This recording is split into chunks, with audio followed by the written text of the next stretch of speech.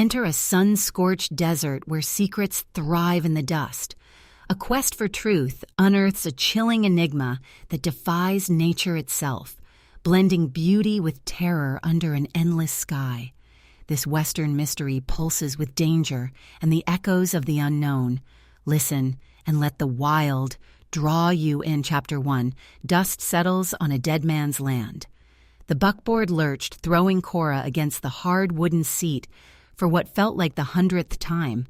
Each jolt seemed to shake loose another memory of Thomas, another shard of the life that had fractured and scattered like brittle glass just 6 months prior. Outside, the Arizona landscape stretched into an infinity of baked earth and shimmering heat haze, mocking the green, ordered world she had left behind in Boston. Dust, fine as sifted flour and the color of rust, coated everything. The weary horses, the taciturn driver, her own dark traveling skirt, her gloved hands clenched tight in her lap. It settled in her throat, a constant gritty reminder of the desolation she was choosing, or perhaps the desolation that had chosen her. This was it. The place Thomas had called Promise Creek Ranch. A cruel jest of a name, she thought, surveying the parched terrain fringed with skeletal mesquite and prickly pear that looked more like weapons than plants. There was no creek in sight, only the dry, cracked bed of an arroyo snaking through the dust like a forgotten scar. Promise. What promise could bloom in such unforgiving soil? Thomas's letters had painted a different picture, full of enthusiastic descriptions of unique flora, of groundbreaking research, of a future carved out under the vast western sky. Letters that had abruptly stopped, followed by the terse, sterile words of a telegram informing her of his sudden death. An accident, they called it. A fall during one of his botanical expeditions in the treacherous canyons nearby. Plausible, yet a cold knot of disbelief had remained lodged beneath her ribs ever since.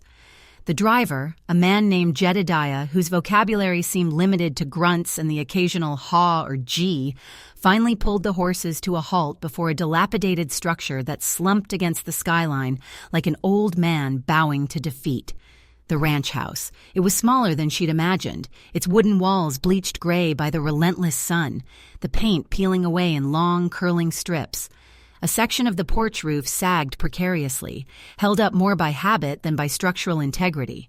Shutters hung crookedly, one torn entirely from its hinges, banging softly in the dry wind that whispered incessantly across the plains. It wasn't just neglected, it felt forsaken, as if the life had bled out of it along with its owner. "This is it, ma'am," Jedediah muttered, his voice raspy from the dust and disuse. He climbed down stiffly, his movements economical, clearly eager to unload his passenger and her trunk and be on his way back to the relative civilization of Tucson. Cora remained seated for a moment, gathering the frayed edges of her composure. She was Cora Ashton now, widow, not the budding botanist who had eagerly discussed Linnaean classification and floral morphology with her brilliant, restless husband. Not the woman who had dreamed of joining him here, documenting the unique desert ecosystem side by side. She was a survivor adrift, clutching the deed to this barren patch of earth as if it were a life raft. It was all she had left of him, this land and the questions surrounding his end. Taking a deep breath that tasted only of dust and distance, she accepted Jedediah's offered hand, calloused, ingrained with dirt, and stepped down onto the ground. The heat rose from the earth in palpable waves, instantly suffocating. She felt small beneath the immense pale blue sky, a solitary figure in a landscape built on a scale that diminished human endeavor. The silence pressed in, broken only by the wind's sigh and the creak of the wagon springs. Jedediah wrestled her trunk from the back of the buckboard, the heavy brass fittings glinting dully in the sunlight. It landed on the ground with a solid thud that seemed to echo in the stillness. Inside were her clothes, a few cherished books, her botany tools, scalpels, presses, collecting jars, and the carefully wrapped packets of seeds she'd brought from home, symbols of a hope she barely dared to acknowledge. Could anything familiar, anything tame, possibly grow here? "Well, reckon you got what you need," Jedediah said, already turning back to his horses. He avoided looking directly at her, a habit she'd noticed among the townsfolk during her brief stopover. They knew who she was, the Eastern widow come to claim the dead man's ranch. Pity and a certain wary curiosity had followed her like a shadow. "Thank you, Jedediah," Cora managed, her voice thin.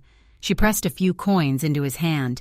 He pocketed them without comment, swung himself back onto the driver's seat, and with a click of the reins, urged the horses forward. The buckboard rattled away, leaving a plume of ochre dust in its wake, shrinking rapidly against the vast backdrop until it was just a dark speck, dissolving into the heat haze. Then the silence returned, deeper, more profound. She was utterly alone. Forcing her feet to move, Cora walked towards the house, her boots sinking slightly into the loose dirt. The porch steps groaned under her weight, protesting the intrusion. She pushed open the front door, which wasn't locked. Why bother out here? It swung inward with a mournful creak, revealing an interior thick with dust motes dancing in the slanted beams of light filtering through grimy window panes. The air inside was stale, heavy with the scent of abandonment. Dry wood, lingering traces of cold wood smoke, something else faint and vaguely chemical that pricked at her nostrils. It was Thomas's scent, or what remained of it, mingled with decay.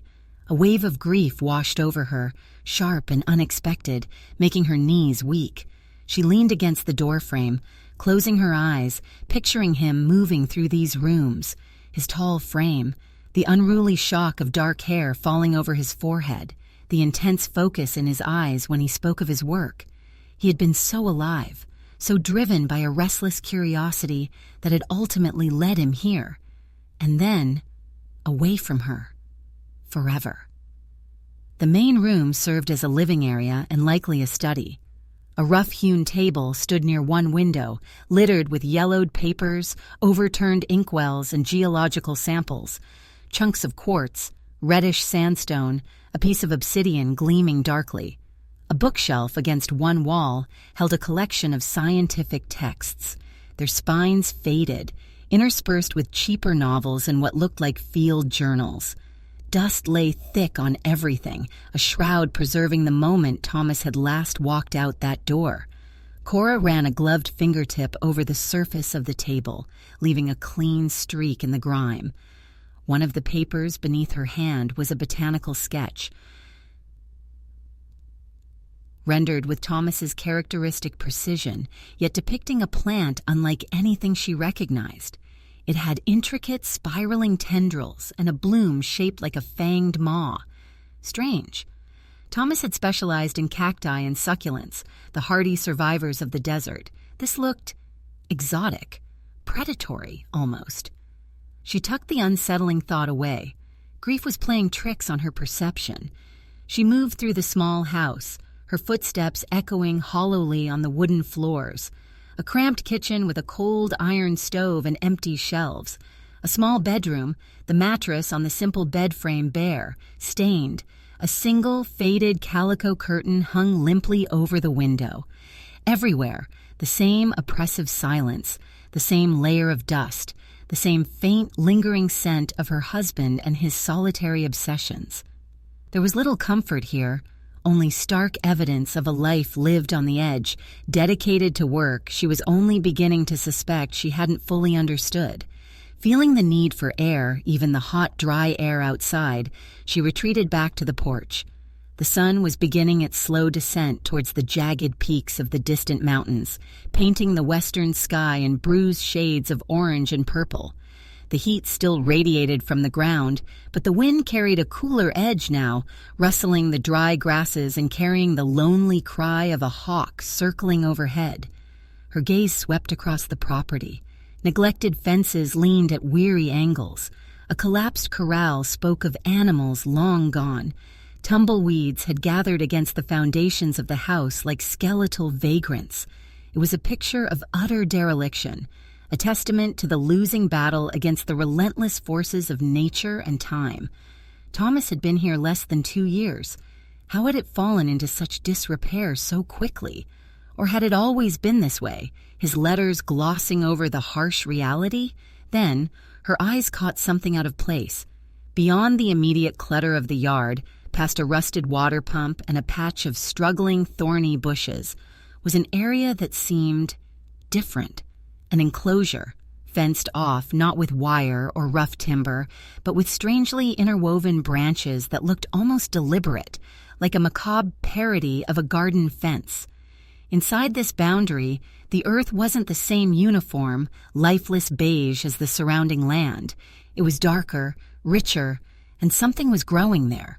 Curiosity, the botanist's instinct, stirred within her, momentarily pushing back the weight of her sorrow. What could possibly thrive in such an isolated, seemingly tended patch amidst the general decay? She started walking towards it, her boots crunching on the gravelly soil. The closer she got, the stranger it appeared. The enclosure wasn't large, perhaps 30 feet square, but it commanded attention. The fence she saw now was made of dead, bleached branches, twisted and locked together in a way that seemed both protective and menacing. It looked less like a fence to keep things out and more like one designed to keep something in. And the plants, they were unlike anything she had ever encountered, even in the most extensive botanical encyclopedias or the exotic collections of university greenhouses.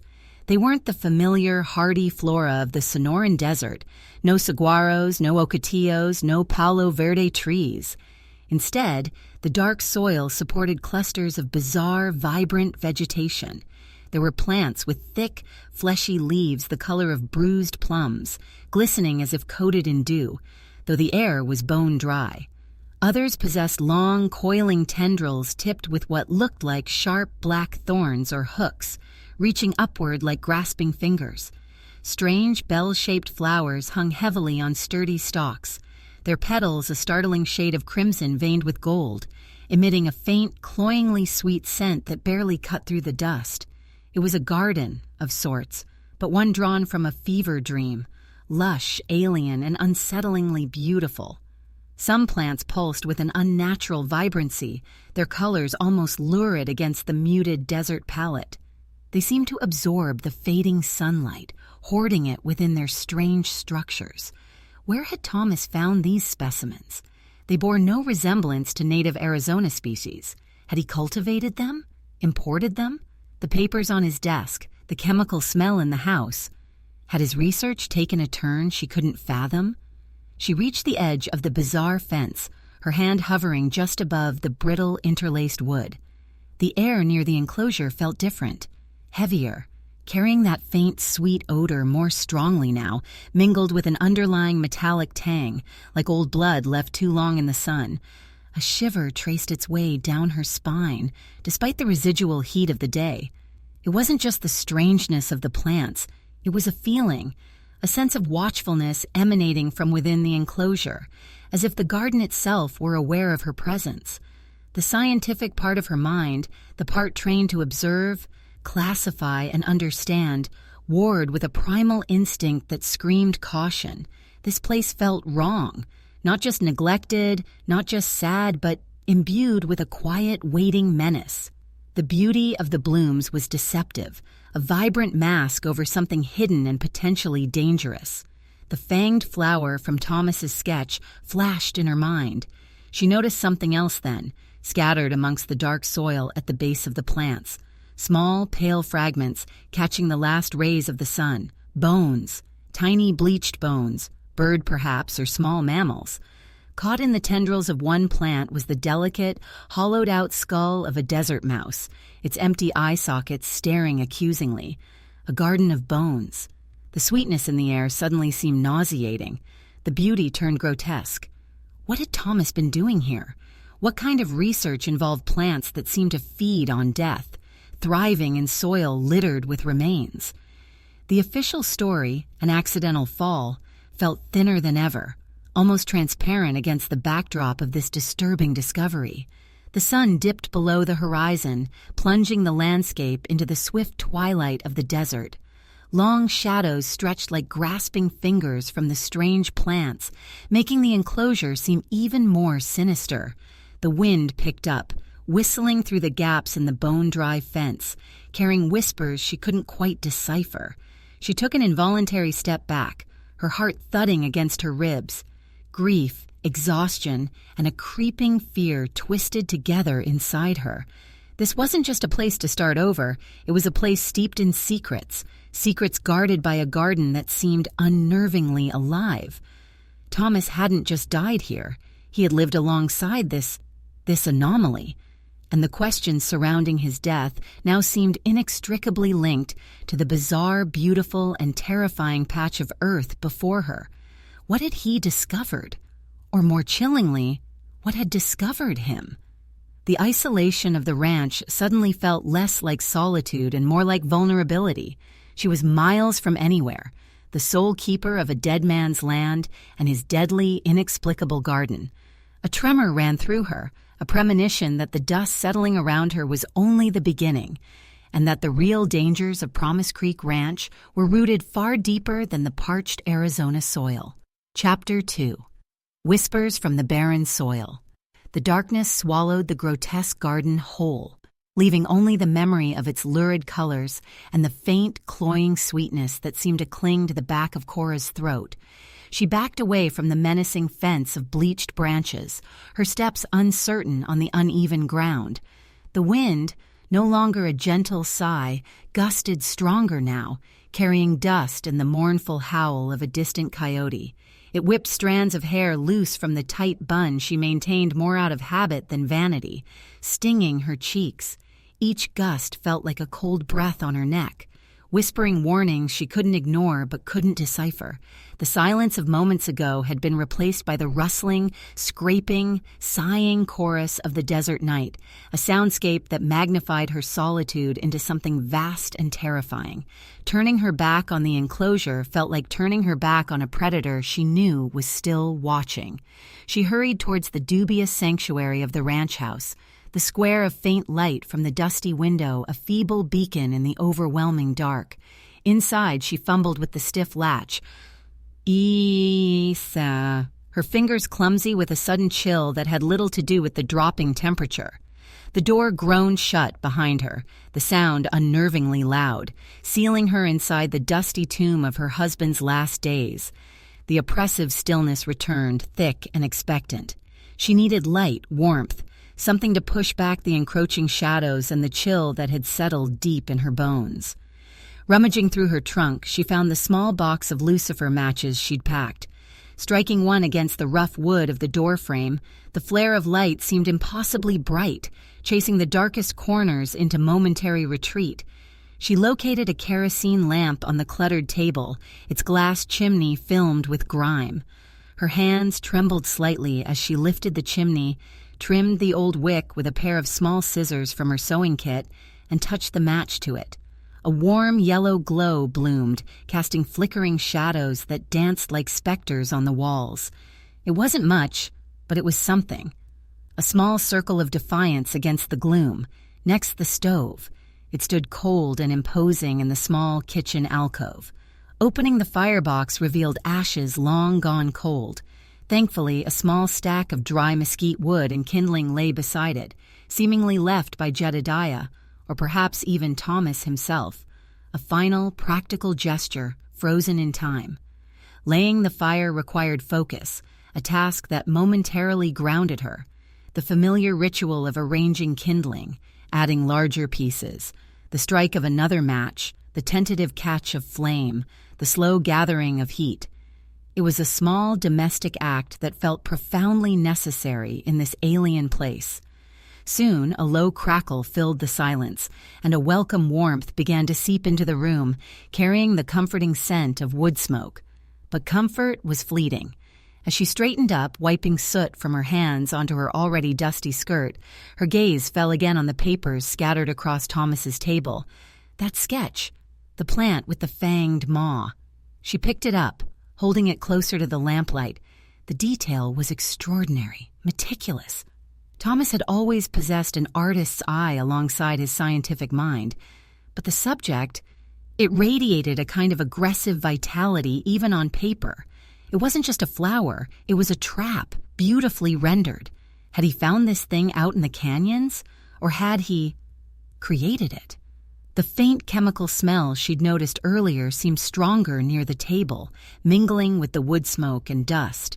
She sifted through the other papers, notes on soil composition, lists of Latin names she didn't recognize, complex chemical formulas that were beyond her botanical expertise. Thomas had dabbled in chemistry, she knew, but this seemed more intense, more focused than anything he'd mentioned in his letters. His handwriting, usually neat and precise, grew increasingly erratic in the later entries, interspersed with sketches of molecular structures and more drawings of those bizarre predatory plants. One page contained only a few hastily scrawled words. The hunger. It demands more. Must find a sustainable source. Control is slipping. Control of what? A sustainable source for what? The bones in the garden flashed in her mind, the metallic tang in the air, the hunger. A cold dread seeped into her, far colder than the desert night outside. Thomas hadn't just been studying plants, he'd been feeding them. She sank onto a sturdy, three-legged stool that was the only other furniture in the main room besides the table, the lamplight carving deep shadows beneath her eyes. Grief warred with a rising tide of unease, bordering on fear. The man she had married, the brilliant, passionate scientist, seemed like a stranger in the context of these notes, this house, that disturbing garden. His letters home had spoken of challenges, yes, the harsh climate, the isolation, the difficulty of sourcing materials, but they'd been infused with excitement, the thrill of discovery. There had been no hint of this darkness, no mention of carnivorous plants or uncontrollable hunger or slipping control. Had he been hiding it from her, protecting her? Or had something out here changed him, warped his ambition into obsession? The official story of his death, the fall, seemed increasingly flimsy, almost insulting in its simplicity. Had he stumbled upon something dangerous in the wild? Or had the danger been cultivated right here, in his own backyard, within that fence of dead branches? Had his creations turned on him? The thought was monstrous, chilling, yet it resonated with the palpable wrongness of the garden. Sleep seemed impossible, every creak of the old house settling, every gust of wind rattling the loose shutter, every skittering sound from within the walls, likely just mice or insects, made her jump. She pulled her shawl tighter around her shoulders, the fine wool offering little protection against the pervasive sense of being watched, of being surrounded by secrets that breathed in the very air. She forced herself to explore the bedroom again, hoping for some personal item, some trace of the Thomas she knew. She opened the small wooden wardrobe in the corner. It was empty except for a pair of worn leather riding gloves and, tucked away on the top shelf, a small leather-bound field journal. Not one of the scientific logs from the table, but something smaller, more personal. Her heart leaped. Perhaps this held answers, explanations. She carried it back to the table, settling near the lamp, her fingers tracing the worn cover before opening it. The first few entries were filled with observations of the legitimate desert flora, sketches of cacti, notes on adapting to the climate, his familiar handwriting full of energy. But as the entries progressed, the tone shifted. Fewer descriptions of the landscape, more intense focus on the project, as he called it. Mentions of failures, setbacks, breakthroughs described in cryptic terms. Procured the initial seed stock, one entry read. Origin uncertain. Potency undeniable. Requires specific enrichment. Further on, remarkable growth rate. Adaptation to the alkaline soil is exceeding expectations. The nutrient solution seems key. Nutrient solution. Was that the chemical smell? What was in it?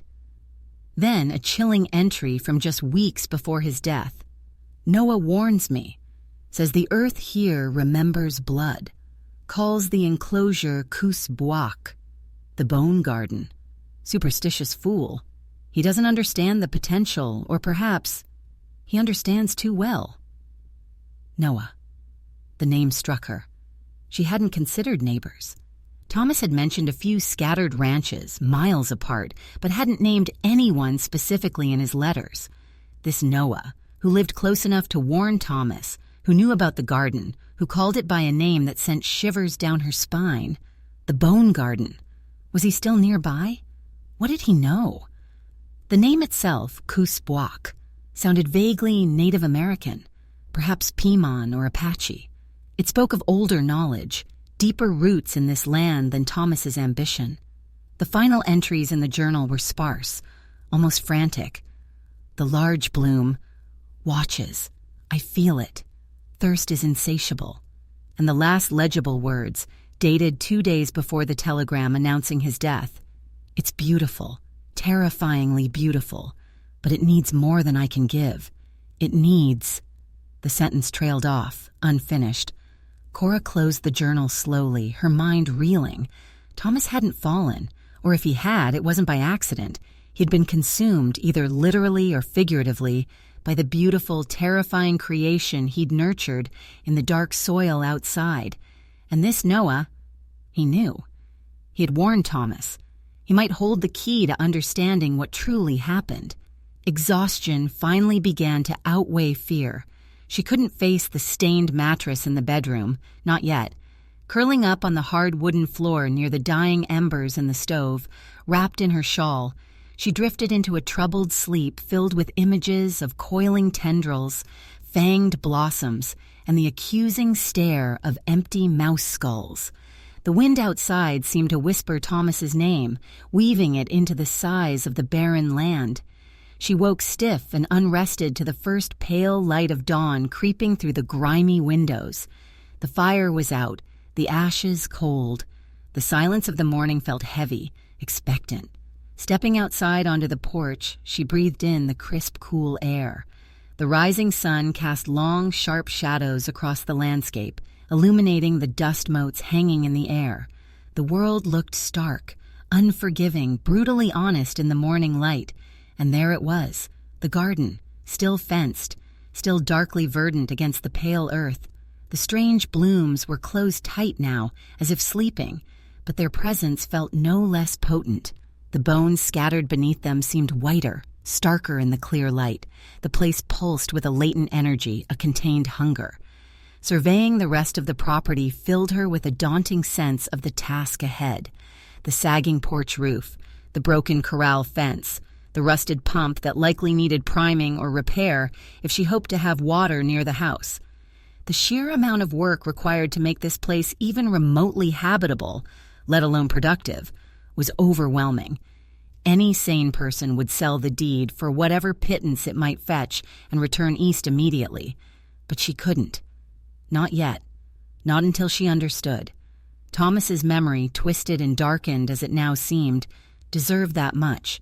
And the botanist in her, despite the fear, felt an undeniable pull towards the mystery of those plants. What were they? Where did they come from? What nutrient solution had Thomas used? The questions gnawed at her. She decided to walk the perimeter of the fenced area, keeping a careful distance. The interwoven branches were brittle. Some snapped, leaving small gaps. Peering through one, she could see the dark soil more clearly. It looked unnaturally rich, almost black, contrasting sharply with the sandy, pale dirt outside the fence.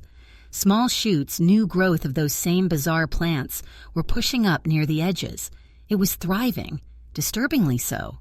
Near one corner of the enclosure, half hidden beneath a thorny bush that grew outside the fence, she spotted something else. Not a bone this time, but a small, tarnished brass button, military style, with a faded eagle emblem. It wasn't Thomas's. His clothes had been practical, civilian. Where had it come from?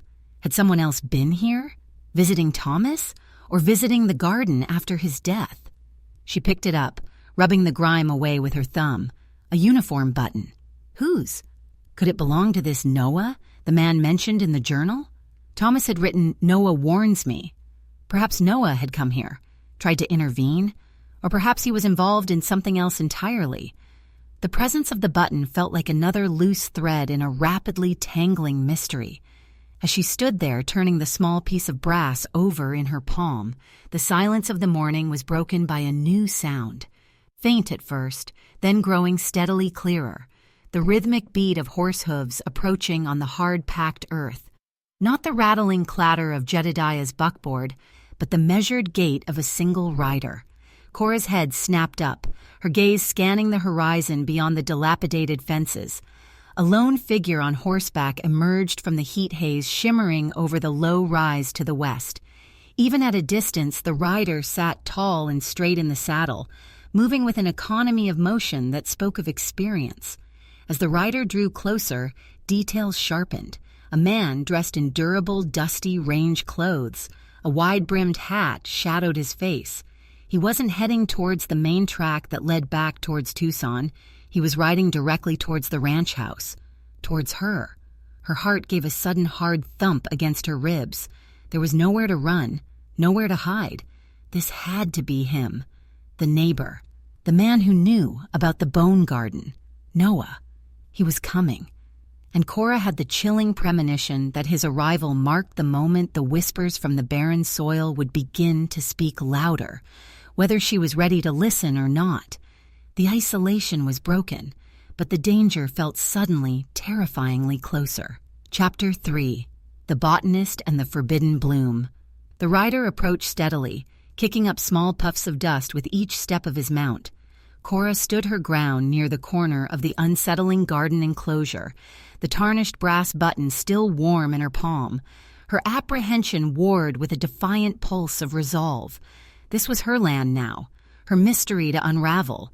She would not be intimidated, not even by the man Thomas's journal had painted as both knowledgeable and potentially hostile. As he drew near enough for her to make out his features beneath the wide hat brim, a knot tightened in her stomach. He was younger than she'd vaguely pictured, perhaps mid-30s, but carried himself with the weary gravity of someone much older. His face was lean, weathered by sun and wind, but it was the scarring that commanded attention. A jagged, silvered line ran from his left temple down across his cheekbone, disappearing into the rough stubble along his jaw. It wasn't the clean mark of a surgical scar, it was the brutal signature of violence, imperfectly healed, pulling the skin taut near his eye and giving his expression a permanent intensity, a hint of pain held tightly in check. His eyes, when they finally lifted to meet hers, were a startlingly clear pale blue, yet they held no softness. They were watchful, guarded, assessing her with an unnerving stillness. He reined in his horse, a sturdy-looking bay about 20 feet away, deliberately keeping a distance. The horse shifted, jingling its bridle, but the man sat perfectly still, one hand resting lightly on the saddle horn, the other loose near the worn holster strapped to his thigh. He didn't dismount. He didn't offer a greeting. He simply watched her, his gaze sweeping from her dusty traveling dress to the dilapidated ranch house, lingering for a fraction of a second on the fenced garden before returning to her face. The silence stretched, thick with unspoken questions and the dry whisper of the wind. "You're Ashton's widow," he stated finally. It wasn't a question. His voice was low, rough-edged, like stones grinding together, carrying clearly in the quiet air. Cora lifted her chin, forcing a steadiness she didn't entirely feel. "I am Cora Ashton, and you, I presume, are Noah?" The name felt strange on her tongue, weighted with the implications from Thomas's journal. A flicker of something. Surprise? Annoyance? Crossed his scarred face before settling back into impassivity. "Folks call me Noah. This is my place, borders yours to the west." He gestured vaguely with his chin towards the distant hazy mountains. "Saw the wagon tracks yesterday. Figured you'd arrived." "Yes, I arrived yesterday evening." She resisted the urge to fidget, to explain herself. She owed him nothing. He nodded slowly, his gaze still sharp, analytical. "Come to claim the place?" "It belongs to me now," she replied, her tone firmer than she felt. "My husband left it to me." "Not much left to claim," Noah observed, his eyes drifting again towards the sagging porch and broken corral. There was no judgment in his voice, just a flat statement of fact. "Land's gone thirsty, house needs more than patching." "I'm aware of the challenges," Cora said coolly. "I intend to make it habitable." He gave a short, humorless puff of air that might have been a laugh in another man. "Takes more than intention out here, Mrs. Ashton. Takes water, wood, grit, and maybe a blind eye to what's best left buried." His last words hung in the air, heavy with implication. What's best left buried? He knew. He had to know more than just the local superstitions Thomas had dismissed. The brass button felt suddenly heavier in her hand. "My husband was a botanist, Mr. Noah, she said, deciding to steer the conversation towards the subject that pulsed like a dark heart at the center of this place. He was conducting research here. Important research, I believe. Noah's jaw tightened almost imperceptibly. The skin around the scar whitened slightly. He was growing things, all right. Things that don't belong. His gaze flickered pointedly towards the fenced enclosure. Things you warned him about? Cora pressed, holding his gaze. She saw the confirmation in the sudden stillness that fell over him, in the way his pale eyes narrowed. Told him it was fool work, Noah said, his voice dropping lower, raspier. Told him that patch of ground. He hesitated, seeming to choose his words carefully. It ain't right. Some things ain't meant to be tampered with, especially not here. He called it the Bone Garden in his journal, Cora said quietly, watching his reaction. Cuss Buak. Noah's head jerked slightly, his eyes widening for a split second before the mask of indifference slammed back down. He shifted his weight in the saddle. Old names mean nothing to folks like your husband, or you.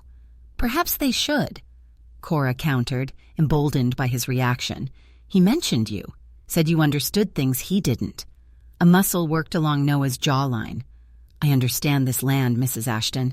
I understand tracks and water and the way things die out here. Your husband, he understood books and theories, didn't understand consequences. And what were the consequences, Noah? She asked, her voice barely a whisper, yet sharp with intent. His research, the plants, did they have something to do with his death? Noah looked away then, his gaze fixed on the distant horizon, the scar on his face stark against his weathered skin in the morning light. He didn't answer immediately. The silence stretched again, filled only by the cry of a hawk high overhead and the soft snort of his horse. Man falls in a canyon, breaks his neck, he said finally, his voice flat, reciting the official story. Happens. This land swallows people whole. He turned his gaze back to her, hard and direct. Best you accept it. Sell this place. Go back where you came from before it swallows you too. It was a clear dismissal, a warning wrapped in pragmatic advice. But Cora couldn't turn back now, not with the journal entries burned into her memory, not with the sight of those predatory blooms just yards away, not with this scarred, secretive man confirming her deepest fears. I can't leave, she said, surprising herself with the strength in her voice. Not yet. I need to understand what he was doing here. I'm a botanist myself. These plants. She gestured towards the enclosure, stepping slightly closer to the brittle fence despite the tremor of fear that ran through her. They are unlike anything I've ever known. Scientifically, they are fascinating. Noah's expression hardened further, a mixture of frustration and something that looked almost like pity entering his eyes. Fascinating ain't the same as safe, Mrs. Ashton. That garden, it's poison. Stay away from it. Don't touch the plants. Don't breathe too deep near 'em when they bloom at night. And for God's sake, don't try and water 'em. Don't water them? What did they feed on then? The bones, the hunger Thomas wrote about. Bile rose in her throat. Why? She forced herself to ask. What are they? They're unnatural, he bit out, his patience clearly wearing thin. Things dug up that should have stayed buried. Things fed on... Well, you don't want to know. He gathered his reins, preparing to leave. I came to see if you needed supplies brought from town, seeing as Jedediah likely dumped you and ran. But seems you got other priorities. His gaze was sharp, disapproving. Heed my warning, Mrs. Ashton. That's the best help I can offer you. Let the dead rest. Let the desert reclaim that patch. It's the only safe way. He didn't wait for a reply. With a slight pressure of his heels, he turned the bay horse and rode away, not back the way he came, but skirting the edge of the property before heading west towards the hazy mountains that marked his own land. He didn't look back. Cora watched him go until he was just a diminishing figure against the vast landscape, feeling a confusing mix of anger, fear, and frustrated curiosity. He knew more, so much more, about the plants, about Thomas, perhaps even about the brass button she still clutched. His warning felt genuine. born of grim experience, yet his refusal to elaborate only deepened her resolve. Let the dead rest, but Thomas wasn't resting. His secrets were alive, growing in that disturbing garden, and she couldn't turn away. The sun climbed higher, beating down with growing intensity. The heat made the air shimmer above the dark soil of the enclosure. The cloying sweetness Noah had warned her about seemed fainter now, in the daylight, but the metallic undertang persisted, unsettlingly familiar. Driven by an impulse stronger than fear, she approached the fence again. Noah was gone. She was alone with the silence and the secrets. Her botanist training took over, a familiar habit offering a fragile shield against the unknown. She needed to document, to understand. Retrieving a sketchbook and pencil from her trunk inside the dusty house, she returned to the edge of the garden. She wouldn't go inside the fence, not yet, but she could observe. She chose a spot near the corner where she'd found the button, settling on the warm, dry earth, her back against a sturdy, albeit thorny, mesquite bush growing just outside the perimeter. From here, she had a clear view of several different plant types within the enclosure. She began to sketch, her pencil stroke swift and precise, capturing the alien forms. The plum-colored leaves of one plant felt strangely thick, almost leathery, even from a distance. They glistened with a sticky-looking residue that trapped dust particles blowing on the wind. Were they digestive enzymes? Like a sundew, but on a scale she'd never imagined? Another plant nearby unfurled long, whip-like tendrils tipped with hooked barbs, swaying gently despite the lack of strong wind, as if testing the air. They seemed sentient, questing. Her focus settled on one of the crimson, bell-shaped flowers Noah had warned her about. It hung heavily on its stalk, petals slightly parted even in the daylight. Its color was intense, hypnotic, the gold veins pulsing with an inner light.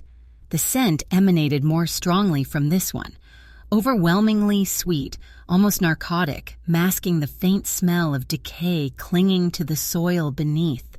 She leaned closer, trying to capture the intricate structure of the bloom's interior without getting too near the fence. As she sketched, she noticed the complete absence of insect life around the flower. Bees, flies, even the ubiquitous desert ants seemed to actively avoid the enclosure. It was another layer of wrongness. Flowers evolved intricate relationships with pollinators.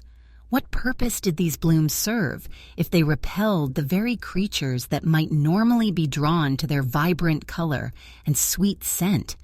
Unless they attracted a different kind of visitor. Or perhaps they didn't need pollination in the conventional sense. Perhaps they propagated in some other, more sinister way. Her pencil moved rapidly, detailing the shape of the petals, the arrangement of the stamens, or what looked like stamens, though they seemed unusually thick and tipped with something dark and pointed. Then she saw it. Deep within the bell of the flower, partially obscured by the fleshy petals, was a structure she hadn't noticed before. A small, ridged pouch, almost like a miniature stomach, nestled at the base, and clinging to the sticky inner surface of the petals were fragments, tiny iridescent fragments. Not pollen, shards of insect wings, the desiccated husk of a small beetle. These flowers weren't just blooms, they were traps, baited with scent and color, designed to lure small creatures to their deaths. Carnivorous plants existed, of course, pitcher plants, Venus flytraps, but nothing like this. Nothing this large, this vibrant, this aggressively adapted. Thomas hadn't just discovered these. He must have cultivated them, perhaps even hybridized or genetically manipulated them using techniques far beyond standard botanical practice. The chemical formulas in his notes took on a terrifying new significance. A wave of nausea swept over her. The beauty of the flower suddenly seemed obscene, a gaudy disguise for a deadly function.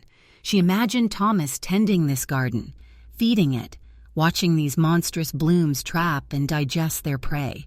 What had driven him to such extremes? What knowledge had he been chasing? Lost in her disturbing thoughts and meticulous sketching, she didn't immediately notice the change in the soil near the base of the plant she was drawing.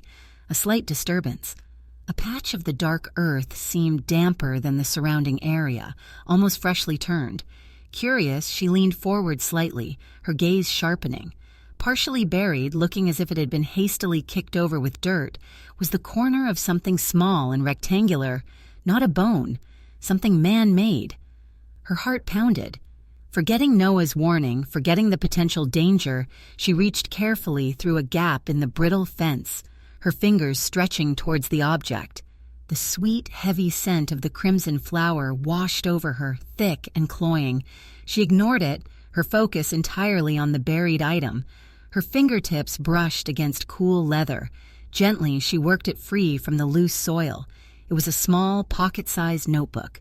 Not one of Thomas's scientific journals, but something plainer, bound in dark, water-stained leather. It looked like a ledger or an account book. Why would it be buried here, inside the garden enclosure, near the base of a carnivorous plant?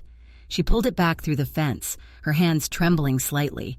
Dusting off the clinging soil, she saw faint gold-embossed letters on the cover, almost entirely worn away. T. Ashton. Accounts. Thomas's accounts book. Buried in the bone garden. Why? Her mind raced.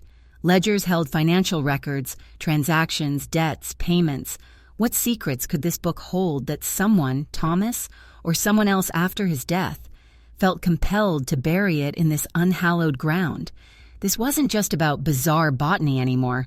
This was about money, secrets, and very likely foul play. The official story of Thomas's accidental fall didn't just seem flimsy.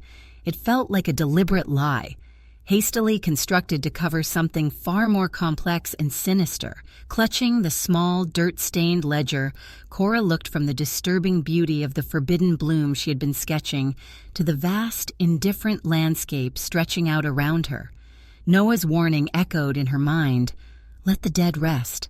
Let the desert reclaim that patch. But it was too late. She had disturbed the soil, unearthed a secret. The whispers from the barren ground were becoming coherent words, and they spoke not just of dangerous plants, but of human secrets, buried truths, and a past that refused to stay dead. The garden held more than bones. It held answers, and she was now inextricably bound to digging them up, no matter the cost. Chapter 4. Noah's Shadow. Noah's Warning. The small, leather-bound ledger felt unnaturally heavy in Cora's hand, heavier than its physical weight. It felt dense with secrets, stained not just with the dark, unnatural soil of the garden, but with the implications of deceit and hidden dealings.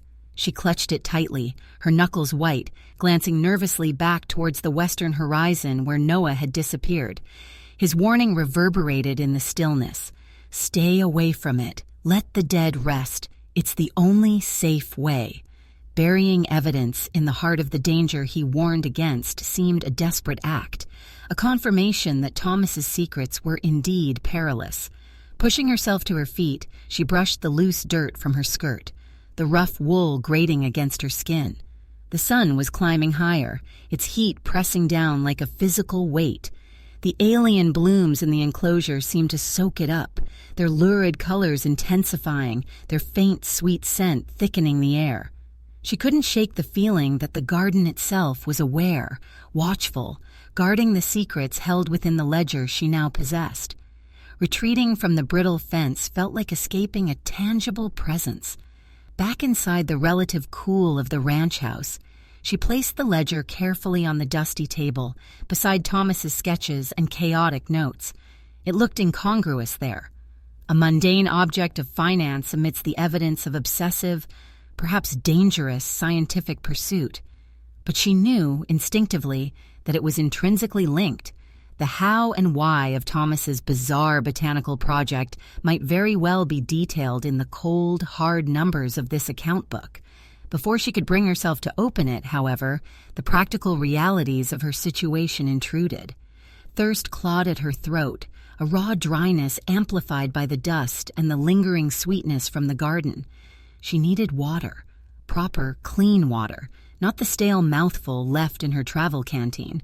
The rusted pump outside was her only hope short of attempting to find a spring or trek miles to Noah's property, an option she wasn't ready to consider.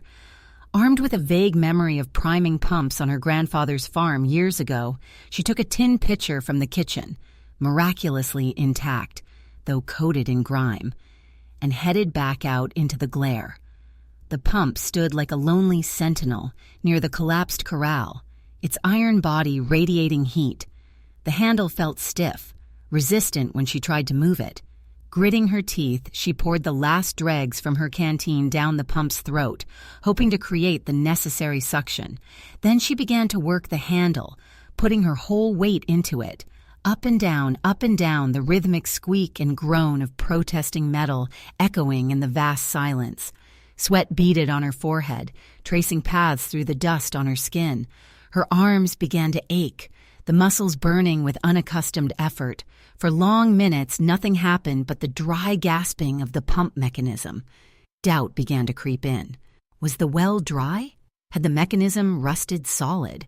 The thought of being stranded here without accessible water sent a fresh wave of panic through her. This land wasn't just desolate, it was actively hostile to survival. Noah's words echoed again. Takes more than intention out here. He was right. Intention wouldn't fill a water pitcher. Just as she was about to give up, ready to sink onto the parched earth in despair, she heard it. A low gurgle from deep within the pipe. Hope surged, lending new strength to her arms. She pumped faster, harder, the squealing protest of the handle growing louder. And then, miraculously, a hesitant trickle of water sputtered from the spout. It was brown at first, thick with rust and sediment, but gradually it cleared, running cool and blessedly clear into the pitcher she held beneath. She drank deeply directly from the pitcher, the cool water soothing her parched throat, tasting slightly metallic but undeniably real. It was a small victory, but a vital one. It anchored her, reminded her that survival here, while difficult, might not be entirely impossible. She filled the pitcher, then drank again before carrying her prize back to the house, the weight of the water a tangible comfort. Inside, the house felt dimmer after the brilliance outside. She washed the worst of the grime from her face and hands in a basin, the cool water a shocking relief. Feeling marginally more human, she lit the lamp again, even though daylight still filled the room. The lamplight felt like a necessary ward against the shadows gathering in the corners of the house and in her own mind. Finally, she sat down at the table, pulled the stool closer, and reached for the buried ledger. Her fingers trembled slightly as she opened the cover. The pages were brittle, stained with moisture and soil in places, but the ink, where legible, was Thomas's familiar hand, precise, meticulous, at least in the earlier entries. The first few pages detailed typical ranch expenses, feed for horses that were apparently long gone, repairs to fencing she now knew hadn't held, supplies purchased in Tucson, flour, salt, coffee, lamp oil, mundane details that painted a picture of Thomas trying, at least initially, to establish a working ranch. But then, the entries began to change. Mixed in with notes about purchasing tools or paying Jedediah for hauling goods were lines that stood out. Acquisition of primary specimens, $200. $200, a staggering sum for mere plant samples, especially for Thomas, who had always been careful with money. Where had he gotten such specimens, and where had he gotten the money? His university funding had been modest, barely enough to cover travel and basic equipment. Further on, more cryptic entries appeared. Compound N7 delivery, $50. Glassware and distillation equipment, $85. Purchase of soil enhancers, discrete source, $150. These were not the expenses of a simple botanist studying desert flora. This was chemistry, experimentation on a significant scale, sourced discreetly. Soil enhancers. Was that the nutrient solution he'd mentioned in his journal? The bones scattered in the garden suggested a horrifying possibility of what those enhancers might contain. Cora traced the faint script with her finger, her blood running cold. Interspersed with these unusual expenses were payments listed simply as consultation fee, J, $25. This entry appeared several times over a period of months. J, who was J? Not Noah, surely. Thomas had seemed wary of Noah, dismissing his warnings. This Jay was someone Thomas was paying, someone involved in his work, another thread in the tangle. She turned the pages slowly, carefully, noting the dates. The unusual expenses intensified in the months leading up to his death. The amounts grew larger. The handwriting, like in the personal journal, became less precise, more hurried. Emergency containment materials, $70. Increased nutrient solution volume, urgent, $100. What emergency? Containment of what? The plants? Had they already begun to escape the enclosure even then? The ledger painted a picture not of scientific discovery, but of escalating obsession, mounting costs, and barely contained chaos. Thomas hadn't just been researching, he'd been pouring money he likely didn't have, into a project that sounded increasingly dangerous and unstable. Had he taken loans? Gotten involved with unscrupulous people to fund his work? The discreet source for supplies suggested secrecy, perhaps illegality. A gust of wind rattled the loose shutter outside, making her jump. She glanced nervously towards the window, half expecting to see Noah's scarred face peering in. He wasn't there, of course. Only the vast, empty landscape baking under the afternoon sun. But his presence lingered, an invisible weight, a shadow cast over her understanding of this place. His warning wasn't just about the plants themselves, she realized. It was about the entire situation Thomas had created. The secrets, the debts, the dangerous knowledge. Noah hadn't just seen the strange plants. He'd likely seen the desperation growing in Thomas, the consequences closing in. She forced her attention back to the ledger. Near the back, several pages were stuck together, fused by moisture and time. Gently, painstakingly, she worked them apart with the tip of a small knife from her botany kit. The paper flaked, threatening to crumble, but she managed to separate them. Tucked between the last two pages was a single folded sheet of paper, not part of the ledger itself. It was dry, brittle, covered in Thomas's later, more frantic script. It wasn't an account entry. It looked like a draft of a letter, heavily crossed out and rewritten in places. "My dearest Cora," it began, the salutation making her heart ache with a fresh wave of grief. "Forgive me. Forgive the silence, the distance. I wanted to tell you. I thought I could control it, harness it, the potential, beyond anything we imagined, a revolution in biology and resilience, life where none should exist. But the cost, Cora, the cost is higher than I calculated. It demands, it takes." Here a line was violently scratched out. "It has taken root too deeply now, not just in the soil, but in everything. Jay demands payment I cannot make. Says the initial investment requires return, with interest far exceeding coin. He speaks of ownership, not just of the results, but of the source." Another section heavily obscured.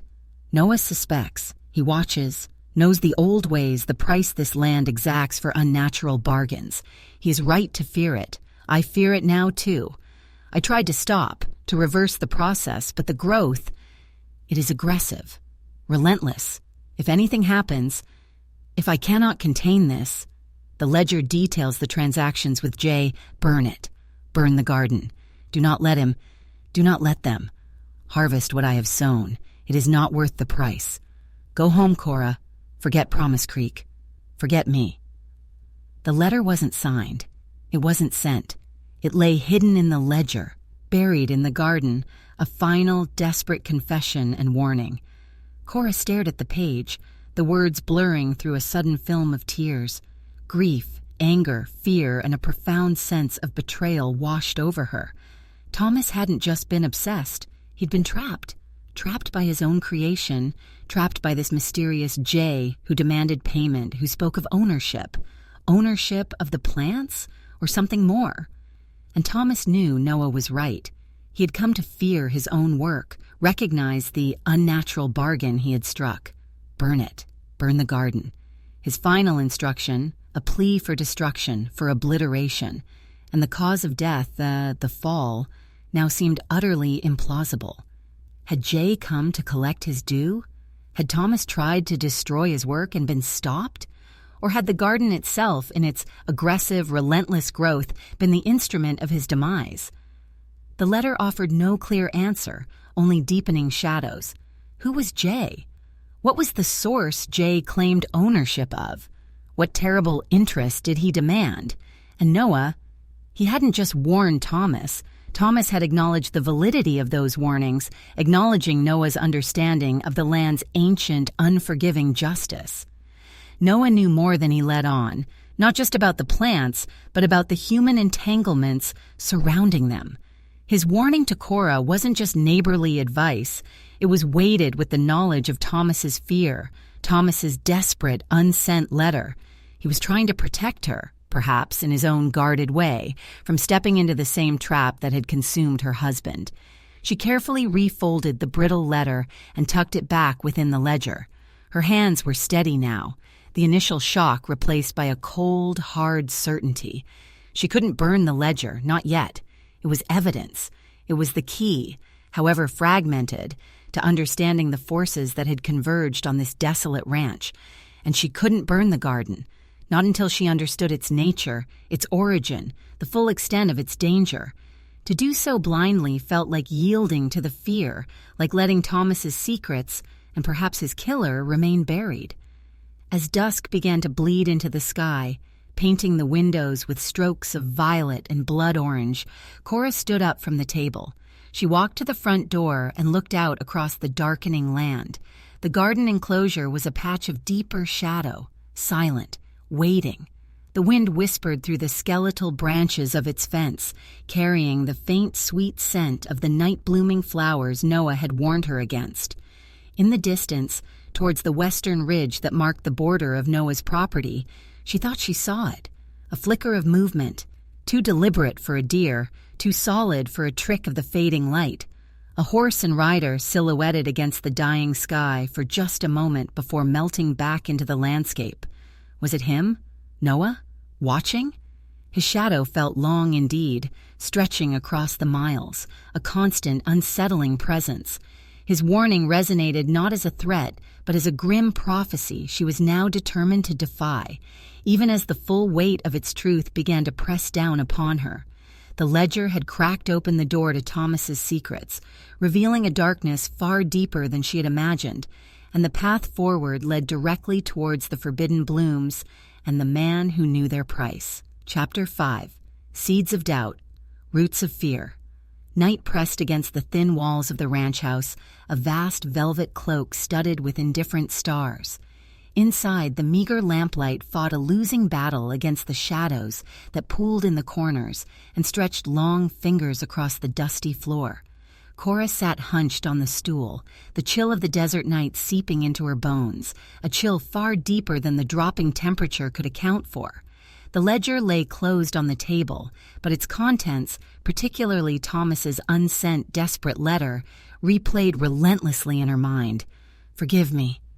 The cost is higher than I calculated. Demands payment. Burn it. Burn the garden. Forget me." Each phrase was a seed of doubt planted in the already fractured soil of her grief. Doubt about the man she thought she knew. Doubt about the nature of his death. Doubt about her own safety in this isolated, secret-shrouded place. Thomas hadn't just been ambitious. He'd been reckless, entangled, afraid. He hadn't simply died. He'd been consumed, whether by the monstrous flora he nurtured, the dangerous creditor he couldn't pay, or some fatal combination of the two. And Noah hadn't just offered neighborly advice. He carried the weight of Thomas's acknowledged fears, his warnings imbued with the grim authority of someone who had seen the abyss opening and understood the price this land exacted. Sleep was a distant country she couldn't seem to reach. Every creak of the old house settling sounded like a footstep. The wind moaning around the eaves whispered unintelligible threats. The distant howl of a coyote felt like a lament for the lost and the soon-to-be lost. She kept glancing towards the window, half expecting to see eyes watching her from the darkness, whether human or something else entirely. The image of Noah's scarred face, etched with hardship and guarded knowledge, surfaced again and again. Was his watchfulness protective or proprietary? Did he guard the land's secrets or his own? Restless, she rose and paced the small confines of the main room, her footsteps stirring up dust motes that danced like tiny ghosts in the lamplight. She ran her fingers along the spines of the books on Thomas's shelf, familiar scientific texts standing shoulder to shoulder with esoteric volumes on alchemy and obscure botanical folklore she hadn't known he possessed. Had his research always straddled the line between science and something older, stranger? Or had desperation pushed him across that threshold? She picked up the ledger again, opening it under the lamp's glow. She scanned the entries, searching for any clue about Jay. The initial appeared consistently, linked to payments for consultation and then, more ominously, tied to the discrete source for soil enhancers and the emergency containment materials. Who was this person Thomas paid, consulted, and ultimately seemed to fear? The ledger offered no surname, no location, only that damning initial and the escalating financial figures that spoke of a tightening noose. There were also several large, unexplained cash withdrawals listed simply as personal expenses in the months before his death. Where had that money gone? Had he been trying to pay Jay off? Or perhaps fund an escape that never materialized? Frustrated, she closed the book. The answers weren't laid out plainly. They were buried, like the ledger itself, beneath layers of obfuscation and fear. She needed more context, more pieces to the puzzle. With the first pale hint of dawn painting the eastern sky, Cora forced herself into action. Survival demanded routine, even a semblance of it. She rekindled the fire in the stove, the small ritual bringing a fragile sense of order. Then came the trek to the pump. Pitcher in hand, the handle groaned its familiar protest, but the water flowed more readily this morning, cool and vital. As she carried the heavy pitcher back, scanning the vast, silent landscape, she felt the oppressive weight of her isolation anew. There was no one to turn to, no one to trust implicitly. Noah's shadow lingered, a constant reminder of the dangers he perceived, but his taciturn warnings offered little comfort and no alliance. She was utterly reliant on her own wits, her own resilience. After a meager breakfast of dry biscuits and water, the botanist within her, restless and insistent despite the fear, began to stir. She couldn't ignore the garden. It pulsed at the edge of her awareness, a scientific anomaly wrapped in a shroud of dread. Thomas's plea to burn it warred with her innate curiosity and the growing conviction that understanding the plants was key to understanding his fate. Noah's warning, "Don't touch the plants, don't breathe too deep near 'em when they bloom at night," echoed ominously, but surely observation from a distance, careful documentation, posed little risk. Taking her sketchbook and a small trowel from her botany kit, she approached the enclosure once more. The morning sun cast the strange plants in sharp relief, their unnatural colors almost blinding against the muted tones of the desert. The crimson blooms were tightly shut, their nocturnal hunger seemingly sated, yet the air around the fence still held that faint, sickly sweet undertone, mixed with the scent of decay and something metallic. Keeping several feet back from the brittle fence, she began to sketch again, focusing on the overall structure, the way the different species grew in tight, almost competitive clusters, their tendrils and thorns overlapping. She noticed subtle changes since yesterday.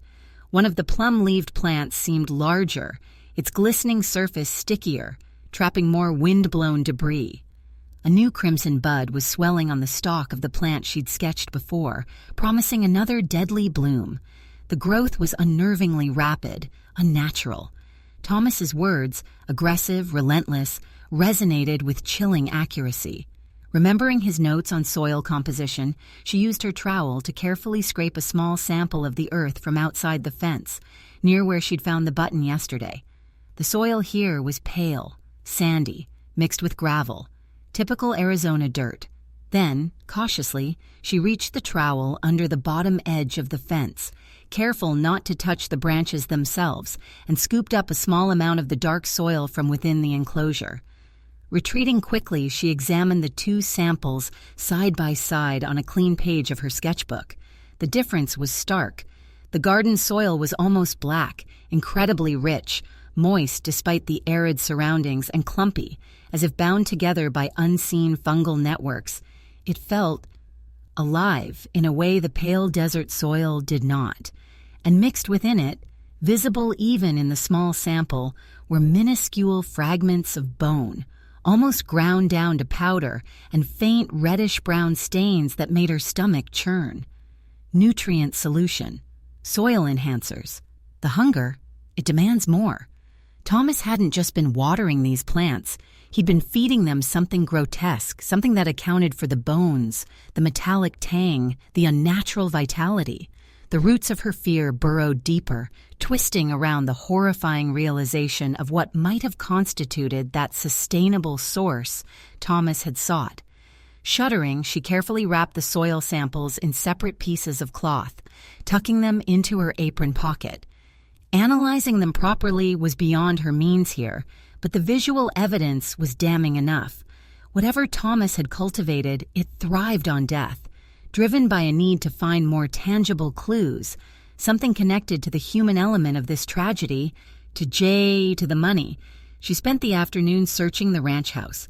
She went through Thomas's desk drawer by drawer, finding more geological samples, dried plant pressings of ordinary desert flora, relics of his earlier, seemingly saner research, invoices for basic supplies, and frustratingly little else. No letters mentioning Jay, no hidden compartments, no large stashes of cash. His few remaining clothes in the wardrobe yielded nothing but dust and the faint scent of pipe tobacco. She examined the bookshelf more closely, running her hand along the tops of the volumes, checking for hidden papers. Tucked inside a thick treatise on Sonoran desert cacti, she found a folded piece of paper. Not a letter this time, but a roughly drawn map. It depicted the ranch property, the house marked with an X, the garden enclosure clearly delineated. But there was another X marked several miles to the northeast, deep in the rugged foothills leading towards the mountains, labeled simply Source, the Source. The word leaped out at her, echoing the phrase in Thomas's unsent letter. Jay speaks of ownership, not just of the results, but of the source. Was this where the original seeds came from? The place Thomas procured the primary specimens listed in the ledger at such exorbitant cost? Or was it the source of the nutrient solution, the soil enhancers? The location looked remote, difficult to access, marked near a symbol that seemed to indicate a cave or mine entrance. Another layer of mystery, another potential danger. Visiting such a place alone seemed foolhardy, yet the map felt like a direct invitation, a clue left behind, intentionally or not, by Thomas himself. As she stood contemplating the crude map, a movement outside the window caught her eye. It was subtle, distant, the flick of a horse's tail, the shift of a rider's weight, near the same western ridge where she'd seen Noah yesterday, and again last evening. He was there again. Or someone was. A silent sentinel, watching the dilapidated ranch, watching her. The feeling of being observed intensified, prickling the back of her neck.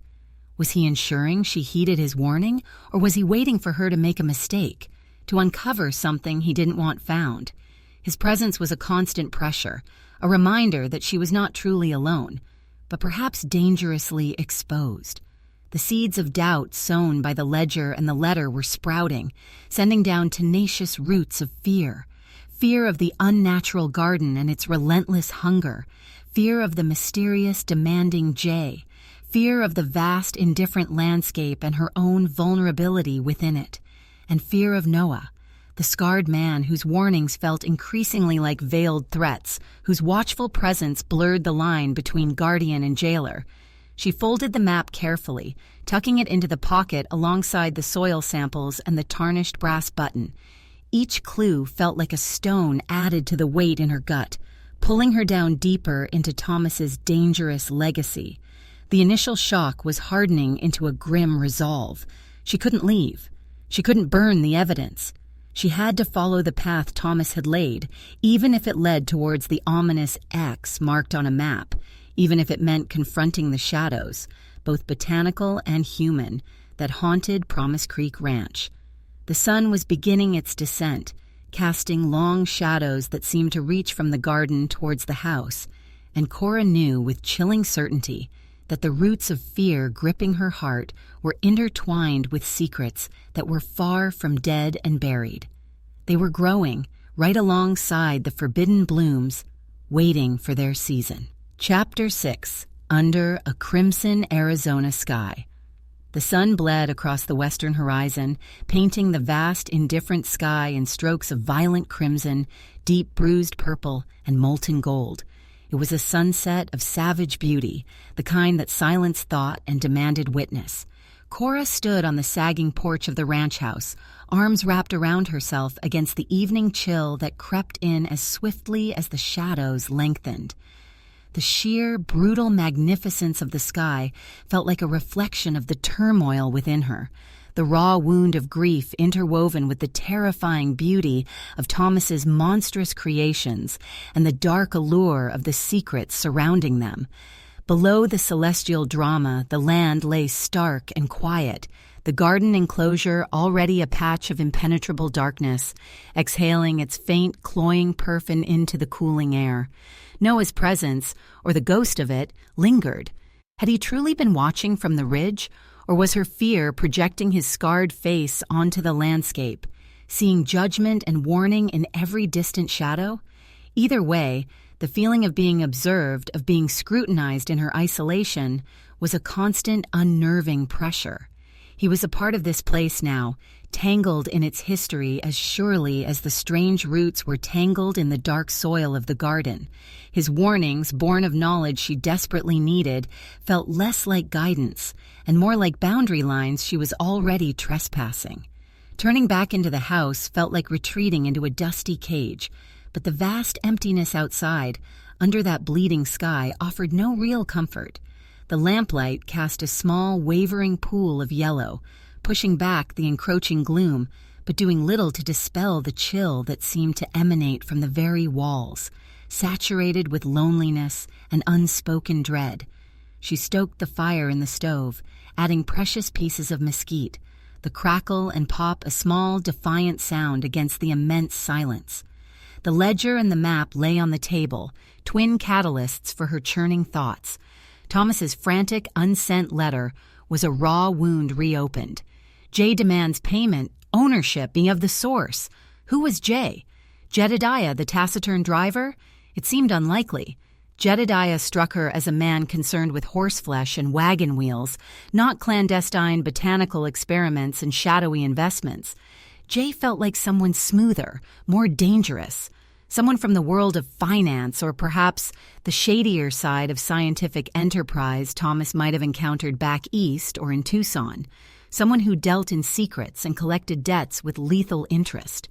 And the source. The crude map marked it miles away, in rugged terrain, near a cave or mine symbol. Was that where Thomas first found the seeds, the primary specimens that cost him so dearly? Or was it, perhaps, the origin of the nutrient solution, the grotesque soil enhancers that fueled the garden's unnatural growth? The map was both a temptation and a terrifying prospect. To venture out there alone, into unknown territory potentially claimed or guarded by this Jay, seemed suicidal. Yet how else could she understand the beginning of Thomas's fatal obsession? Sleep offered little respite again that night. Her dreams were fragmented mosaics of bleeding sunsets, grasping tendrils, fanged flowers whispering her name, and Noah's pale, judging eyes watching from the shadows. She woke before dawn, shivering, the fire long dead, the silence profound. Determined to impose some semblance of order on the chaos, both external and internal, Cora dedicated the morning to the house itself.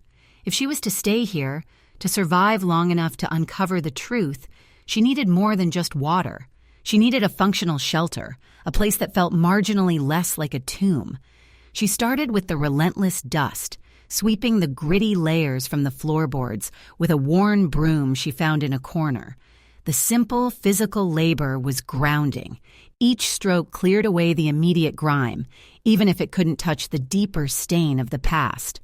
She tackled the grimy window panes, scrubbing with precious water and a rag until faint squares of clearer light could penetrate the interior.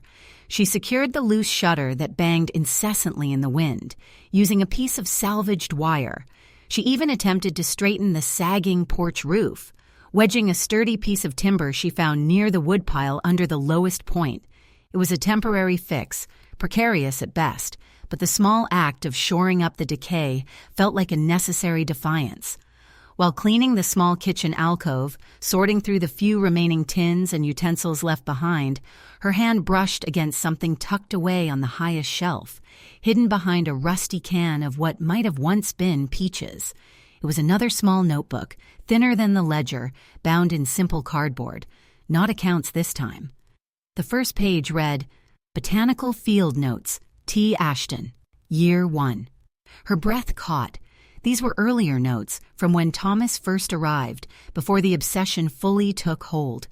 She sat down on the dusty floor, leaning against the rough-hewn cabinets, and began to read. The entries were filled with the Thomas she remembered. Curious, observant, excited by the genuine flora of the Sonoran Desert, detailed sketches of Ocotillo, descriptions of saguaro blooms, observations on drought adaptation. It was the work of a dedicated scientist finding wonder in the natural world. Then, about halfway through, the tone began to shift subtly. A mention of exploring old mine workings in the foothills, a reference to encountering unusual geological strata and unexpectedly resilient fungal growth deep within an abandoned shaft. Found peculiar seed pods near the deep fissure, one entry read, structure unlike any recorded species, highly resilient, appear dormant but potent somehow. Must investigate further. There it was. The beginning. Not a deliberate purchase from a shadowy dealer, but a discovery made near a mine or cave, just as the map indicated. The source. He had found the seeds himself, deep in the earth, perhaps in a place saturated with strange minerals or geothermal activity, conditions that fostered such alien growth. But the journal entry following that discovery was telling. Met N today, local rancher. Knows the area like the back of his hand, warned me away from the old Badger Hole mine. Superstitious talk of unstable ground, bad air, and things best left undisturbed. Says the Apache avoided it for generations. Interesting folklore, but the scientific potential is too great to ignore. N. Noah. He knew about the mine, the source. He knew its reputation. The local legends, the warnings passed down through generations who understood the dangers of that specific place. Thomas, in his scientific arrogance, had dismissed it as folklore, blinded by the lure of discovery. The J figure must have come later, perhaps when Thomas sought funding or expertise to cultivate his find, unwittingly entering into a bargain that quickly spiraled out of control. This earlier journal painted a clearer, more tragic picture. Thomas hadn't set out to create monsters. He had stumbled upon something potent and dangerous, and his ambition had overridden his caution, leading him down a path where others, like Jay, could exploit his discovery and his desperation. And Noah had been there from the beginning, a Cassandra figure whose warnings were ignored until it was too late. Cora closed the field notebook, a profound sadness settling over her. This felt more like the man she had loved. Brilliant, driven, perhaps fatally flawed by his own intellectual pride. Understanding the origin didn't lessen the horror of the garden outside, but it shifted the focus of her anger, directing it more squarely at the faceless Jay, who had apparently profited from Thomas's downfall. Armed with this new fragment of understanding, she spent the afternoon studying the map again, trying to correlate its crude landmarks with the terrain visible from the ranch. The foothills to the northeast were a rugged jumble of rock and sparse vegetation. Identifying the specific location of the Badger Hole mine, the source, would require venturing out there, navigating by the map and her own instincts. The prospect was daunting. The terrain looked treacherous, and the knowledge that Noah considered the place taboo, avoided even by the Apache, added a layer of primal fear. What waited there? Unstable ground? Poisonous gases? or something connected to the very nature of the seeds themselves, something ancient and malevolent? As the afternoon waned, bringing another spectacular blood-red sunset, Cora made a decision. She couldn't stay huddled in the dusty ranch house, poring over cryptic notes and fearing shadows. She couldn't rely on Noah appearing with answers he was clearly reluctant to give. If she wanted the truth, she had to seek it out. She had to go to the source. She would prepare carefully. Gather supplies, water, the last of her biscuits, matches, the lamp, her trowel and collection jars, and tucked securely inside her bodice, the small, pearl-handled derringer her father had insisted she take for protection when she announced her move west. It felt pitifully inadequate against the potential dangers, but it was better than nothing. She would study the map again, memorize the route as best she could. She would leave at first light tomorrow. That night, the wind seemed to carry more than just dust. It carried whispers that curled around the house like seeking tendrils. Unable to sleep, Cora found herself drawn to the window overlooking the garden. The moon was rising, nearly full, casting an ethereal, silvery light over the landscape. And in that light, the garden was transformed. The crimson blooms, tightly shut during the day, were now open, wide and gaping, their petals seeming to shimmer with phosphorescence. They faced the moon like supplicants, their sweet, heavy fragrance drifting strongly on the night air, far more potent than in the daylight. Noah's warning echoed. Don't breathe too deep near 'em when they bloom at night. Even from the window, the scent was cloying, almost dizzying. And they weren't still. The long, hooked tendrils of the other plants swayed rhythmically, slowly, deliberately. Though the wind had momentarily died down, they seemed to be reaching, exploring the air around them. The entire enclosure pulsed with a low, silent energy, a predatory awareness magnified by the moonlight.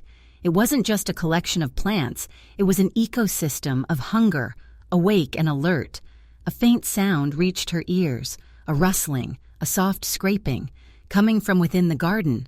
Her blood ran cold. Was it just the wind stirring the leaves, or something else?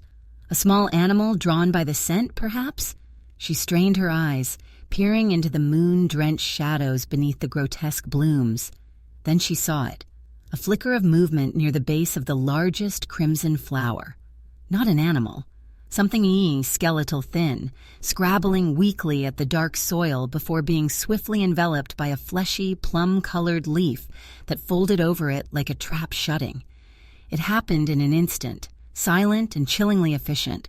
Had she imagined it? A trick of the moonlight and her overstressed nerves? Or had she just witnessed the garden feeding? She backed away from the window, her heart hammering against her ribs. Noah was right. The night was when the garden truly came alive, when its hunger was most apparent. Thomas's creation was more monstrous than she could have conceived. The need to understand its origin, to find the source, became suddenly less about scientific curiosity or even justice for Thomas, and more about survival. Something this unnatural, this voracious, couldn't be allowed to simply be. Thomas's plea to burn it felt less like a desperate wish and more like a vital imperative. But she couldn't destroy it without understanding it, without knowing if destroying it here would even matter if the source remained untouched. Tomorrow she would ride towards the foothills, towards the Badger Hole mine, towards the source. Under the next crimson Arizona sky, she would either find answers or meet the same fate as her husband, swallowed by the secrets this unforgiving land held so tightly. The fear was a cold knot inside her, but the decision was made. There was no turning back now. Chapter 7, Scars Deeper Than Skin. Dawn broke clear and sharp. The sky, a pale, promising blue, washed clean of the previous night's bloody hues. The air held a distinct chill, carrying the scent of dust and dry creosote bush. Cora moved with deliberate purpose, the fear from the moonlit garden and the weight of Thomas's unsent letter coalescing into a brittle resolve. Waiting, hiding, fearing. None of it would change the reality she faced or bring the answers she needed. Action, however perilous, felt like the only antidote to the paralysis that threatened to take root alongside Thomas's monstrous blooms. Her first challenge was transport. Thomas's notes mentioned horses, but the collapsed corral suggested they were long gone, sold off likely to fund his escalating expenses, or perhaps simply wandered off after his death. A thorough search of the dilapidated barn, however, yielded a small miracle, or perhaps just another testament to neglect. Tucked away in a dusty stall, munching disconsolately on withered remnants of hay, stood a lone horse. It was an older gelding, swayed back and prominent-ribbed, its dun coat faded and coarse, bearing the marks of age and hardship. But its eyes, when it turned its head towards her intrusion, were surprisingly clear, holding a spark of weary intelligence. Hope flickered. It wasn't much, but it was 4 legs and potentially faster than her own. Finding tack took longer. Rummaging through piles of discarded equipment, fighting spiders and decay, she eventually unearthed a worn, cracked leather saddle and a bridle with stiffened reins. They smelled of mildew and disuse, but seemed fundamentally sound after she wiped away the worst of the grime. Talking softly to the old horse, whose name she didn't know but mentally christened Methuselah, for his apparent antiquity, she spent precious time grooming him as best she could with a rough brush, checking his hooves, offering him water from the pitcher. He accepted her attentions with a quiet patience, as if resigned to whatever new indignity this human planned. Saddling him was another struggle, cinching the stiff leather tight enough without causing the old fellow undue discomfort. He stood stoically through it all. Packing was simpler. She filled 2 canvas saddlebags with essentials, the full pitcher of water carefully stoppered, the last of the dry biscuits, her box of matches wrapped in oilcloth, the lamp refilled with kerosene, her sketchbook, the trowel and collection jars, the ledger and Thomas's journals tucked securely at the bottom. The folded map went into her apron pocket. Finally, the small pearl-handled derringer. She checked its load. 2 shots, small caliber, more likely to anger than stop a determined man, but holding its cold weight in her hand provided a sliver of comfort. She tucked it deep into the other apron pocket, hidden beneath a fold of cloth. Leading Methuselah out into the morning light felt like crossing a threshold.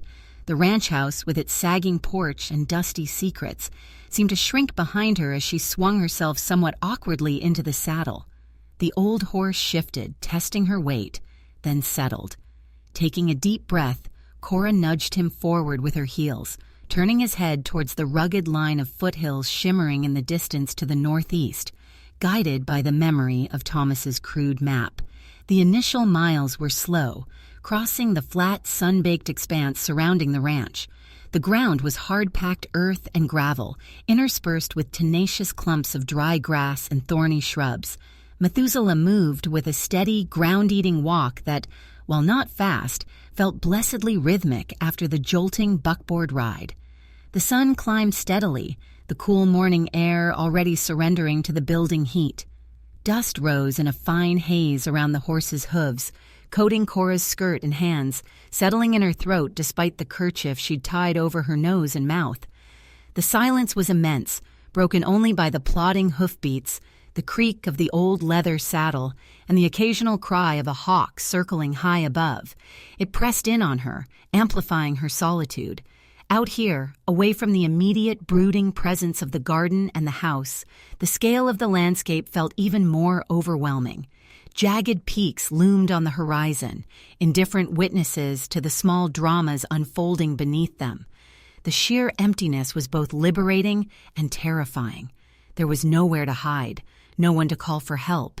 Every shadow, every distant rock formation seemed to hold the potential for threat. She scanned the terrain constantly, her eyes searching for landmarks that corresponded with Thomas's map. A distinctive rocky outcrop, a dried stream bed, a solitary lightning-scarred juniper tree. Navigation by such crude means was challenging, demanding constant attention, forcing her to push down the rising tide of anxiety. She focused on the details, the way lizards skittered across hot rocks, the intricate patterns of thorns on a prickly pear, the buzz of unseen insects sheltering from the sun. The botanist in her found moments of detached interest, cataloging the hardy survivors of this harsh environment, so different from the grotesque vitality of the garden. As the morning wore on, the terrain began to change. The flat plains gave way to rolling hills, then steeper slopes littered with loose rock and scree. The ground became uneven, treacherous. Methuselah, despite his age, navigated the slopes with a sure-footedness born of long experience in this land, picking his way carefully around obstacles. Cora leaned forward in the saddle, trusting his instincts, her own muscles beginning to ache from the unaccustomed riding and the constant tension. It was nearing midday, the sun beating down with merciless intensity when she saw him. He wasn't on the path ahead or behind her. He was simply there, high on a ridge to her left, perfectly still, mounted on his powerful bay horse, a silhouette against the blinding sky. Noah. Her heart leaped into her throat, pounding against her ribs. He wasn't close, perhaps a quarter mile away, but his stillness, his focused attention directed towards her, felt as tangible as a touch. He made no move to approach, no gesture of greeting or warning. He just watched, the silent sentinel. Was it coincidence? Had his path simply crossed hers? Or had he been tracking her since she left the ranch? The latter seemed chillingly plausible. He knew this land, its tracks, its shortcuts. Following her would have been easy for him. The question was why. She forced herself to keep riding, maintaining Methuselah's steady pace, pretending she hadn't seen him. To acknowledge his presence felt like conceding defeat, like admitting she was unnerved by his silent surveillance, yet her skin prickled. Every nerve felt heightened. She was intensely aware of his gaze, imagining those pale, assessing eyes narrowed beneath his hat brim, the scar stark against his sun-darkened skin. That scar. It drew her thoughts even as she tried to ignore the man himself. How had he gotten it? A battle wound, perhaps? Thomas's journal hadn't mentioned Noah being a soldier, but many men out west carried scars from the war between the states or conflicts on the frontier. Or maybe it was something more personal, more brutal, a bar fight, an argument over land or water or a woman. Or perhaps it was connected to this place, to the secrets it held. Had he tangled with Jay? Had he gotten too close to Thomas's dangerous work and paid a price written on his face? The physical scar was a visible mark, a roadmap of past trauma. But Cora suspected, looking at the rigid set of his shoulders, the guarded stillness of his expression even from afar, that it was merely the outward sign of deeper wounds. Scars deeper than skin. What had he seen? What burdens did he carry in silence? Witnessing Thomas's descent into obsession, perhaps his death, trying to warn him and being ignored. That would leave its own kind of scar on a man's conscience. Was his watchfulness over her born of guilt? A sense of responsibility for the woman Thomas had left behind in the wreckage of his ambition? Or was it something darker? Suspicion, perhaps, or a desire to control the narrative, to ensure certain secrets remained buried. She risked a glance towards the ridge again. He was gone, vanished as silently and suddenly as he had appeared. Had she imagined him after all? No. The prickling certainty of his presence lingered. He was still out there, somewhere, his shadow falling across her path even when unseen. The encounter, brief and silent as it was, left her deeply unsettled. His presence confirmed her fears. She was not unnoticed. Her quest into the foothills was not solely her own affair. It also complicated her feelings about him. The fear remained, mingled with frustration at his cryptic warnings and refusal to share what he knew.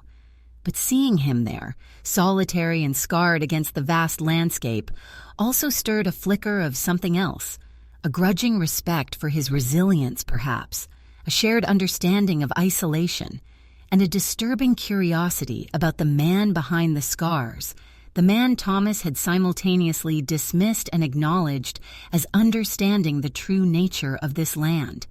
Pressing onward, Cora urged Methuselah down into a shallow canyon marked on her map, the air growing slightly cooler between the rock walls. The path narrowed, choked with thorny brush that scraped at her skirt and the horse's legs. According to the map, the old Badger Hole mine should be somewhere near the head of this canyon. The sense of approaching her destination intensified her apprehension. What would she find? An empty shaft? Dangerous ruins? Or something actively guarding the source? She stopped Methuselah near a trickle of seepage staining the canyon wall, allowing him to drink from her cupped hands before taking a much-needed sip herself. The water was lukewarm, tasting of tin, but vital. As she rested for a moment in the sliver of shade offered by an overhang, she examined the canyon walls more closely. The rock strata were indeed unusual, striated with veins of quartz and darker, metallic-looking ores she couldn't identify. A faint mineral tang hung in the air, different from the soil near the ranch. Sharper, cleaner. It was then she saw the tracks. Not Noah's horse. The prints were too large, the pattern different. These were shod hoof prints, relatively fresh, leading deeper into the canyon. More than one horse, and alongside them, boot prints. Someone else had been here recently, or perhaps was still here. Her hand instinctively went to the derringer in her pocket, its small shape a fragile reassurance. Was it Jay or his men, checking on the source? Had they discovered Thomas's map too? Or was this evidence of who had really been responsible for Thomas's fall? The silence of the canyon suddenly felt menacing, charged with unseen watchers. Remounting Methuselah, Cora proceeded with extreme caution, her eyes scanning the rocks above, her ears straining for any sound beyond the horse's footsteps and her own ragged breathing. The canyon twisted, turned, and then opened slightly into a wider basin. And there it was, half hidden by a thicket of thorny mesquite and leaning timbers that might once have been supports, was the dark maw of a mine entrance. The Badger Hole. It looked less like a mine and more like a wound in the earth, exhaling a cool, damp air that smelled of minerals and decay. Discarded ore buckets, rusted and overturned, lay nearby. Piles of tailings, loose rock extracted long ago, formed gray, unnatural hills against the canyon walls. The place felt profoundly abandoned, yet the fresh tracks leading directly towards the entrance suggested otherwise. Cora hesitated at the edge of the basin, hidden partly by the last bend in the canyon. Should she approach, announce her presence, or retreat and hope she hadn't been seen? Thomas's letter, Noah's warnings, the fresh tracks, everything screamed danger. But the source, the origin of the nightmare growing in her garden, was right there, just yards away. Before she could decide, a voice echoed from within the mine entrance, sharp and commanding, startlingly loud in the confined space. "Anything?" Another voice answered, deeper, rougher, from further within the darkness. "Nothing. Looks like Ashton cleared out most of the accessible vein before he tripped." A coarse laugh followed, devoid of humor. "Place is picked clean near the surface. Anything good's deeper in and likely buried under rockfall." "Damn him!" the first voice snapped. "And Jay wants us to what? Dig it out by hand? He knows the risk." "Jay wants what Jay wants," the second voice grumbled. "He figures the source is worth more than the ore ever was. Says Ashton hid the prime seed stock down here somewhere before the end. That's what we're looking for, not rocks." Seed stock. Hidden in the mine. Jay's men. They were here. Now. Panic seized Cora, cold and absolute. She backed Methuselah silently, carefully, step by agonizing step, praying the loose gravel wouldn't betray her. She had stumbled directly into the hornet's nest. These weren't just prospectors, they were Jay's men, searching for the very origin of the plants, confirming that Thomas had hidden something here, and their casual mention of his trip confirmed her darkest suspicions about his death. She had to get away, now. Turning Methuselah, she urged him back the way they came, her heart pounding so hard it felt like it might burst from her chest. She didn't dare risk speed on the treacherous canyon floor, but every slow step felt like an eternity.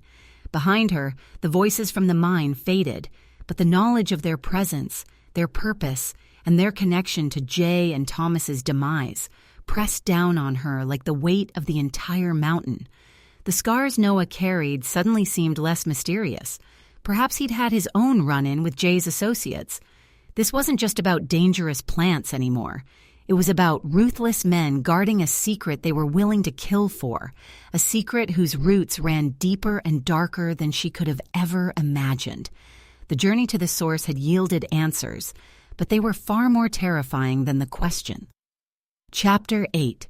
The Language of Thorns. Fear lent a frantic urgency to Cora's movements. Every scrape of Methuselah's hoof on loose rock, every rustle of brush against her skirt, sounded unnaturally loud, echoing in the narrow canyon like a gunshot that would surely alert the men back at the mine entrance. Her breath came in shallow gasps, tasting of dust and panic. The image of the dark mine entrance, exhaling secrets and menace, was burned into her mind, along with the chillingly casual conversation she'd overheard. Jay wants what Jay wants. Ashton hid the prime seed stock down here before he tripped. They knew Thomas hadn't fallen. They were likely involved, and they were searching for the very heart of the monstrous garden's origin. She pushed Methuselah as fast as she dared, navigating the twists and turns of the canyon path back towards the open slopes. The sun, beginning its westward descent, cast long, distorted shadows that writhed like snakes across the rock walls, playing tricks on her already frayed nerves. Every dark crevice seemed to hold a watching eye, every boulder a potential ambush point. Where was Noah now? Had he seen the other men? Was his silent watchfulness a warning she hadn't fully understood? Or was he simply observing the inevitable collision course she was on? Finally, the canyon walls receded, opening onto the broader, sun-drenched slope. The vastness felt marginally safer than the confined space behind her, offering more directions for escape, yet also making her feel terrifyingly exposed. She paused for a moment, straining her ears, listening for any sound of pursuit. Nothing but the wind sighing through the sparse vegetation and the thudding of her own heart. Had she gotten away cleanly? Or were Jay's men already fanning out, searching for the source of the noise they might have heard? The interloper who had stumbled upon their grim task. She couldn't risk heading directly back towards the ranch. That path might be watched, or too easily tracked. Consulting the crude map again, her fingers trembling slightly, she sought an alternative route. Thomas had sketched faint secondary trails, perhaps old game paths or prospector routes, winding through the foothills. One seemed to lead south, then curve back west towards Promise Creek, potentially offering a more circuitous, less obvious way home. It would add miles to the journey, likely forcing her to spend a night out in the open, but the thought of leading Jay's men back to the ranch, back to the ledger, and Thomas's notes was unthinkable. Choosing the southerly path, she urged the weary Methuselah forward. The terrain remained challenging, rocky and uneven, slowing their progress. The sun beat down, relentless, sucking the moisture from the air, from her skin, from her dwindling hope. Her initial surge of adrenaline faded, replaced by a bone-deep exhaustion and a gnawing anxiety. The water in the pitcher was nearly gone, the biscuits dry and tasteless in her mouth. As the afternoon wore on, the landscape grew increasingly alien and inhospitable. Strange rock formations, sculpted by wind and time into grotesque shapes, loomed over the trail. The vegetation grew sparser, thornier. Cacti predominated, skeletal ocotillo reaching like thorny fingers towards the sky, barrel cacti squat and menacing, and dense thickets of cola, their spines glittering wickedly in the sunlight, seeming to leap out at the slightest touch. It felt like nature itself was armed, hostile. It was while navigating a particularly dense patch of cola that disaster struck. Methuselah, tired and perhaps spooked by a snake rustling in the undergrowth, shied suddenly. Cora, caught off guard, lost her already precarious balance. She cried out as she tumbled from the saddle, landing hard on the rocky ground with a jolt that knocked the wind from her lungs. Pain shot up her arm as she instinctively tried to break her fall. For a moment, she lay there, stunned, gasping for breath, the world swimming in a haze of pain and dust. Methuselah, thankfully, had stopped just a few yards away, looking back at her with an air of weary indifference. Slowly, painfully, Cora pushed herself up, assessing the damage. Her left wrist throbbed violently, already beginning to swell. A sharp pain radiated from her ankle when she tried to put weight on it. Worst of all, her right forearm and hand, which had landed squarely in a clump of cola, were embedded with dozens, perhaps hundreds, of barbed spines. They clung tenaciously, each movement sending fresh waves of sharp, burning pain through her flesh. Tears of pain and frustration welled in her eyes, blurring the harsh landscape. Stranded, injured, miles from shelter, with night approaching and potentially ruthless men somewhere behind her, it was a moment of pure, terrifying vulnerability. Panic threatened to overwhelm her, a cold tide rising in her chest. Taking ragged breaths, she fought it back. Panic was a luxury she couldn't afford. She needed to think, to act. First, the horse. Limping heavily, she hobbled over to Methuselah, murmuring soothing words, relieved to find him unharmed and still carrying the precious saddlebags with her supplies. He stood patiently as she checked the cinch, thankful it hadn't loosened completely in the fall. Next, the immediate injuries. Her ankle was likely sprained, painful but probably not broken. The wrist was more concerning. Movement sent shards of agony through it, but the cholla spines were the most pressing issue. They needed to come out quickly before infection set in. Sitting on a flat rock, biting her lip against the pain, she retrieved a pair of tweezers from her small sewing kit within the saddlebag. Removing the cholla spines was an exercise in agony. The barbs were microscopic, hooking into the skin, making extraction difficult and excruciatingly painful. Each spine she managed to pull free left a bleeding, inflamed puncture wound. Her hand trembled, both from the injury and the strain, making the delicate work even harder. Tears streamed down her face, silent testament to the misery. But she worked methodically, knowing infection in this remote place could be a death sentence. The language of thorns was pain, sharp and insistent, demanding attention, punishing carelessness. It felt like a metaphor for her entire situation, entangled in a thorny mess of Thomas's making, each attempt to free herself causing fresh wounds. She managed to remove the worst of the spines from her forearm and the back of her hand, but many remained embedded in her palm, too deep or too numerous to extract with the tweezers alone. Her hand was a swollen, bleeding mess, throbbing relentlessly. She tore strips from her petticoat, the fabric surprisingly sturdy, and used some of the last precious water to clean the wounds as best she could before wrapping her hand and wrist tightly. The makeshift bandage quickly became stained with blood. Remounting Methuselah was another ordeal, requiring her to use her injured hand and put weight on her sprained ankle. She barely stifled a cry as she hauled herself into the saddle, slumping forward for a moment, dizzy with pain and exhaustion. The sun was touching the western peaks now, the sky beginning its transition towards another fiery sunset. She had, at most, an hour of usable daylight left. She couldn't stay here. She needed to find shelter, any shelter, before full darkness fell. Pushing Methuselah onward, she scanned the landscape with desperate eyes. The trail ahead seemed to lead towards a jumble of large boulders and rock formations at the base of a steep cliff face.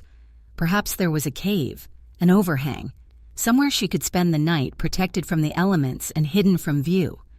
As she drew closer, the rock formations resolved into a maze of weathered sandstone, sculpted into arches and pillars, and nestled amongst them, almost hidden in the deepening shadows, was a dark opening. Not a mine this time, but a natural cave, its entrance partially obscured by a cluster of hardy, drought-resistant shrubs. Relief washed over her, so potent it almost eclipsed the pain. Shelter. She guided Methuselah towards the cave entrance, dismounting carefully, every movement an agony. The horse seemed reluctant to approach, tossing his head and snorting nervously, his ears twitching. Cora patted his neck reassuringly, though her own apprehension was growing. The air near the cave mouth felt heavy, still, carrying a faint, unusual scent. Not the mineral tang of the mine, nor the cloying sweetness of the garden, but something dry, musky, almost reptilian.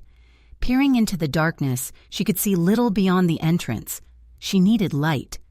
Retrieving the lamp and matches from the saddlebag with her good hand was a clumsy process. Striking a match with trembling fingers, she lit the lamp, its warm glow pushing back the shadows, revealing a shallow cave, perhaps 20 feet deep. The floor was sandy, the walls smooth rock. It wasn't large, but it was dry and offered concealment, and it appeared blessedly empty. She unsaddled Methuselah, leaving him tethered loosely just outside the entrance, where a patch of sparse grass grew. He could graze, and his presence might deter predators. Inside the cave, she set the lamp on a flat rock, its light casting dancing shadows. The meager space felt like a palace.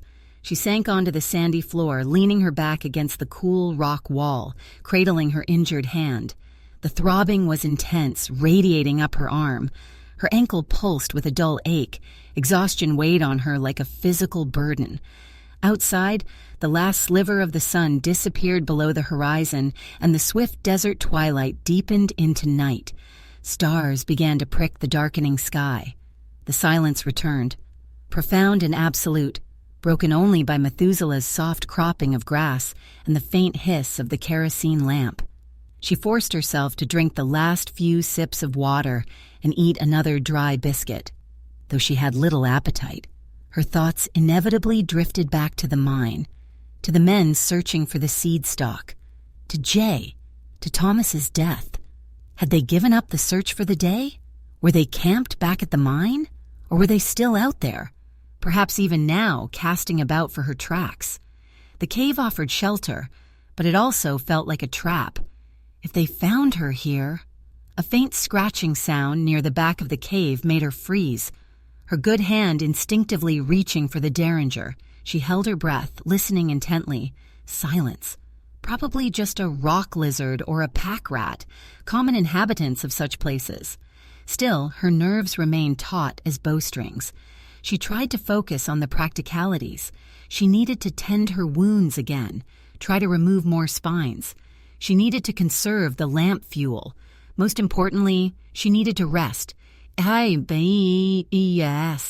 gather strength for whatever tomorrow might bring. But rest felt impossible. The pain was a constant distraction, and the fear a cold companion in the darkness. She thought of Noah again, his scarred face appearing in the flickering lamplight. His silent presence on the ridge earlier seemed different now, less like surveillance and more perhaps like concern. Had he seen her fall? Did he know she was injured, alone, seeking shelter in this cave? He knew this land intimately. He likely knew this cave, knew its location, its reputation. Was it safe? Or did it hold its own dangers, unrelated to Jay's men? The horse's earlier reluctance felt ominous in retrospect. Leaning her head back against the rock, she closed her eyes, trying to block out the pain and fear. She pictured the garden again, not as it appeared under the predatory moonlight, but as she'd first seen it, unnaturally vibrant, strangely beautiful. The language of those plants wasn't just hunger and death. It was resilience, adaptation, a fierce tenacity to survive in impossible conditions. Perhaps there was a lesson there. Like the thorns embedded in her flesh, the challenges she faced were painful, dangerous, potentially scarring. But perhaps, like the desert plants, she could find a way to endure, to adapt, to draw strength from the very harshness of the environment. A sudden gust of wind swirled dust into the cave entrance, making the lamp flame flicker violently. Methuselah whinnied softly outside, a low sound of unease. Cora's eyes snapped open, her hand tightening on the derringer. Was it just the wind? Or had something, or someone, disturbed the night? The language of thorns spoke of pain, but the silence of the desert night spoke of dangers far more profound, dangers that left scars deeper than any spine could inflict. And she had a chilling feeling that the relative safety of the cave was about to be breached. Chapter 9. Echoes in the Abandoned Ranch House. The moon, nearly full, hung high in the ink-black sky, casting the forsaken landscape of Promise Creek Ranch in stark skeletal relief. Silver light spilled over the parched earth, bleaching the dilapidated ranch house to the color of old bone and deepening the shadows pooling beneath the sagging porch roof and within the empty, staring windows. Silence reigned, profound and watchful, broken only by the occasional gust of wind that moaned through the broken corral fence like a lost soul and stirred the dust in ghostly eddies. Inside the house, darkness held sway, disturbed only by the faint patterns of moonlight filtering through grimy panes onto the floorboards, illuminating floating dust motes in their slow, silent dance. A horse and rider materialized from the deeper shadows to the west, moving with a quiet deliberation that barely disturbed the stillness. The horse, a sturdy bay, picked its way carefully across the uneven ground, its breath pluming faintly in the cool night air.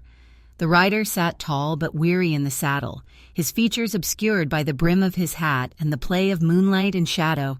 It was Noah. He drew rein some distance from the house, his pale eyes scanning the building, the yard, the ominous, dark rectangle of the fenced garden enclosure. He waited, listening. No lamplight glowed in the windows. No welcoming smoke curled from the chimney. The old dun horse, Methuselah, was gone. Cora Ashton hadn't returned. He'd seen her ride out that morning, heading northeast towards the foothills, towards the Badger Hole. He knew that mine, knew the stories, knew the bad luck that clung to it like the damp chill within its depths.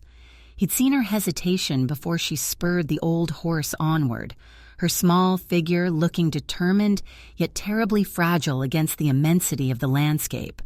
Then, later, much later, from a high vantage point, he'd seen the distant plume of dust kicked up by riders heading away from the mine, riders who were not the woman from Boston. He'd seen no sign of her returning on the main trails, and now her horse wasn't here. A muscle tightened along his scarred jaw. Ashton's widow, thrust into a mess she couldn't possibly comprehend, armed with nothing but book learning and misplaced resolve. He'd warned her, told her to leave, to let the desert reclaim this poisoned ground, but she had that same stubborn light in her eyes he'd seen in Thomas Ashton's, that same dangerous curiosity that refused to heed caution. Now she was out there somewhere, in the dark, maybe injured. He hadn't seen a fall, but the terrain near the mine was treacherous, maybe worse. And Jay's men were likely still prowling the hills.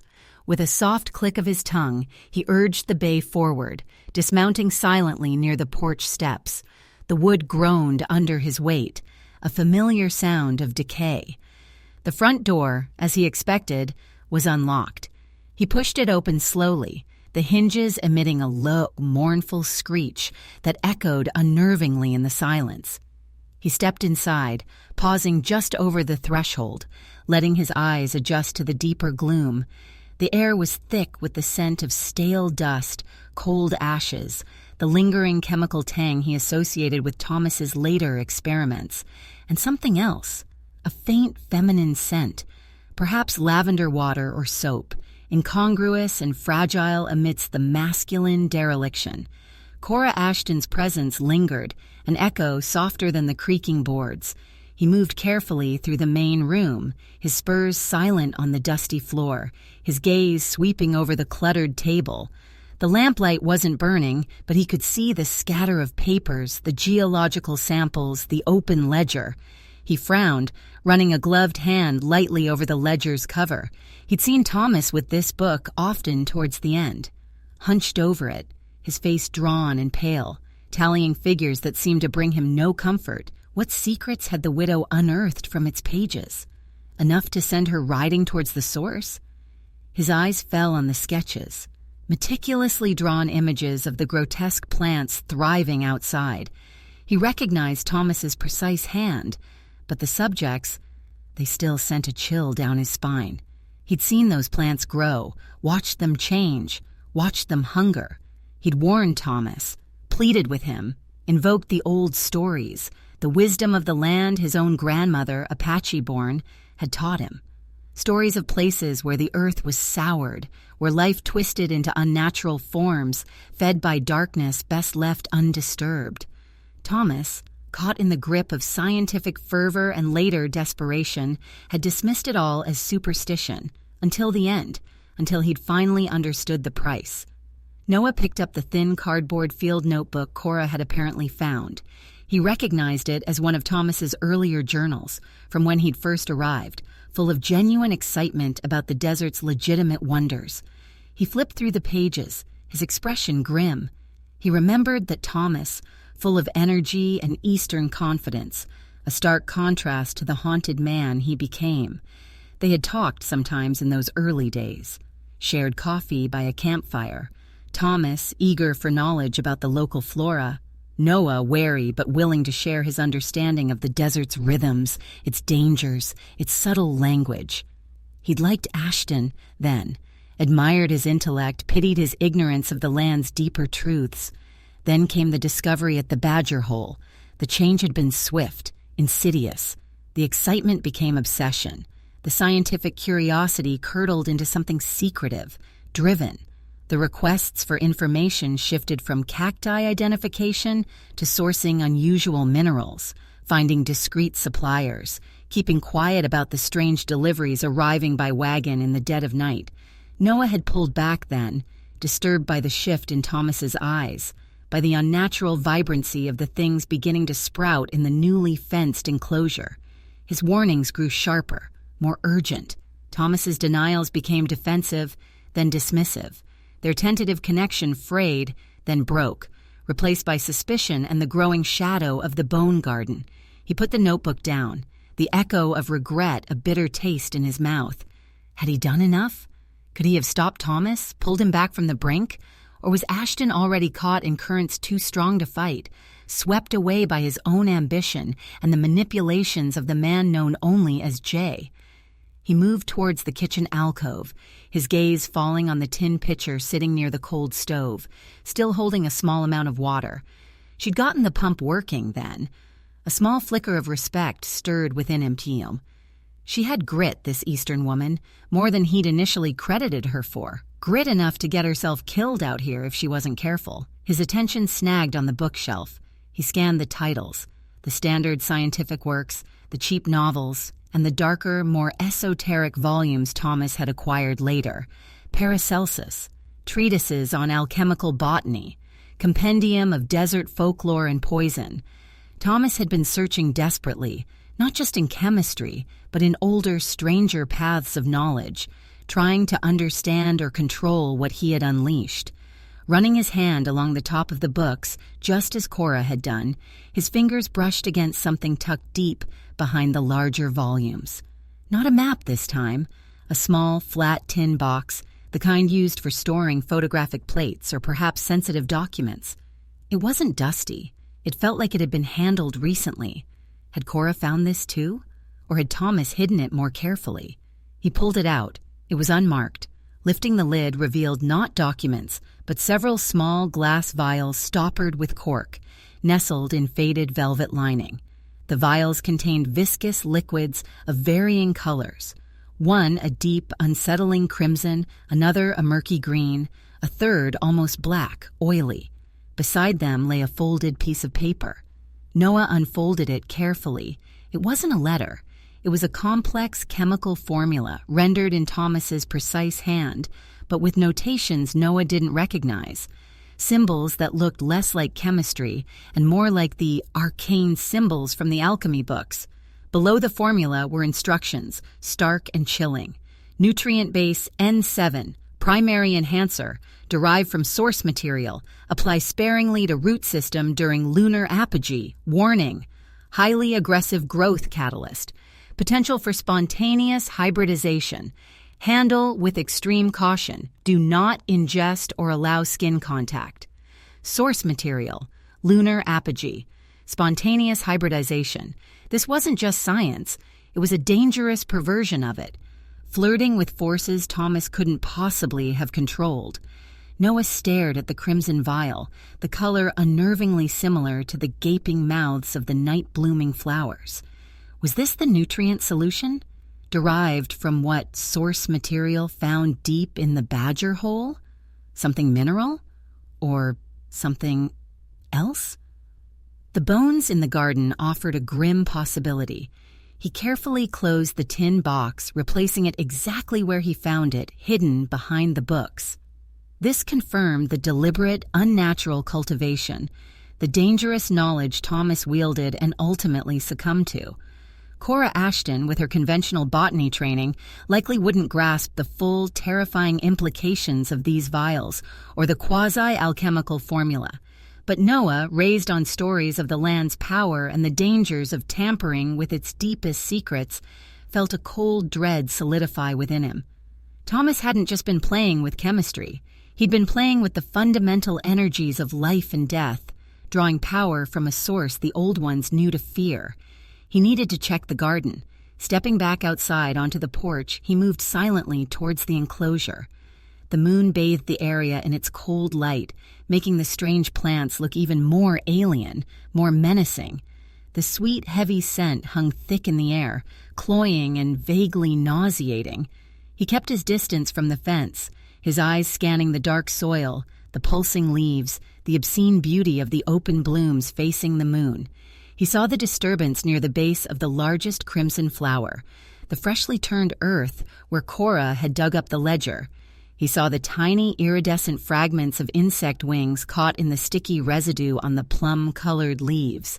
He saw the unnatural vitality, the contained hunger that seemed to radiate from the plot. But he also saw something else, something his experience allowed him to recognize. Faint tracks, nearly obscured, leading away from the garden towards the northeast, towards the foothills. Not just the tracks of the old dun horse, but overlaid fresher prints, the distinctive pattern of shod hooves belonging to at least 2 other horses. Jay's men. They hadn't just been at the mine. They'd been here. At the ranch. Likely after Cora had left that morning. Had they searched the house too? What had they been looking for?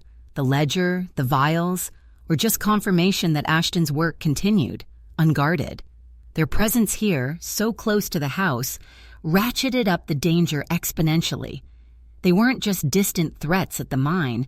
They were actively prowling, staking their claim, eliminating obstacles. Obstacles like a curious widow asking too many questions. And Cora was still out there, alone, possibly injured, with those men potentially tracking her. The time for passive observation, for cryptic warnings, was over. Standing there, bathed in the cold moonlight, the weight of the past, his fractured friendship with Thomas, his ignored warnings, his own scars that throbbed with the memory of violence faced and survived, settled heavily on his shoulders. He owed Thomas nothing, perhaps. The man had made his choices, ignored the wisdom offered, but the woman... Cora Ashton hadn't chosen this. She was caught in the wreckage, fighting for answers, for survival, with a courage that bordered on foolishness but demanded respect. He couldn't stand by and watch the desert or Jay's men swallow her whole. It wasn't just about responsibility. It was something more personal, a flicker of connection to the fierce vulnerability he saw in her, a reflection, perhaps, of his own battles fought in silence. His decision was made, swift and irrevocable. He turned back towards his horse, his movements economical, purposeful. He checked his rifle in its saddle scabbard, the familiar weight reassuring. He checked the canteen at his hip. Full. He mounted the bay, the horse shifting eagerly beneath him, sensing the change in its rider. He wouldn't ride blindly after her. He knew the terrain, knew the likely places someone injured and lost might seek shelter. He knew the watering holes, the caves, the old line shacks. He knew how to read the tracks, how to move unseen through the landscape. He would find her. He had to. He cast one last look back at the silent, moonlit ranch house, a repository of obsession and regret. The echoes of the past were loud tonight, mingling with the urgent whispers of present danger. Turning the bay's head away from the haunted homestead, Noah rode out, not west towards his own solitary ranch, but east, into the vast silver darkness where the desert held its breath, guarding its secrets and its prey. He rode towards the treacherous foothills, towards the woman who carried Thomas Ashton's name, following the faint tracks and the dictates of a conscience scarred, but not broken. The hunt had begun. Chapter 10. Unearthing her husband's ghost. The darkness in the cave was absolute, a thick, palpable presence that pressed in from all sides, broken only by the small, flickering halo of the kerosene lamp. Cora sat huddled against the cool rock wall, every nerve stretched taut, listening. The scratching sound from the back of the cave had not repeated, but the silence that followed felt unnervingly fragile, as if holding its breath. Outside, Methuselah shifted restlessly, his occasional soft snort or stamp of a hoof amplifying the profound quiet of the desert night. The musky, reptilian scent she'd noticed earlier seemed stronger now, clinging to the still air within the cave. Pain was a constant, unwelcome companion. Her sprained ankle throbbed with a dull, persistent ache. Her left wrist felt tight and fiery beneath its makeshift bandage, sending jolts of agony up her arm with the slightest movement. But it was her right hand and forearm, peppered with cholla spines, that demanded the most immediate, agonizing attention. The embedded thorns burned like tiny coals beneath her skin. The rough bandage was already stiffening with dried blood, and the swelling made her fingers feel thick and clumsy. Infection was a terrifyingly real possibility, a silent enemy that could cripple or kill as surely as any bullet in this desolate wilderness. She gritted her teeth against a wave of nausea, fighting the urge to simply succumb to the pain and exhaustion, to curl up on the sandy floor and let the darkness take her. But the image of Jay's men, their casual discussion of Thomas's trip, their search for the hidden seed stalk, spurred her onward. Giving up meant leaving Thomas's secrets buried, his potential murderers unpunished. Giving up meant letting them find her, defenseless. Giving up meant surrendering to the very forces that had consumed her husband. With her good hand, she carefully unwrapped the blood-stained bandage from her right arm and hand. The revealed flesh was angry red, swollen, marked by dozens of puncture wounds. Many spines remained, embedded deep. She took the tweezers again, the cool metal slippery in her trembling fingers.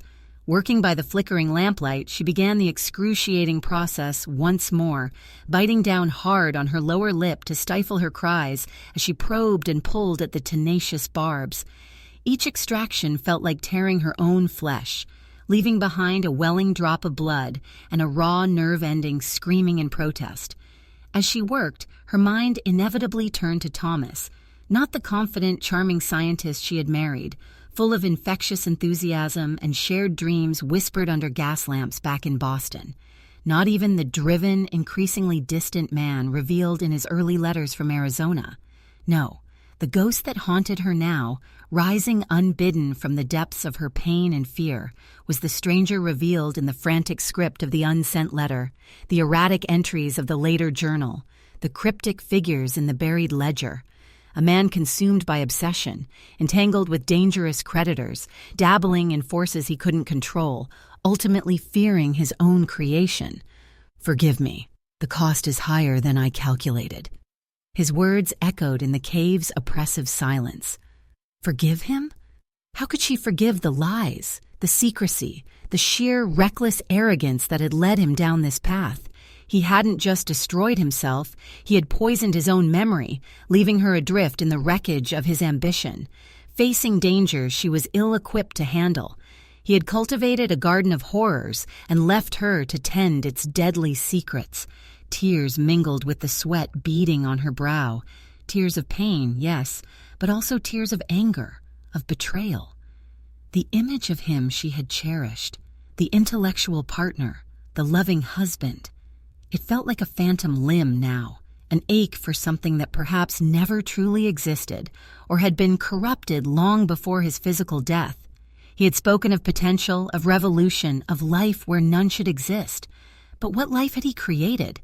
Predatory, voracious, thriving on death, demanding sacrifice. The bones in the garden were a testament to the true nature of his achievement. Jay demands payment, ownership of the source. Who was Jay? Had Thomas known from the start what kind of man he was dealing with? Or had he, blinded by the promise of his discovery, walked willingly into a devil's bargain? The men at the mine, they were Jay's tools, disposable thugs sent to retrieve what their master considered his property. Property that included the seeds, the plants, perhaps even the knowledge itself. Thomas hadn't just lost control of his experiment. He'd lost control of his life. becoming a pawn in someone else's ruthless game. Her fingers fumbled, dropping the tweezers. She leaned her head back against the rock, closing her eyes, breathing raggedly. The pain in her hand was a burning fire, but the pain in her heart, the pain of disillusionment, felt colder, deeper. She had come west seeking answers about her husband's death, hoping to preserve his legacy, perhaps even continue his work. Instead, she was unearthing a ghost whose legacy was one of dangerous obsession and moral compromise. There was no heroic scientist to mourn, only a flawed, frightened man who had meddled with forbidden knowledge and paid the ultimate price, potentially dragging others down with him. Burn it. Burn the garden. His final, desperate plea. Why hadn't he done it himself? Had he lacked the courage? Or had he been stopped? Stopped by Jay's men? Or perhaps stopped by the garden itself? The memory of the pale, skeletal thing disappearing into the grasp of the plum-colored leaf in the moonlight sent a fresh wave of horror through her. Had Thomas become just another offering to the insatiable hunger he had cultivated? A low rumble echoed from outside the cave, distant but distinct. Thunder? No, the sky had been clear. Hoofbeats? More than one horse moving at a steady pace somewhere out on the slopes. Jay's men, or someone else? She strained to listen, her body rigid. The sound faded, direction uncertain. Were they passing by? Or circling, searching? The fragile security of the cave felt suddenly paper-thin. She forced herself back to the task at hand, retrieving the tweezers. There was one particularly large spine lodged deep in the fleshy part of her palm, near the base of her thumb. It throbbed with a venomous intensity. Gritting her teeth, she managed to get a precarious grip on its base with the tweezers and pulled. It came free with an agonizing wrench, bringing with it a gush of fresh blood and a small fragment of something that wasn't thorn. Wiping the blood away with a corner of the bandage, she peered closer in the lamplight. Embedded just beneath the skin, revealed by the removal of the cola spine, was a tiny dark object. Not dirt, not rock. It was smooth, teardrop-shaped, no larger than a grain of rice, with faint, almost invisible striations on its surface. It looked like a seed. Her breath hitched. A seed? How had it gotten embedded in her palm? It wasn't from the cholla. Had it been transferred from the trowel when she collected the soil samples? Or had it been there longer? She thought back, trying to recall any prior injury to that hand. Any moment she might have picked up such a thing unknowingly. Nothing came to mind, unless it wasn't hers. Unless the cola spine hadn't embedded the seed, but merely lodged beside something already there. Something that had been worked deep into the flesh long ago, perhaps by repeated friction or pressure, covered by callous skin until the fresh wound exposed it. Her mind flashed to Thomas, to his hands, capable, stained with chemicals and soil in his later days. Had he carried these seeds, handled them constantly? Could one have become embedded in his hand and then somehow transferred? No, that was impossible. Unless this cave, this shelter she had stumbled upon, had also been used by Thomas, perhaps frequently, perhaps as a place to rest, to hide, to examine his findings after visiting the source at the Badger Hole mine nearby.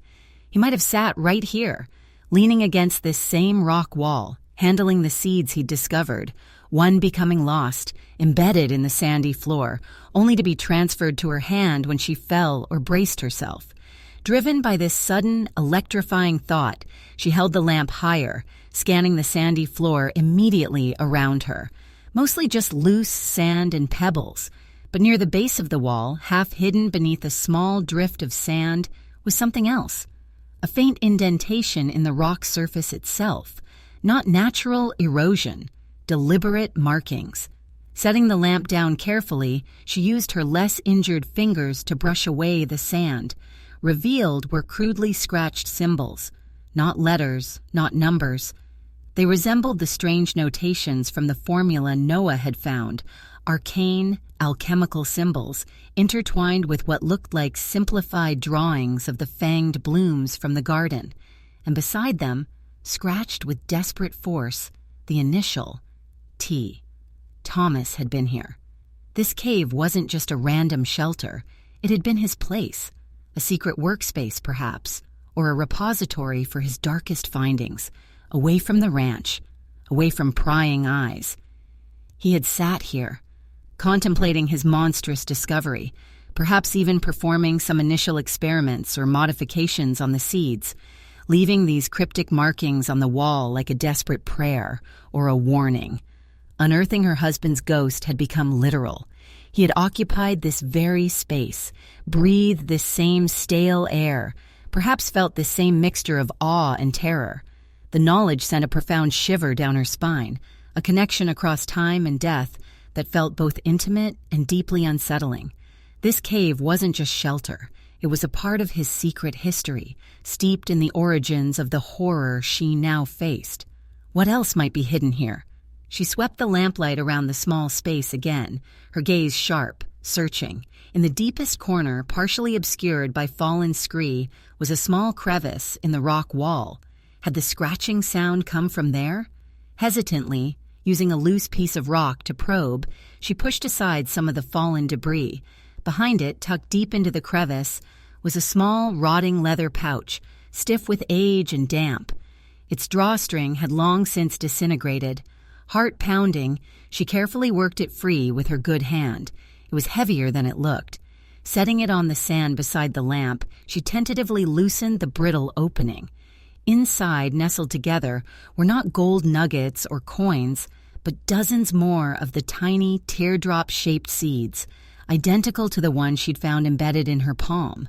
The prime seed stock, or at least a portion of it. Thomas hadn't hidden it all in the mine. He'd kept some here, in this secret cave, perhaps as insurance, perhaps as a desperate last resort. She stared at the seeds, gleaming darkly in the lamplight. The source, the origin, the very essence of the monstrous garden. Holding them felt like holding condensed darkness, a terrifying potential waiting to be unleashed. This was what Jay's men were searching for. This was the heart of Thomas's fatal bargain. A horse whinnied again outside, closer this time, followed by the unmistakable sound of shifting hooves on gravel, then voices, low, rough voices. Spread out. Tracks lead this way. Might have holed up in one of these caves. Check that one. Looks promising. They were here. Jay's men. They had found her shelter. Panic, cold, and absolute clamped down on Cora. Trapped. Injured. The lamp making her a clear target, and holding the very thing the men outside were hunting for. Her husband's ghost, unearthed, had brought his executioners directly to her door. She frantically looked around the small cave. Nowhere to run, nowhere to hide. The derringer felt pitifully small and useless in her trembling hand. The only way out was blocked by the men approaching, their heavy footsteps now crunching on the gravel just outside the cave mouth. Chapter 11. A ledger. Written in blood and petals. The rough voices outside the cave mouth were nails scraping across the slate of Cora's nerves. Panic, cold and sharp, pierced through the fog of pain and exhaustion. They were here, Jay's men. Not phantoms conjured by fear, but tangible threats, their heavy boots crunching on the gravel, sealing off her only escape route. Her first instinct was to extinguish the lamp, to plunge the cave into absolute darkness. But it was too late. The flickering light had already advertised her presence, a beacon drawing moths to a deadly flame. Dousing it now would only confirm she was hiding, likely provoking immediate violent entry. Her good hand tightened its grip on the small, cold derringer in her apron pocket. 2 shots. Against men who likely carried Colts or Winchesters, men who spoke casually of arranging fatal trips for those who crossed their employer. It was less a weapon, more a final, desperate gesture of defiance. Beside her on the sandy floor lay the cracked leather pouch, heavy with the seeds, Thomas's hidden legacy, the source of the garden's monstrous vitality, the prize these men sought. Instinct screamed at her to hide it, to shove it back into the crevice, bury it in the sand. But there was no time. They were already too close. "See anything, Ray?" the first voice called, closer now, right at the entrance. "Dark as pitch, mostly," the second voice, Ray, answered. A large, hulking shadow blocked the moonlight spilling into the cave entrance. "Wait, something moving? Or just the light?" Another shadow joined the first, slightly shorter but broader. "Light? Somebody's in there! Got a lamp!" The voice was harsher, carrying an edge of impatience. "Hole up! Whoever's in there, show yourself, nice and slow." Cora remained frozen against the rock wall, barely breathing, the lamp casting her trembling shadow, large and distorted behind her. Her mind raced, searching for an escape, an option. Anything beyond surrender or a futile, bloody end. The cave offered no other exit, no place to effectively conceal herself. She was cornered, exposed. The larger man, Ray, took a hesitant step inside, squinting against the lamplight. His features resolved into a fleshy face beneath a low-brimmed hat, eyes small and wary. He carried a rifle loosely in one hand. The second man followed, holding a holstered pistol at his side, his eyes colder, sharper, scanning the small space quickly. He noted Cora huddled against the wall, the makeshift bandages on her hand and wrist stark white against her dusty skirt, the lamp flickering beside her. His gaze sharpened further, taking in her obvious injuries, her pallor, her fear. "Well now, what have we here?" the second man said, a slow, unpleasant smile spreading across his face. He had a cruel mouth and eyes that seemed to miss nothing. "Looks like a little lost lamb, Ray. A wounded one at that." Ray grunted, still cautious, his rifle held ready. "Ashton's woman? What's she doing way out here?" "Good question," the sharp-eyed man drawled, taking another step closer. He stopped about 10 feet away, deliberately positioning himself between Cora and the entrance. "Lost your way, ma'am? Took a tumble? Looks like you met some chola." He nodded towards her bandaged hand. Cora couldn't find her voice. Her throat was constricted with terror. She pressed herself harder against the cold rock, the rough surface biting into her back. The derringer felt impossibly small and heavy in her pocket. "Cat got your tongue?" the sharp-eyed man persisted, his tone deceptively mild, yet laced with menace. "We ain't gonna hurt ya. Just looking for something belongs to our employer, something Mr. Ashton might have misplaced before his accident." His eyes flickered around the cave floor, then locked onto the leather pouch lying near Cora's feet. The unpleasant smile widened. Or maybe he had help misplacing it. Ray followed his partner's gaze, his small eyes lighting up with understanding and greed. "That it, Pike?" "Could be," Pike said, his focus entirely on the pouch now. He ignored Cora for the moment, his attention fixed on the prize. "Looks old, like something Ashton might have carried." He took another step, reaching down slowly. This was it. The moment stretched, thin and taut. If they took the seeds, they had what they came for. Would they leave her then, or would they silence the only witness who knew they were searching for them, the witness who had overheard their damning conversation back at the mine? The casual way they spoke of Thomas's death suggested the latter. She was a loose end. Desperation sparked within the terror. She couldn't let them take the seeds, couldn't let them walk away to report their success to Jay, couldn't let Thomas's dangerous legacy fall into their hands. And she couldn't simply wait to be disposed of. With a surge of adrenaline fueled by pain and fury, Cora moved. Ignoring the agony in her ankle and wrist, she lunged forward with her good hand, not towards the men, but towards the lamp. She snatched it up and flung it, not directly at them, but against the rock wall near the entrance. The lamp shattered with a crash, kerosene splashing, the flame erupting in a sudden whooshing ball of fire that momentarily lit the entire cave with terrifying brilliance before dying down to frantic, hungry flames licking at the dry bat guano and accumulated debris near the entrance. Both men yelled in surprise and alarm, stumbling back from the sudden heat and light. Ray instinctively brought his rifle up while Pike cursed, shielding his eyes. "Damn crazy woman," Pike snarled, momentarily blinded by the flash. In that instant of confusion and fiery chaos, Cora scrambled, ignoring the searing pain in her ankle, towards the pouch of seeds. Her good hand closed around it just as Pike recovered, his eyes adjusting, locking onto her movement. "Get the seeds, Ray," Pike shouted, drawing his pistol. Ray, hampered by his rifle and the spreading flames near the entrance, hesitated. Cora didn't. Clutching the pouch, she pushed herself upright, pain screaming through her body, and lurched towards the only possible escape, deeper into the cave. The scratching sound she'd heard earlier, the musky scent, the horse's reluctance. Had there been another way out? A fissure? A passage hidden at the back? It was a desperate gamble based on nothing but instinct and the lack of other options. "Stop her," Pike bellowed, raising his pistol. But before he could fire, another sound ripped through the night, shattering the tense standoff. The sharp, unmistakable crack of a high-powered rifle fired from outside the cave. The shot wasn't aimed at the cave, but near it, the bullet ricocheting off the rock face above the entrance with a terrifying whine. Pike and Ray froze, startled, spinning toward the entrance. "What the hell was that?" Ray stammered, peering into the darkness beyond the fire. "Sniper?"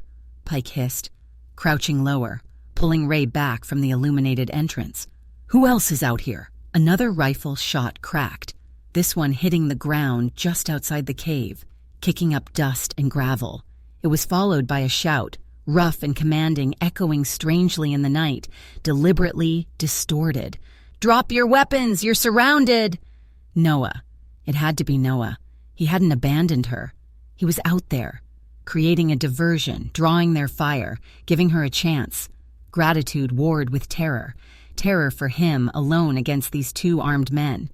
Pike cursed again, his face contorted with fury and indecision. "Damn it, Jay didn't say anything about guards." He glared back towards Cora, who had reached the rear of the cave, her back pressed against the cold rock, the pouch clutched tightly in her good hand. The fire near the entrance was already dying down, consuming the scant fuel, but the smoke was beginning to fill the small space, stinging her eyes, making her cough. "Forget the woman for now," Pike snapped at Ray. "He's trying to pin us in. Give me covering fire. We gotta get out, flank him." Ray, looking thoroughly spooked, nodded quickly. He dropped to one knee near the entrance, poking the barrel of his rifle out cautiously, and fired blindly into the darkness towards where the shots had originated. Pike darted out after him, firing his pistol, the sounds deafening in the confined space before echoing across the desert outside. More shots answered them from the darkness, Noah's rifle, precise and deliberate, forcing them to keep their heads down.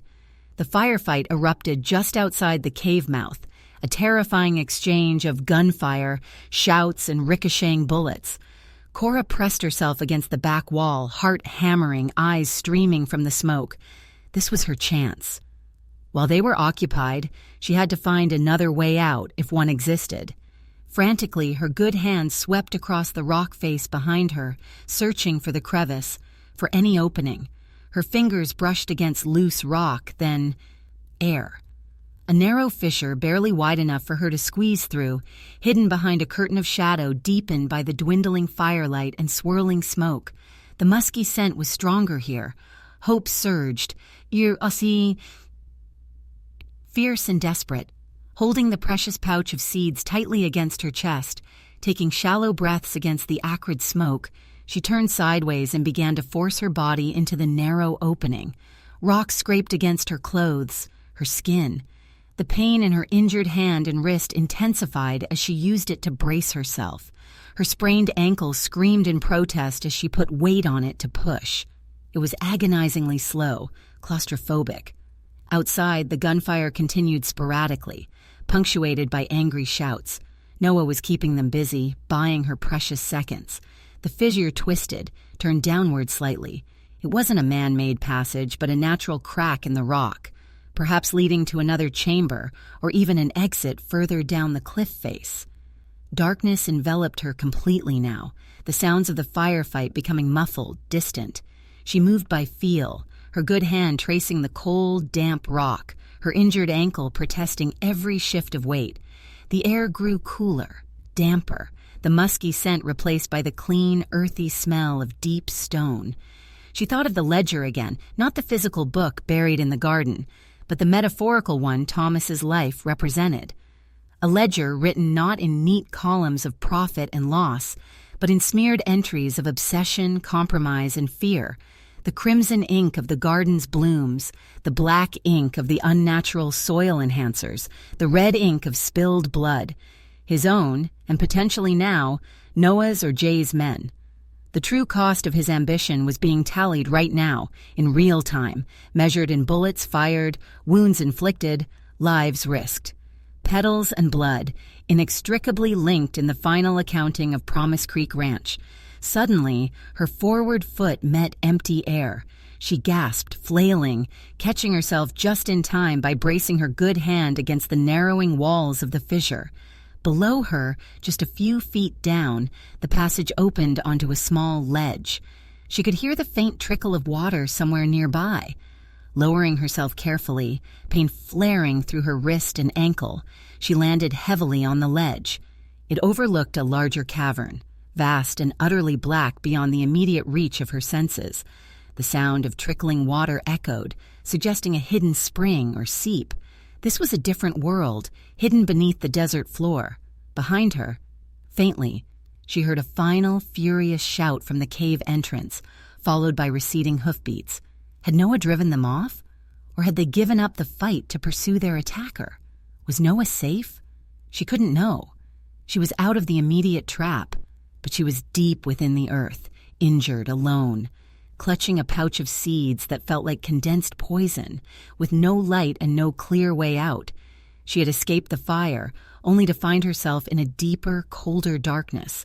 The echoes of Thomas's ghost seemed to linger here, too, in the hidden places where his secrets began. And the terrifying thought occurred. Perhaps Jay's men weren't the only danger lurking in the depths of the Badger Hole's territory. The land held older secrets, older hungers. Chapter 12. Between the Devil's Snare and a Wary Heart. Absolute darkness pressed upon Cora like a physical weight, thick and suffocating, stealing breath and sanity. The faint dying glow from the fire near the cave entrance, the last vestige of the visible world, was completely extinguished from this side of the fissure. Here, on the narrow ledge overlooking the unseen abyss, sight was useless. Sound and touch became her world, amplified and distorted by fear and the echoing confines of the subterranean space. She crouched on the cold stone, her body screaming protest. Each throb of her sprained ankle, each fiery pulse from her lacerated hand and swollen wrist was a sharp counterpoint to the dull ache of exhaustion settling deep in her bones. Her good hand instinctively clutched the rough leather pouch against her chest, the seeds within feeling strangely dense, almost alive, a concentrated knot of the dangerous potential she had only begun to comprehend. Listening intently, she strained to catch any sound from the upper cave, from the world outside the fissure. Silence. The gunfire had ceased. The angry shouts had faded.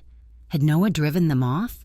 Or had Jay's men silenced him and simply moved on, perhaps deciding the seeds weren't worth facing a determined defender in the dark? Or were they even now regrouping, preparing to search the fissure, realizing she might have escaped this way? The uncertainty was a torment, tightening the knot of fear in her stomach. Guilt gnawed at her. Noah, his scarred face, his pale, watchful eyes. He had warned her, tried to keep her away from this inherited danger. Yet when she had stumbled headlong into it, he had intervened, risking his life against armed men, creating the diversion that allowed her escape. Was he lying wounded out there now?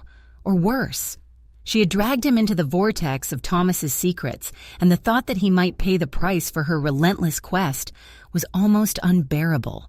He was taciturn, guarded, perhaps even dangerous in his own right, but he hadn't deserved to be drawn into a firefight over seeds he clearly abhorred. Her heart, already wary from Thomas's betrayal, felt caught, distrustful of Noah's motives, yet simultaneously aching with gratitude and fear for his safety and Thomas. His ghost felt palpable here, in the deep hidden places he had clearly frequented. The crudely scratched symbols on the rock wall above, the pouch of seeds clutched in her hand. testaments to his secret life, his descent into obsession. Had he felt this same claustrophobic darkness, this same sense of being trapped between discovery and damnation? Had he felt the hunger of his creations resonating even here, miles away, deep within the earth that spawned them? Her anger at him warred with a chilling pity. He had unearthed something monstrous, yes, but perhaps it had unearthed something monstrous within him, too. She couldn't stay here. The ledge felt precarious, exposed to whatever lay below in the vast darkness, and potentially accessible from the fissure above if Jay's men returned. She needed to move, find a more defensible position, find water, find a way out. But how? In this utter blackness? Taking slow, careful breaths, trying to calm the frantic pounding of her heart, she began to explore her immediate surroundings by touch. Her good hand swept across the cold, damp rock of the ledge. It was narrow, perhaps only 3 feet wide, sloping slightly downwards. The wall behind her, where the fissure emerged, was rough, solid rock. The drop-off in front, she couldn't gauge its depth. Tossing a small pebble she dislodged from the ledge, she listened. It seemed to fall for a second or two before hitting something solid with a faint splash. Water. And not an immediate, deadly drop, perhaps. The sound of water, faint as it was a lifeline. Dehydration was as much an enemy as Jay's men. If she could reach the source, she could drink, perhaps rest more safely. But descending from the ledge blind seemed terrifyingly risky, especially with her injuries. She considered trying to climb back up the fissure, but forcing her battered body upwards through that narrow, twisting passage felt impossible. And what if Jay's men were waiting at the top? No, the path lay forward, downward, into the unknown darkness. Painfully, slowly, she began to move along the ledge, keeping her back pressed firmly against the rock wall, her good hand sliding along its surface, feeling for handholds, obstacles. Her injured hand she kept tucked against her body, cradling the pouch of seeds. Every step on her sprained ankle sent waves of nausea through her, threatening her balance. The darkness was disorienting, making her feel simultaneously trapped and adrift in an infinite void, sounds magnified. The scuff of her own boots, the trickle of water below, the frantic beat of her own blood in her ears. The ledge seemed to curve gently, following the contour of the unseen cavern wall. The rock under her questing fingers remained cold, damp, slick in places with mineral seepage. The air grew heavier, cooler, carrying the scent of wet stone and something else. A faint, loamy smell, like rich earth, strangely out of place deep underground. After what felt like an eternity of agonizingly slow progress, the ledge beneath her feet widened slightly. The sound of trickling water grew louder, closer. Feeling downward cautiously with her foot, she found the rock sloped more gently here, leading toward the sound. Taking a deep breath, bracing herself against the wall, she began to descend the slope, half sliding, half climbing, relying entirely on touch. Loose pebbles skittered away beneath her boots, echoing in the vast chamber. Finally, her feet touched level ground, sand and smooth, water-worn stones. She knelt, her good hand reaching out, finding the edge of a small pool. The water felt achingly cold. Cupping her hand, she brought the water to her lips, drinking deeply, ignoring the metallic, mineral taste. It was the most exquisite thing she had ever tasted, soothing her parched throat, easing the fire within. She splashed the cold water on her face, trying to clear her head, then carefully soaked a strip torn earlier from her petticoat and used it to gently clean her swollen, abused hand, wincing as the cold water hit the raw wounds. Rebandaging it clumsily in the dark was a frustrating, painful process. She sat there for a long time by the hidden pool, the profound darkness a strange mixture of refuge and prison. The silence pressed in, broken only by the soft gurgle of the spring feeding the pool. Was she safe here? Or had she merely traded one trap for another? The cavern felt immense, ancient. What secrets did it hold beyond Thomas's hidden seeds? What other life might exist in this perpetual darkness? The musky scent she'd noticed in the upper cave seemed absent here, replaced by the cleaner smell of rock and water, but the loamy undertone persisted, unsettlingly suggestive of growth. Her thoughts returned again, inevitably, to Noah. Where was he? What had happened after she escaped? Had he driven off Pike and Ray? Had he been hurt? The image of him lying wounded in the darkness outside the cave, perhaps calling for help she couldn't hear, twisted her heart. Why had he helped her? Was it guilt over Thomas? A sense of duty? Or something else? Something more personal she couldn't decipher behind his scarred mask and wary eyes. She remembered the way he looked at the garden, the quiet certainty in his voice when he spoke of the land's dangers. He understood this place in a way she, with all her book learning, did not. His warnings weren't just superstition, they were rooted in knowledge, perhaps even painful experience. The scar on his face seemed suddenly like a brand, marking him as someone who had survived the perils of this territory, perils that might extend far beyond ruthless men like Jay. Could she trust him if he found her? Or was he simply another variable in this dangerous equation, his motives as hidden as the cavern surrounding her? Between the devil's snare, the tangible threats of Jay's men, the insidious potential coiled within the seed she carried, and a wary heart, her own fear, her distrust born of betrayal, her uncertainty about the one man who might be able to help her. The title of her predicament felt chillingly apt. She shifted her position, leaning back against a large, smooth boulder near the pool's edge. As her hand rested on the rock's surface, she felt something unusual.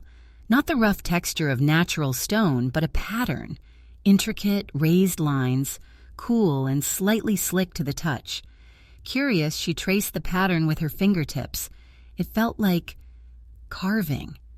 Deep, elaborate carvings worn smooth by time or water, depicting swirling shapes, interlocking spirals, forms that seemed vaguely botanical yet utterly alien. They reminded her disturbingly of the complex structures of the plants in Thomas's garden, yet these felt ancient, part of the rock itself. Had Thomas found these too? Had they inspired his work or guided it? Or were they remnants of something far older, a testament to the strange energies of this place, the source Jay coveted? A faint luminescence began to bloom in the absolute darkness, startling her. It wasn't light from above, but a soft, ghostly glow emanating from patches on the cavern walls further in, beyond the pool. It was pale green, flickering gently, like captured moonlight. Phosphorescent fungi? Or mineral deposits reacting to some unseen energy source. It cast just enough light to reveal the staggering scale of the cavern, vast, cathedral-like, stretching away into impenetrable shadows, dripping with stalactites that glittered faintly where the eerie light touched them. And growing in crevices near the glowing patches were pale, spectral forms of vegetation, leafless stalks, ghostly tendrils, utterly devoid of color, unlike their vibrant, sun-fed cousins in the garden above, yet disturbingly similar in structure. It was a subterranean echo of the bone garden, fed not by sun and blood, but by darkness and the earth's strange energies. The loamy smell originated here. This was the heart of the source, not just a place where seeds could be found, but an ecosystem. Ancient and alien, from which Thomas had plucked his discovery and dragged it dangerously into the light. The sight was both awe-inspiring and terrifying. It answered questions about the origin, but raised far more frightening ones about the nature of the life that thrived here. Unseen, unknown. What power resided in this place? What had Thomas truly tapped into? As she stared, mesmerized and appalled, a sound reached her, sharp and distinct, cutting through the soft trickle of water, a scrape of boot leather on rock. Not from the fissure she'd descended, but from deeper within the cavern, echoing from the direction of the eerie, glowing fungi. Cora froze, every muscle tensed. Her hand flew to the derringer, the cold metal a scant comfort. Someone else was down here. Or something. Had Pike and Ray found another way in? Were they searching this deep? Or was it something else entirely, drawn by her presence, disturbed from its ancient slumber? The silence stretched, taut and heavy. She held her breath, listening, her eyes straining towards the faint, ghostly light in the distance. Then a voice cut through the darkness, low and rough-edged, startlingly close. A voice she recognized. Ashton's widow? Cora? Noah. He was here, in the cavern. But how? Had he followed her through the fissure? Or did he know another way in? Relief warred instantly with suspicion. He had found her, but his sudden appearance, his knowledge of this hidden place, felt almost as unsettling as the presence of Jay's men. He was part of this land's secrets, perhaps more deeply than she knew. She opened her mouth to answer, to call out, but hesitated. Could she trust him? Here, in the heart of the mystery, surrounded by the spectral glow of the source, with the devil's snare of the seeds in her hand and a wary heart pounding in her chest, his voice echoed again, closer now, rough with concern or perhaps something else entirely. Cora, are you all right?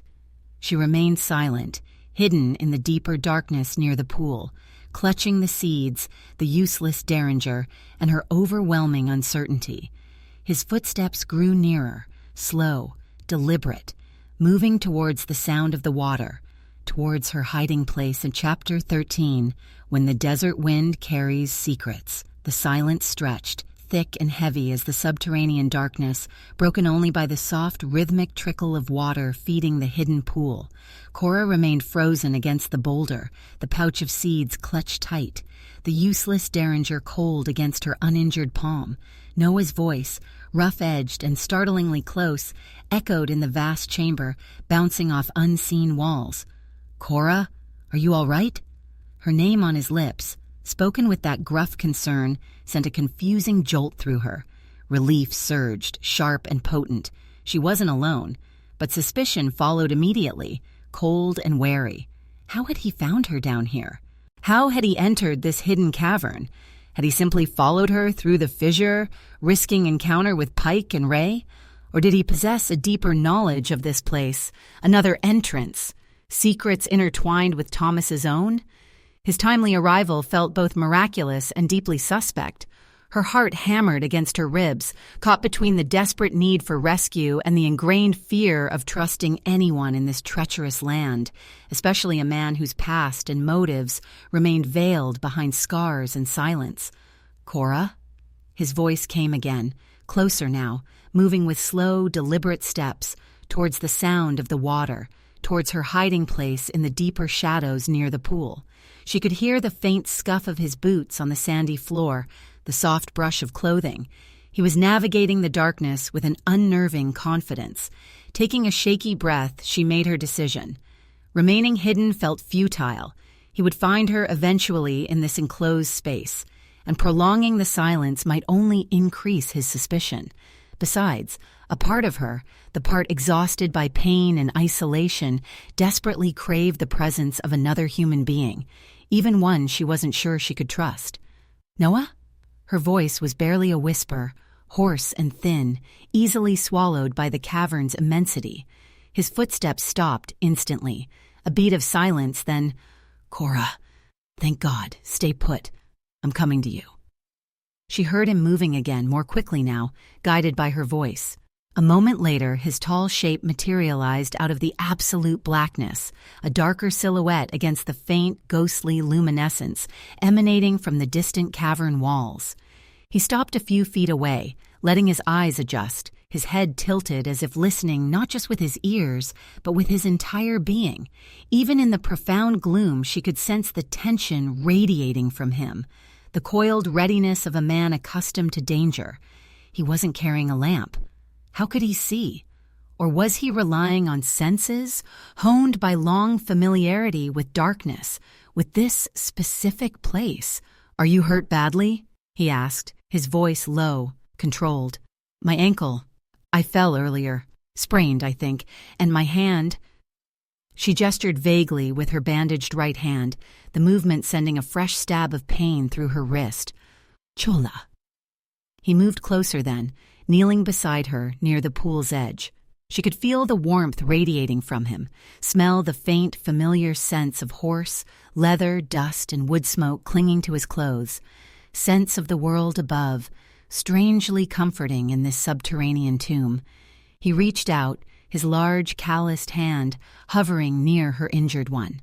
"Let me see." Hesitantly, she allowed it. His touch was surprisingly gentle as he carefully unwrapped the blood-stiffened makeshift bandage with his own gloved fingers. Even in the near darkness, she could feel his frown as the extent of the damage was revealed. The swelling, the angry redness, the embedded spines she hadn't been able to remove. "Damn fool cactus," he muttered, his voice tight with something that might have been anger or perhaps concern. "This needs proper cleaning. Poultice. Can't let infection set in down here." He paused, his fingers lightly probing the swollen flesh near her wrist. "And this feels like more than just the cola. Did you break it in the fall?" "I don't know," she whispered, wincing. "It hurts badly." "We need to get you out of here," he stated, his tone leaving no room for argument. He began rewrapping the bandage, his movements efficient, practiced. "Can you walk?" Slowly, the ankle. He nodded, his attention shifting as his eyes adjusted more fully, scanning their immediate surroundings, then looking towards the faint spectral glow deeper in the cavern. She saw his jaw tighten, the scar standing out pale against his skin even in the gloom. He recognized this place, knew its strangeness. "What is this place, Noah?"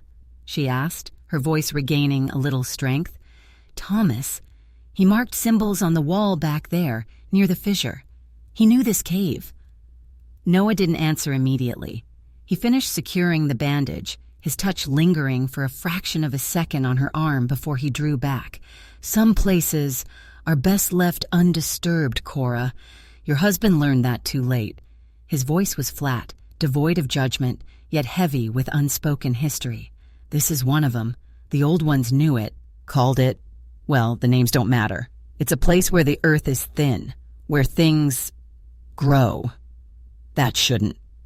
He gestured vaguely towards the glowing fungi and the pale, spectral vegetation visible in the distance. "The source." His use of the word confirmed her fear, confirmed the connection to Thomas's notes, to Jay's demands. "The seeds." The words slipped out before she could stop them. His head snapped towards her, his pale eyes suddenly sharp, intense, boring into hers even through the darkness. "Seeds? What seeds?" The pouch felt suddenly heavy as lead in her lap. Lying seemed pointless now. He knew too much. And perhaps she needed his knowledge, his help, more than she feared his judgment. Slowly, she held out the cracked leather pouch. "Thomas hid these in the crevice near the fissure entrance. I found them just before those men arrived." Noah didn't take the pouch immediately. He stared at it as if it were a coiled rattlesnake, his expression unreadable in the deep shadows, but she could feel the sudden tension radiating from him, a mixture of revulsion and grim understanding. "Prime stock," he breathed, the words barely audible. "He split the cash, kept some back from the mine." "You knew he hid some?" "I suspected," Noah admitted, his voice rough. "Thomas wasn't a fool, not entirely. Knew Jay couldn't be trusted. Figured he'd keep an ace hidden somewhere." He finally reached out and took the pouch, handling it carefully, as if it might bite. He didn't open it, just weighed it in his hand. "This is what Jay wants, what his men were after, what got Thomas killed." "Those men, Pike and Ray?" Cora swallowed hard. "What happened? Are you hurt?" He shook his head, tucking the pouch securely inside his own saddlebag, which she now realized lay on the ground beside him. "Drove 'em off. Winged one of 'em, I think. They figured defending this hole wasn't worth getting killed over, especially when they didn't know how many guns were on 'em. They rode off east, hard. They won't be back tonight." He flexed his shoulder slightly. "Got lucky. Bullet tore my shirt, grazed the skin, nothing deep." Relief washed over her again, quickly followed by the recurring question. "How did you find me? How did you get down here?" Noah shifted, leaning back against the same boulder she rested against, the proximity both unsettling and oddly reassuring. "Saw you ride out this morning, headed for Badger Hole. Knew it was trouble. Then I saw Pike and his friend ride in later. Knew they weren't just admiring the scenery. He paused. I followed their tracks from the mine. Found the cave. Heard the commotion. As for getting in here, he gestured vaguely deeper into the cavern. There are other ways in and out of this system, if you know where to look. Ways that don't involve squeezing through cracks or advertising your arrival. His knowledge of the cavern system confirmed her suspicion. His connection to this place ran deep. Was it just familiarity born of living nearby, or something more? You know this place well, she stated quietly. Know it well enough, he conceded, his tone guarded. Know enough to stay out of it, mostly. It ain't healthy. The air, the things that grow, the things that used to be worshipped down here. He glanced towards the distant, eerie glow again, a flicker of something akin to superstitious fear in his eyes, quickly masked. Thomas saw potential. Didn't see the poison. The carvings on the ledge above, Cora prompted, were they part of that worship? He nodded slowly. Old magic. Symbols meant to appease or control the power down here. Power tied to life, death, growth. Dangerous power. Thomas tried to understand it through his books, his chemistry, thought he could harness it like steam from a kettle. He made a low sound, dismissive, bitter. He just got burned. A comfortable silence fell between them, comfortable only in the sense that the immediate threat seemed to have receded, replaced by the vast echoing quiet of the cavern and the weight of shared knowledge, shared danger. Cora felt utterly drained, the adrenaline fading, leaving behind only pain and a profound weariness. Noah seemed to sense it. You need rest, he said gruffly. Proper rest, and that hand needs tending. He rummaged in his saddlebag, producing not just the seed pouch, but a small tin of salve, a clean cloth, and a flask. Got some things here might help. Hesitantly, she allowed him to tend her hand again. He uncorked the flask, pouring a small amount of clear liquid, whiskey by the sharp scent, onto the cloth. This'll sting, he warned. It did. Cora gasped as the alcohol hit the raw wounds, biting deep, but it was a cleansing fire after the burning throb of the cola venom. Noah worked with surprising deftness, cleaning away the dried blood and dirt, his rough fingers probing gently, extracting a few more deeply embedded spine fragments she had missed.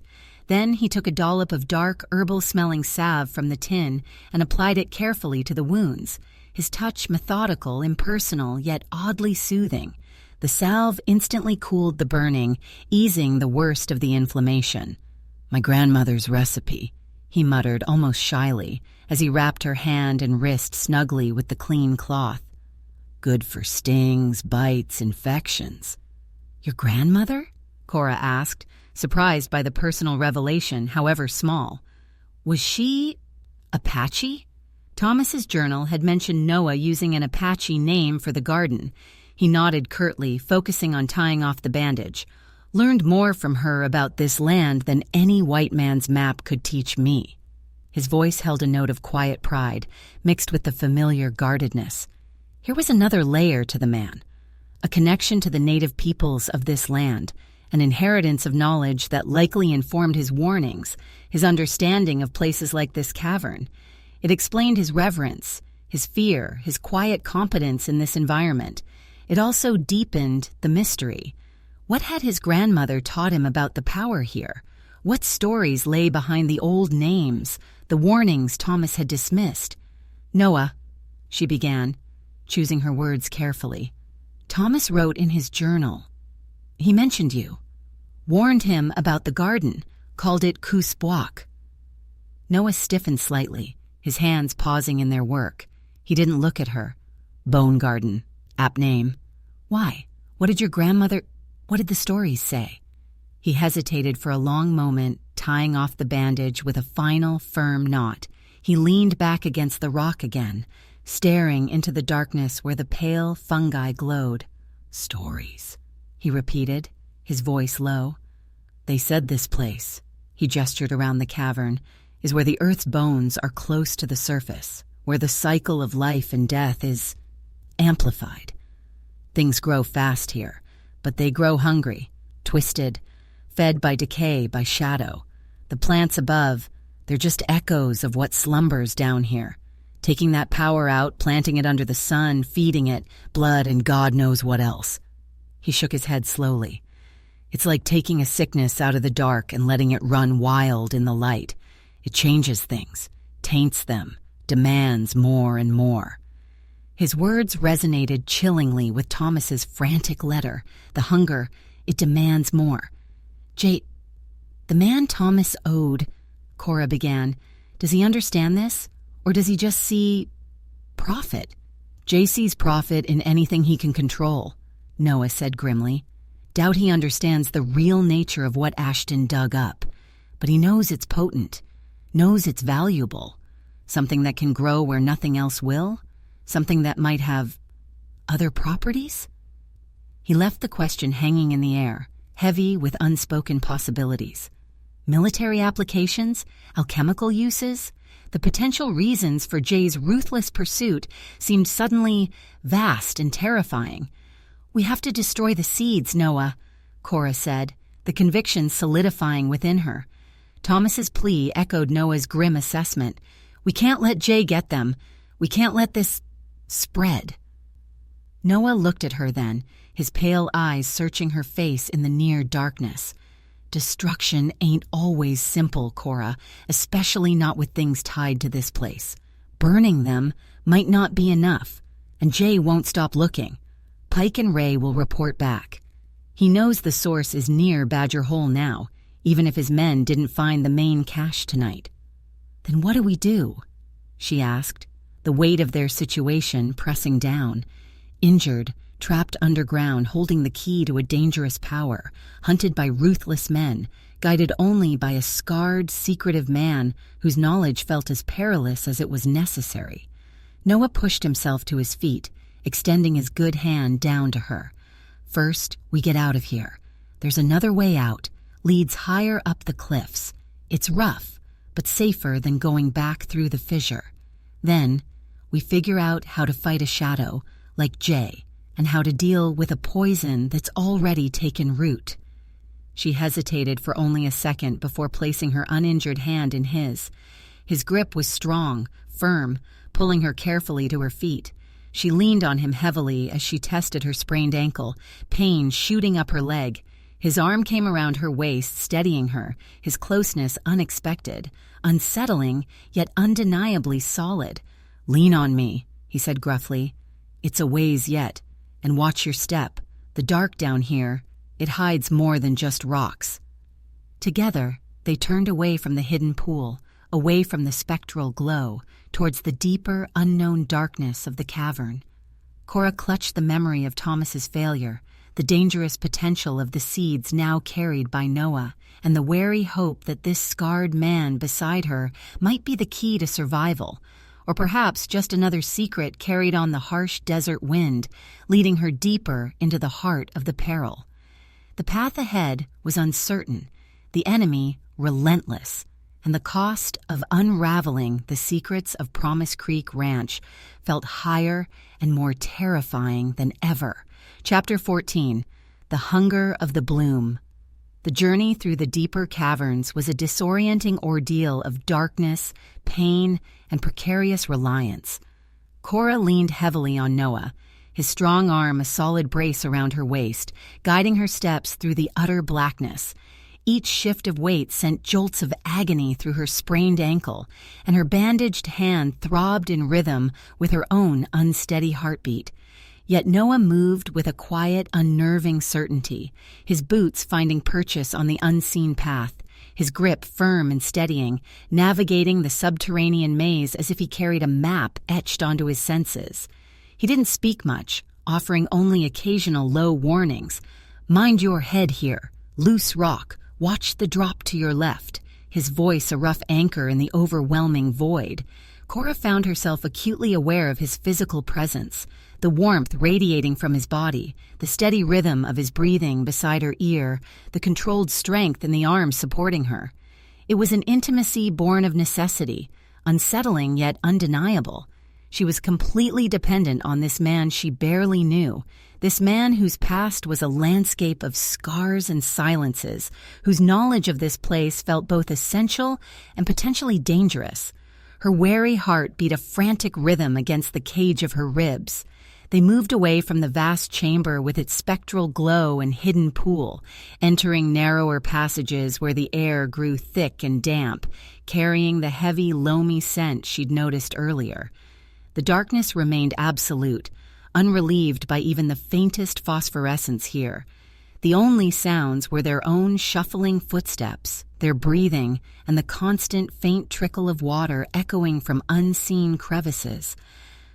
"How do you know the way?" Cora finally whispered, unable to bear the silent tension any longer. Her voice sounded small, absorbed by the damp rock walls.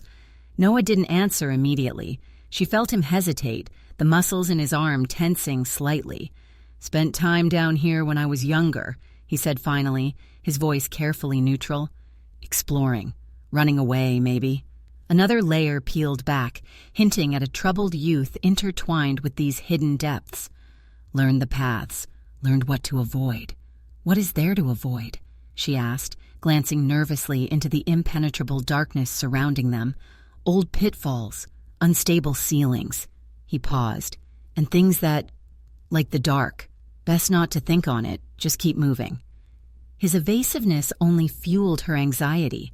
The things that, like the dark, sounded far more ominous than geological hazards. Were there creatures down here, adapted to the perpetual night, perhaps related to the strange ecosystem they had glimpsed? Or did he mean something less tangible? Echoes of the old magic he'd spoken of, remnants of the forces Thomas had disturbed. They walked, or rather stumbled and shuffled, for what felt like hours. Cora lost all sense of time and direction, surrendering herself entirely to Noah's guidance. Exhaustion gnawed at her, amplifying the pain, making her steps increasingly clumsy. Several times she nearly fell, only saved by Noah's quick reflexes and steadying grip. He bore her weight without complaint, his breathing remaining even, his strength seemingly inexhaustible, a product of the harsh land that had shaped him. Finally, she felt a subtle shift in the air. It grew lighter, drier, carrying the faint, clean scent of dust and desert vegetation. A subtle draft touched her face. "Almost there," Noah murmured, his voice holding a note of relief. "See that?" Cora strained her eyes. Ahead in the impenetrable blackness, a tiny, impossibly faint point of lighter gray appeared. Starlight, an opening. Hope surged, potent and revitalizing. The passage began to slope upwards more steeply. The climb was agonizing on Cora's ankle, but the promise of escape lent her strength. Noah practically hauled her up the last few yards, his arm tightening around her waist, his boots finding purchase where hers slipped. They emerged, not into bright daylight, but into the soft pre-dawn gloom of the desert night, stumbling out of a narrow cleft in the rock face, high on a cliff overlooking a vast moon-silvered valley. Cora gasped, leaning heavily against the rock wall, drinking in the cool, clean air, the immense vista of stars stretching overhead. They were out, free from the claustrophobic darkness, the echoing silence, the spectral glow. The relief was so profound it brought tears to her eyes. Noah released her carefully, stepping back, though he remained close, watchful. He scanned the surrounding cliffs, the valley below, his hand resting near the butt of his rifle, which he must have retrieved after the firefight or carried with him through the passages. The desert night felt vast and dangerous, but blessedly real after the subterranean unreality of the cavern. "We're miles from the mine," Noah said, his voice low, "and higher up, safer route back towards Promise Creek from here, though it's still rough going." He looked down at her, his expression unreadable in the dim light. "You need to rest properly. We'll find shelter. Wait for daylight." He led her a short distance along the cliff base to a shallow overhang, sheltered from the wind and reasonably concealed. He helped her settle onto the sandy ground, then, without a word, began gathering dry brush and twigs with practiced efficiency. Soon, a small, discreet fire flickered to life, casting a welcome warmth and pushing back the immediate darkness. The familiar crackle and scent of burning mesquite felt incredibly comforting. Noah offered her the last of the water from his canteen, then took out the small tin of salve again. "Let me see that hand." She submitted numbly as he carefully checked the bandage, then applied more of the soothing, herbal balm. His touch remained impersonal, efficient, yet there was an underlying gentleness that belied his rough exterior. "Who taught you about healing?" she asked quietly, watching his scarred hands work by the firelight. "My grandmother," he answered without looking up, "knew the desert plants, knew what healed and what harmed, learned more from her than any doctor." He finished tying the bandage. "Keep it clean. Should be all right if infection doesn't set in." He settled back on his haunches near the fire, staring into the flames, his face cast in flickering relief, the scar a stark line dividing light and shadow. The silence stretched between them again, but it felt different now, less fraught with immediate terror, more weighted with unspoken questions and the looming presence of the future. "Noah," Cora began hesitantly, "those seeds, you said destroying them isn't simple." He nodded slowly, still gazing into the fire. "Things from down there." He gestured back towards the hidden cavern entrance. "They don't follow normal rules. They're tied to the place, to the earth, maybe to the moon cycles, like Thomas noted." He picked up a stick, poking at the embers. "Burning might just scatter them, let the wind carry them, or maybe wake something else up. Thomas tried to control it with chemistry, with whatever those symbols meant. He failed. We try to destroy it with fire. We might fail too. Maybe worse. Then what can we do?" Cora felt a chill deeper than the night air.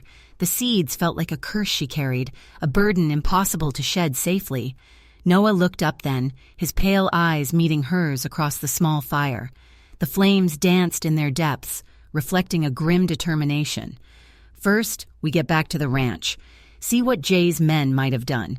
Secure Ashton's notes, the ledger, anything else they might come back for." He paused. "Then, we need to understand the enemy. Not just Jay, the plants themselves, their cycle, their hunger." The hunger of the bloom. The phrase echoed Thomas's desperate words, resonated with Noah's grim assessment, mirrored the predatory efficiency Cora had glimpsed in the moonlight. "How do we do that?" she asked. "Observing them feels dangerous. You warned me yourself." "It is dangerous," Noah conceded readily, "but ignorance is more dangerous now. Jay won't give up. He has resources, men. He'll be back, searching for the source, for Ashton's work, for these seeds." He tapped the saddlebag beside him where the pouch was hidden. "We need to know what we're dealing with, how they feed, how they propagate, what triggers the aggression." Cora thought of the glistening leaves trapping insects, the fanged blooms luring prey, the pale thing disappearing beneath the plum-colored leaves, the scattered bones. "Thomas wrote about needing a sustainable source," she murmured. "He wrote about the hunger demanding more." Noah's face hardened. "I saw him towards the end, bringing supplies out to the garden after dark. Not water, not fertilizer from a sack." His gaze flickered away, towards the darkness beyond the firelight, as if reluctant to voice the grim reality. "Livestock disappeared from nearby ranches around that time, mine included. Found tracks leading towards Promise Creek. Tracks and blood sign." Cora felt sick. The soil enhancers, the nutrient solution. It wasn't just minerals or chemicals. Thomas had been feeding his creations meat, blood, perhaps even whole carcasses. The bones weren't just accidental remnants of prey caught by the plants. They were leftovers from deliberate feedings. The garden wasn't just carnivorous. It was vampiric, thriving on stolen lifeblood. The depth of Thomas's obsession, his willingness to cross moral lines, struck her anew with sickening force. "He was desperate," Noah continued, his voice low, grim. Jay was pressing him. The plants were demanding. He was trapped, trying to satisfy the hunger, trying to control the growth, trying to hide it all. Until he couldn't anymore, Cora finished softly. Until the hunger became too great, or Jay's patience ran out, or both. "We need to watch the garden, Cora," Noah said, his gaze intense again. "Carefully, from a distance. Learn its rhythms. See what attracts it. See its weaknesses, if it has any." He hesitated. "There might be lore, old stories from my grandmother, things she warned against. Might hold clues, ways to weaken it, contain it, maybe even destroy it without scattering its poison on the wind." It felt like stepping deeper into a shadow world, relying on folklore and observation against monstrous botany and ruthless men. Yet, what other choice did they have? Direct confrontation seemed suicidal. Blind destruction felt perilous. Understanding the enemy, the hunger of the bloom, felt like the only viable path, however thorny. "All right," Cora agreed, her voice steadier than she felt. "We watch, we learn." The botanist in her, though horrified, felt a flicker of grim purpose. She had documented its form. Now she needed to document its function, its monstrous appetite. As the first hint of dawn began to pale the eastern sky, painting the high desert clouds in soft strokes of gray and rose, Noah extinguished the small fire, scattering the ashes. He helped Cora to her feet, his touch brief, impersonal, yet supportive. They found Methuselah grazing nearby, seemingly recovered from his ordeal. Noah checked Cora's saddle, then helped her mount, her injuries making the process slow and awkward. He swung himself onto his own bay with fluid grace. They started back towards Promise Creek Ranch, taking the high, circuitous route Noah had indicated. The rising sun cast long shadows across the rugged landscape, illuminating the stark beauty and inherent dangers of the terrain. They rode in silence for a long time, each lost in their own thoughts, the unspoken understanding between them hanging heavy as the morning heat began to build. Cora watched Noah's straight back as he rode ahead, navigating the rough trail with quiet confidence. Scars deeper than skin, knowledge rooted in the land's harsh truths, a past intertwined with the very secrets she sought to unravel. Could she trust him? Perhaps trust wasn't the right word. Rely on him? Yes. For survival, for his knowledge, she had to. But beneath the surface, questions lingered like hidden thorns. What scars did he carry from Thomas Ashton's downfall? What price had he paid? And what would he ultimately demand in return for his help? As they crested a ridge, the vast expanse surrounding Promise Creek Ranch came into view below them, miles distant but clear in the morning light. The dilapidated house looked small and insignificant, a tiny scar on the immense landscape, but Cora's eyes were drawn, inevitably, to the dark rectangle of the garden enclosure. Even from this distance, it seemed to possess a watchful stillness, a contained energy that pulsed faintly under the rising sun.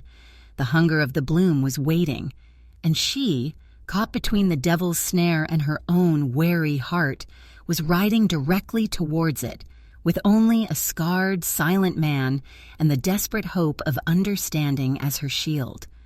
The true battle for Promise Creek, she suspected, was only just beginning. Chapter 15. A Fragile Trust in a Treacherous Land.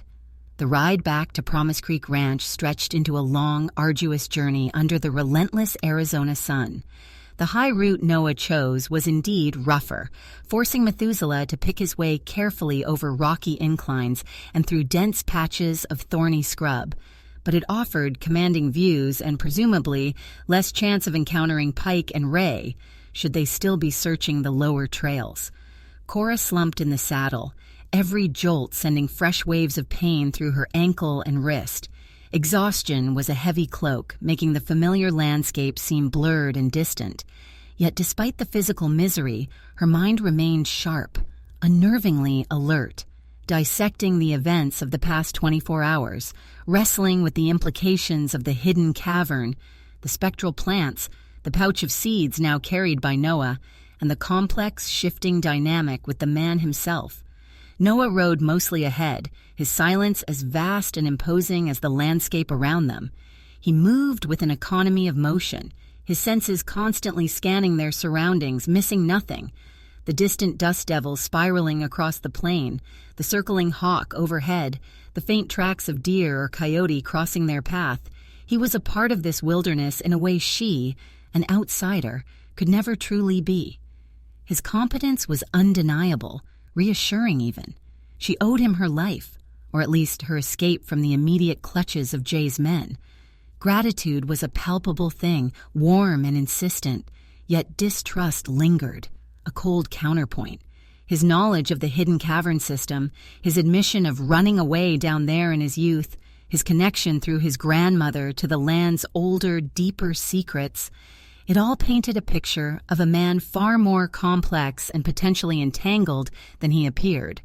Was his help born purely of altruism, or a sense of duty towards the widow of a man he once knew? Or did he have his own reasons for wanting to understand, control, or perhaps even eradicate the power emanating from the source and its monstrous offspring in the garden? The seeds, the ultimate prize, were now in his possession. While he seemed to abhor them, the temptation they represented, power, control, perhaps immense wealth, if Jay's interest was any indication, couldn't be entirely dismissed. Her heart remained wary, shielded by the harsh lessons learned from Thomas's betrayal. Occasionally, Noah would drop back, offering her a brief swallow of water from his canteen or checking her position in the saddle, his pale eyes assessing her condition with a detached concern. During one such pause, while Methuselah rested in the scant shade of a rocky outcrop, he spoke, his voice low. "Those men, Pike and Ray, they work for a man named Thorne, Julian Thorne." Cora looked up sharply. J. Julian Thorne. Finally, a name for the shadowy creditor who had haunted Thomas's final days. "You know him?" Noah's expression tightened, the scar on his cheek seeming to pulse faintly. "Our paths crossed. Once." He didn't elaborate, but the grim set of his jaw suggested the encounter had not been pleasant. The scar, perhaps? Was Thorne responsible? "He deals in acquisitions, buys land cheap, squeezes ranchers out, takes control of resources, water rights, mineral claims." He paused, his gaze distant and hard. Heard whispers, he branched out. Financed risky ventures, prospectors, inventors, men like Ashton desperate for backing, willing to sign away more than they realized. And Thorne believes he owns Thomas's discovery, the plants, the source. He believes he owns anything Ashton produced while under his patronage. Noah corrected grimly. The seeds, the formulas, the garden itself. He considers Promise Creek his property now, collateral on a debt Ashton couldn't repay. The cold reality of it settled over Cora. She wasn't just dealing with predatory plants and the ghosts of her husband's obsession. She was trespassing on land claimed by a ruthless, powerful man who used thugs like Pike and Ray to enforce his will, Julian Thorne. The name felt like another stone added to the crushing weight of her situation. "Can he legally claim the ranch?" Cora asked. The deed tucked away in her trunk, feeling suddenly flimsy. Noah shrugged, a gesture of grim pragmatism. "Out here, legality bends to power and influence. Thorne has money, connections in Tucson, maybe further. A lone widow with a contested deed." He let the sentence hang, the implication clear.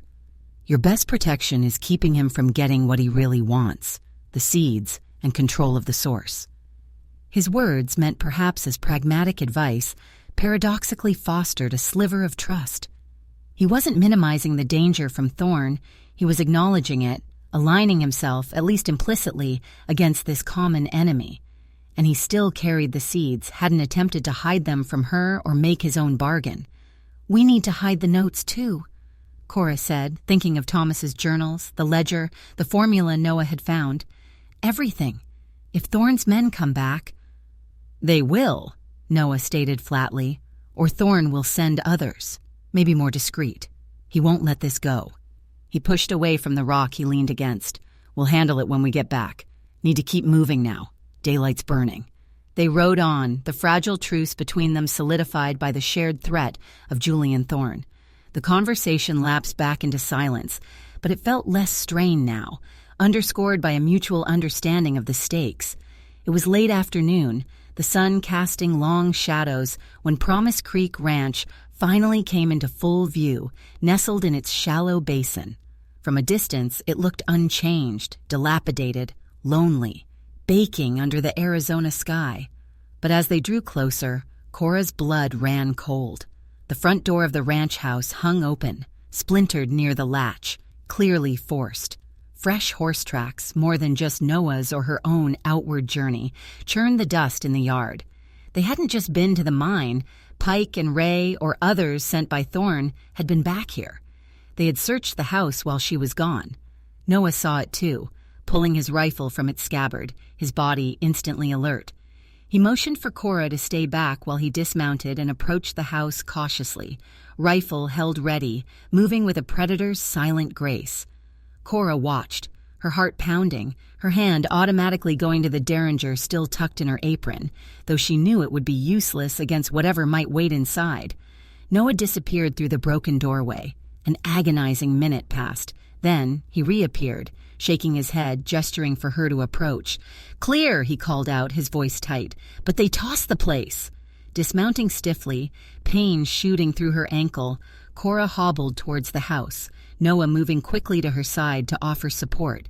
Inside, the scene was one of utter violation. Thomas's table had been overturned, papers scattered, geological samples swept to the floor. The meager contents of the kitchen shelves were strewn about. The drawers had been pulled out, their contents dumped. The mattress in the bedroom was slashed, feathers drifting in the air. Even the books had been pulled from the shelves, spines cracked, pages ripped. They had searched thoroughly, angrily, looking for anything of value, anything related to Thomas's work. The ledger, the journals, the seeds. Relief washed over Cora that she had taken the ledger and the field notes with her, that Noah had found the formula, that the prime seeds were safe in his saddlebag. But the violation felt personal, invasive. This dusty, derelict house held little sentimental value, yet seeing it ransacked felt like another layer of loss, another stripping away of dignity.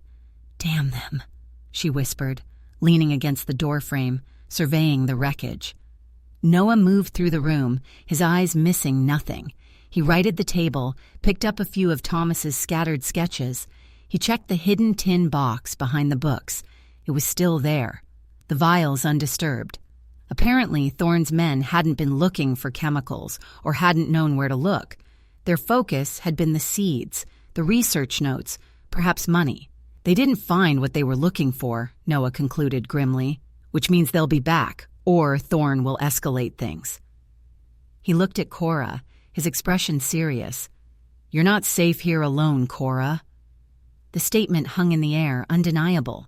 The illusion of sanctuary, however fragile, was shattered. The ranch wasn't a refuge, it was a target. "Where can I go?" she asked, exhaustion and despair threatening to overwhelm her. Tucson was days away, and Thorne likely had eyes there too. Selling the ranch seemed impossible now, inextricably tangled with Thorne's claims and the dangerous secret it held. Noah hesitated, seeming to weigh his words. "My place," he said finally, the offer sounding reluctant, almost forced. "It ain't much, solitary, but it's defensible. Miles from here. Thorne's men won't find it easily." He avoided her gaze, looking out the broken doorway towards the western ridges. "You could stay there, till you figure things out. Till we figure things out." The offer stunned her. Noah, the solitary man who guarded his privacy as fiercely as he guarded his secrets, offering her shelter? It went against everything she thought she understood about him. Why? Was it pity? Responsibility? Or did he want to keep her close, keep an eye on her, control her access to the information she possessed? Her wary heart immediately questioned his motives. Sharing close quarters with this intense, enigmatic man felt almost as dangerous, in a different way, as facing Thorne's thugs alone. Yet what choice did she have? Staying here was clearly untenable. Returning east felt like abandoning Thomas's memory entirely, leaving the poison unchecked, surrendering to Thorne. Noah's offer, whatever his reasons, was a lifeline. "Thank you, Noah," she said, her voice quiet but firm. I accept." Just until I can—" She trailed off, unsure what realistic future awaited her. He gave a curt nod, still not meeting her eyes. "Gather what you need. Essentials. Anything Thorn might want. We'll take it with us. Can't leave it here." He turned towards the doorway. "I'll check the garden, see if they disturbed anything there." As Noah headed towards the ominous enclosure, Cora began the grim task of sorting through the wreckage. She salvaged Thomas's scattered notes and sketches, carefully collecting the pages of the earlier field journals she'd found.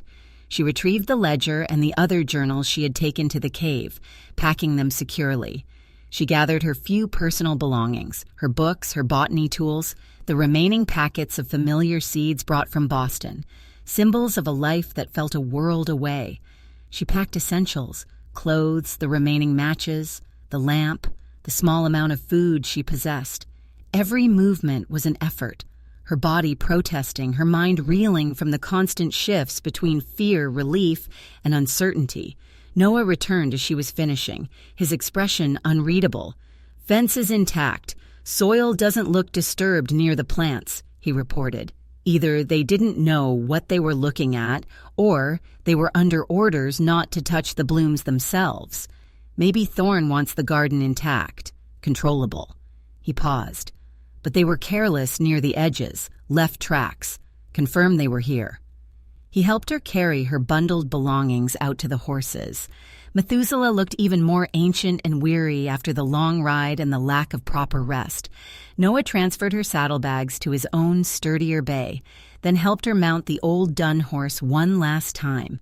As they prepared to ride out, leaving the violated ranch house behind them, Cora looked back towards the garden enclosure. The sun was low in the west, casting long skeletal shadows from the strange plants. The crimson blooms were beginning to stir, sensing the approaching dusk, preparing to open their hungry mouths to the night sky. A profound sense of dread washed over her. They were leaving, but the danger remained, rooted firmly in that unnatural soil, watched over by a ruthless man who considered it his own. Noah followed her gaze, his own expression grim. "It'll wait for us," he said quietly, as if reading her thoughts. "It's hunger.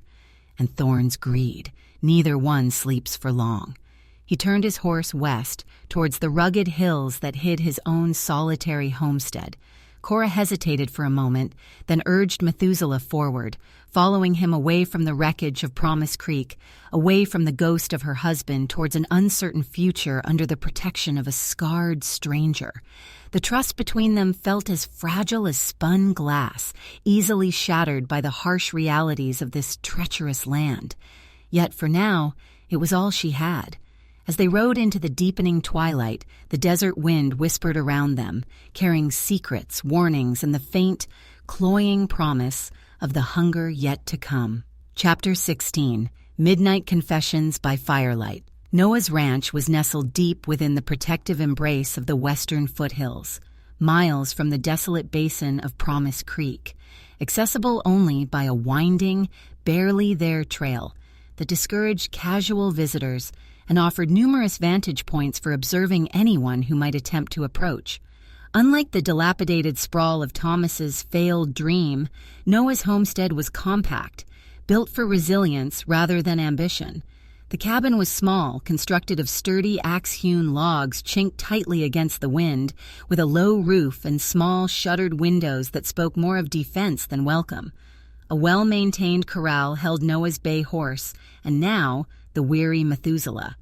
A small barn, equally sturdy, stood nearby, along with neatly stacked cords of firewood.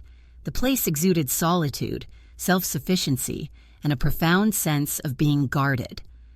They arrived well after dark, guided the last few miles by the stars and Noah's intimate knowledge of the terrain. Cora was practically numb with exhaustion, the constant pain in her hand and ankle having subsided into a dull, throbbing misery that permeated her entire being. Noah helped her dismount, his strong hands surprisingly gentle as he eased her to the ground, preventing her from putting too much weight on her injured ankle. "Wait here," he murmured, leaving her leaning against the corral fence while he entered the dark cabin. A moment later, lamplight flickered within, casting a warm yellow glow from one of the small windows. He reappeared in the doorway. "Come on in, mind the step." He supported her as she hobbled across the hard-packed earth and into the cabin. The interior was small, Spartan, yet meticulously clean and organized. A single room served as living space, kitchen, and likely sleeping area. A stone fireplace dominated one wall, its hearth swept clean, a kettle hanging from a hook. A rough-hewn table and 2 sturdy chairs stood near the center. Shelves lined another wall, holding not books, but neatly arranged tins of supplies, tools, spare ammunition, and rolled-up hides. A narrow bedstead covered with thick woolen blankets occupied a corner, suggesting Noah usually slept there, though a pile of bedrolls near the hearth indicated adaptable arrangements. There were no personal touches, no pictures, no decorations, only the stark necessities of a solitary existence. Yet, unlike Thomas's house, which felt haunted by neglect and obsession, Noah's cabin felt grounded, solid, imbued with the quiet strength of its owner. Noah settled Cora into one of the chairs near the hearth, where a low fire already crackled, quickly kindled from prepared embers. "Rest," he ordered gruffly, turning away to tend to the horses, unsaddling them, rubbing them down, providing water and feed with efficient, practiced movements. She watched through the open doorway. He moved with a quiet competence that encompassed every aspect of survival in this demanding land.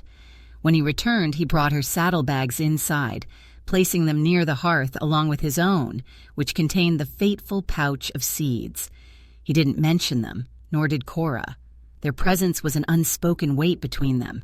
Instead, he moved to the fireplace, adding wood to the fire, then setting the kettle over the flames.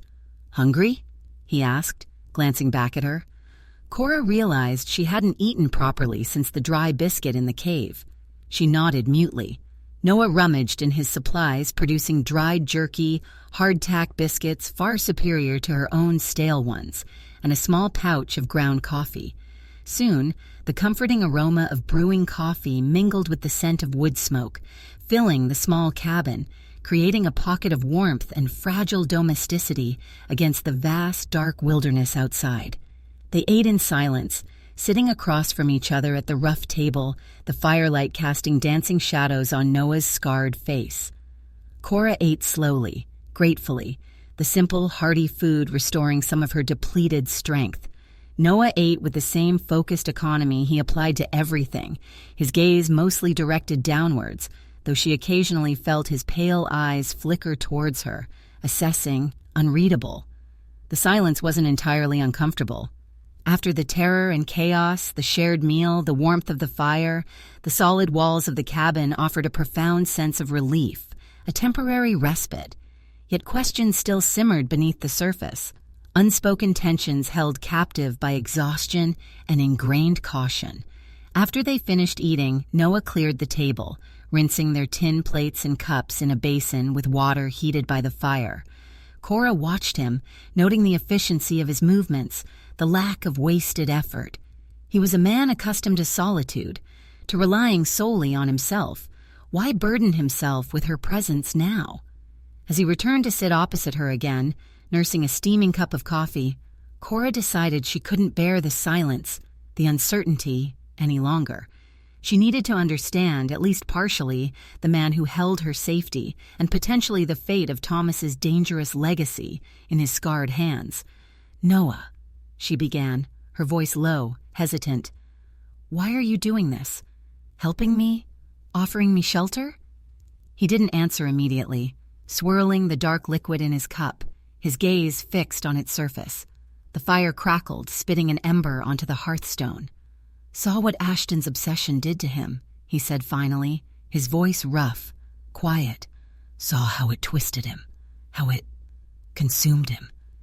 He looked up then, his pale eyes meeting hers directly across the table, holding an unexpected depth of weary knowledge. Saw the trap he laid, maybe without meaning to. Didn't seem right, letting his widow walk straight into the same jaws. It wasn't pity, exactly. It sounded more like witness, a grim understanding born of proximity to the tragedy. "You tried to warn him," Cora murmured, remembering Thomas's journal entry. Noah nodded grimly. tried to tell him about the land, about the things best left buried, about men like Thorne. He took a slow sip of coffee. He didn't listen. Thought I was just a superstitious rancher spoutin' folklore. Thought his science made him smarter than the desert. A bitter edge crept into his voice. He learned different. Too late. What happened to him, Noah? Cora leaned forward, her voice barely a whisper, needing to know, needing to hear it from someone who was there, not the sanitized official report or the callous remarks of Pike and Ray. The fall, it wasn't an accident, was it? Noah stared into his coffee cup again, his knuckles white where he gripped the handle. The silence stretched, thick with unspoken horrors. No, he said finally, the word heavy as stone. It wasn't an accident. He looked up, his eyes haunted. Found him. Near the canyon rim where they said he fell. Not long after. Tracks told the story. More than one man, drag marks, signs of a struggle. He paused, swallowing hard. Thorne's men. Pike was likely one of them. They cornered him, maybe demanding payment, maybe demanding the seeds, the location of the source. Thomas? He fought back, I reckon. Stubborn man, even scared. He didn't finish the sentence. Didn't need to. Made it look like a fall. Cora closed her eyes, nausea churning within her. The brutal reality, stripped bare, was uglier than she had imagined. Thomas hadn't just died. He'd been murdered. Executed by Thorne's thugs. Did you report it? She asked, her voice trembling slightly. Noah gave a short, harsh laugh devoid of humor. Report it? To who? The sheriff in Tucson? Bought and paid for by men like Thorne, most likely.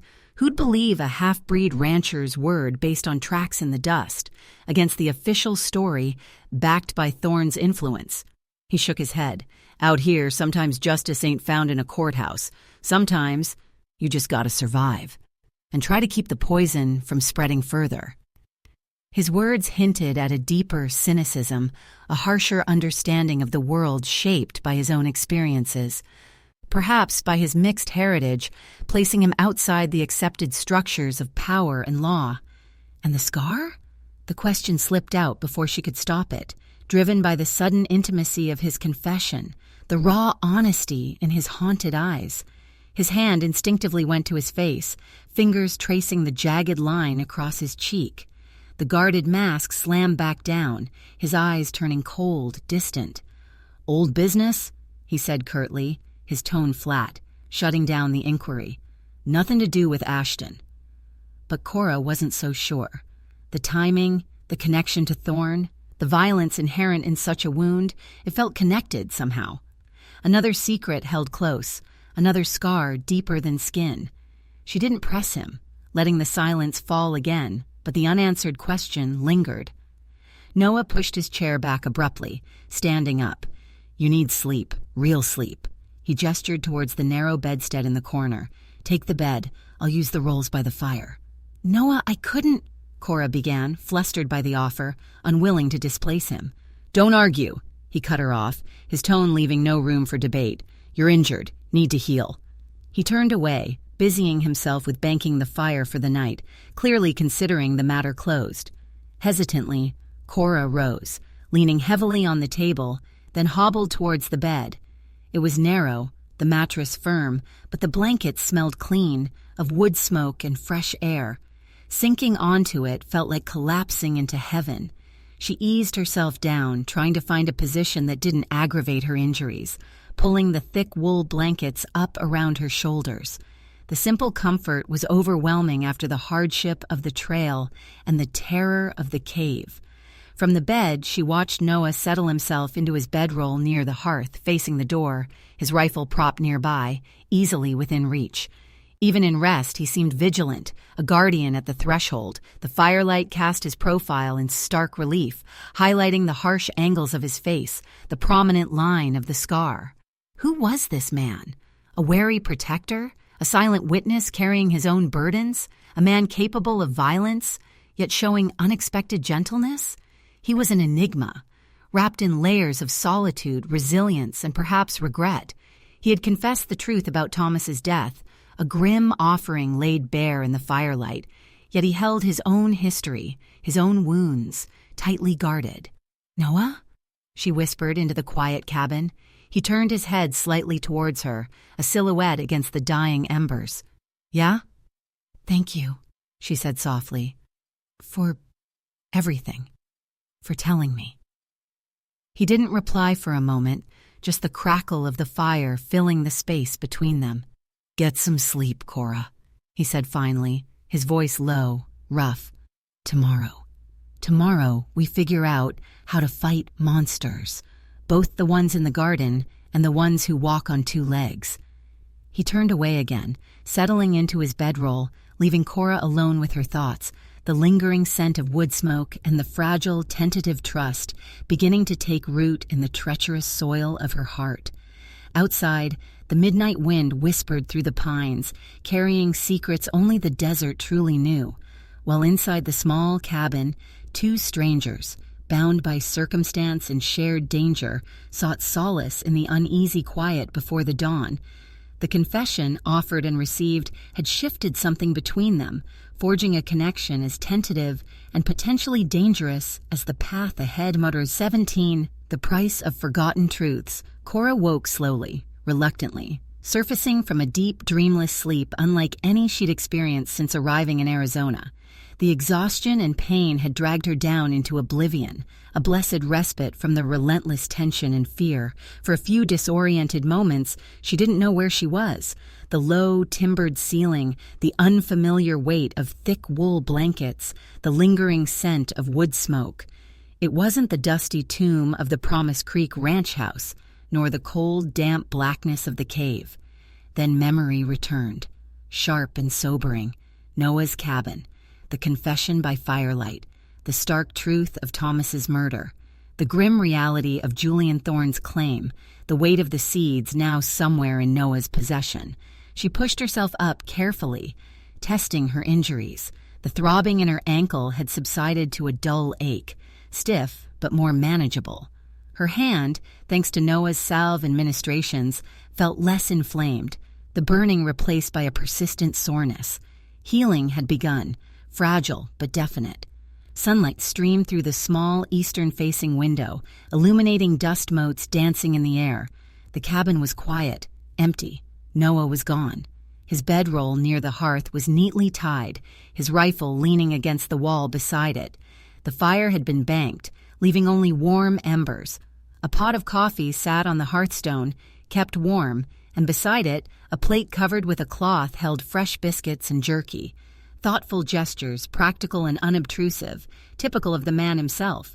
She swung her legs carefully over the side of the narrow bed, testing her ankle. It protested but held her weight, albeit painfully. Using the wall and furniture for support, she hobbled towards the table, pouring herself a cup of the strong, hot coffee, its bitterness welcome. She ate the simple breakfast, her mind already grappling with the daunting task ahead. Tomorrow, we figure out how to fight monsters, Noah's words echoed. Today was that tomorrow. Where had he gone? Checking on the horses? Scouting the perimeter? His absence, while allowing her privacy, also felt unsettling. She was reliant on him now, not just for shelter, but for his knowledge, his strength, his understanding of the threats they faced.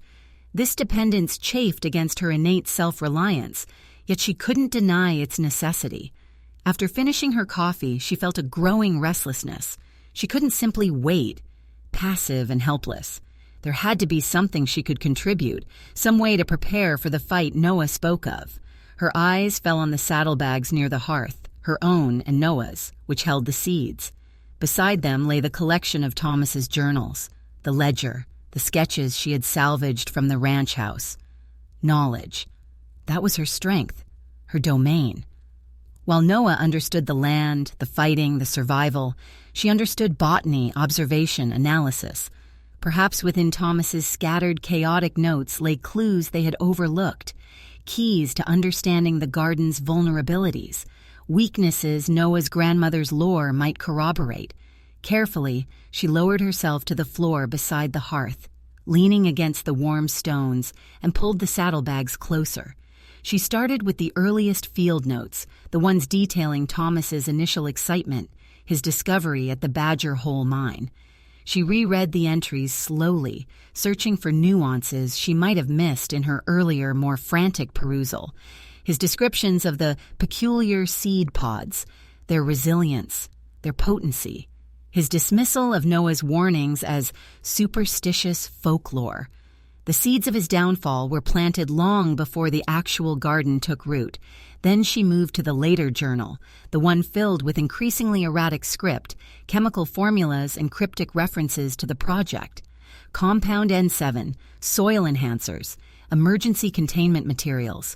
The hunger, it demands more. Control is slipping. The words were chillingly familiar, but she forced herself to look deeper, beyond the surface horror. Were there patterns, mentions of specific conditions that affected the plant's growth or behavior? References to failed experiments, perhaps revealing weaknesses? She cross-referenced the journal entries with the account's ledger, tracing the escalating costs, the payments to J, Julian Thorne, the large unexplained cash withdrawals. It painted a stark picture of Thomas sinking deeper into debt, deeper into desperation, likely compromising his scientific ethics, cutting corners, perhaps even stealing livestock as Noah suspected, all to feed the insatiable hunger of his creation and appease his ruthless creditor. He hadn't just lost control of the plants, he'd lost control of himself. Her attention snagged on a series of entries describing problems with propagation.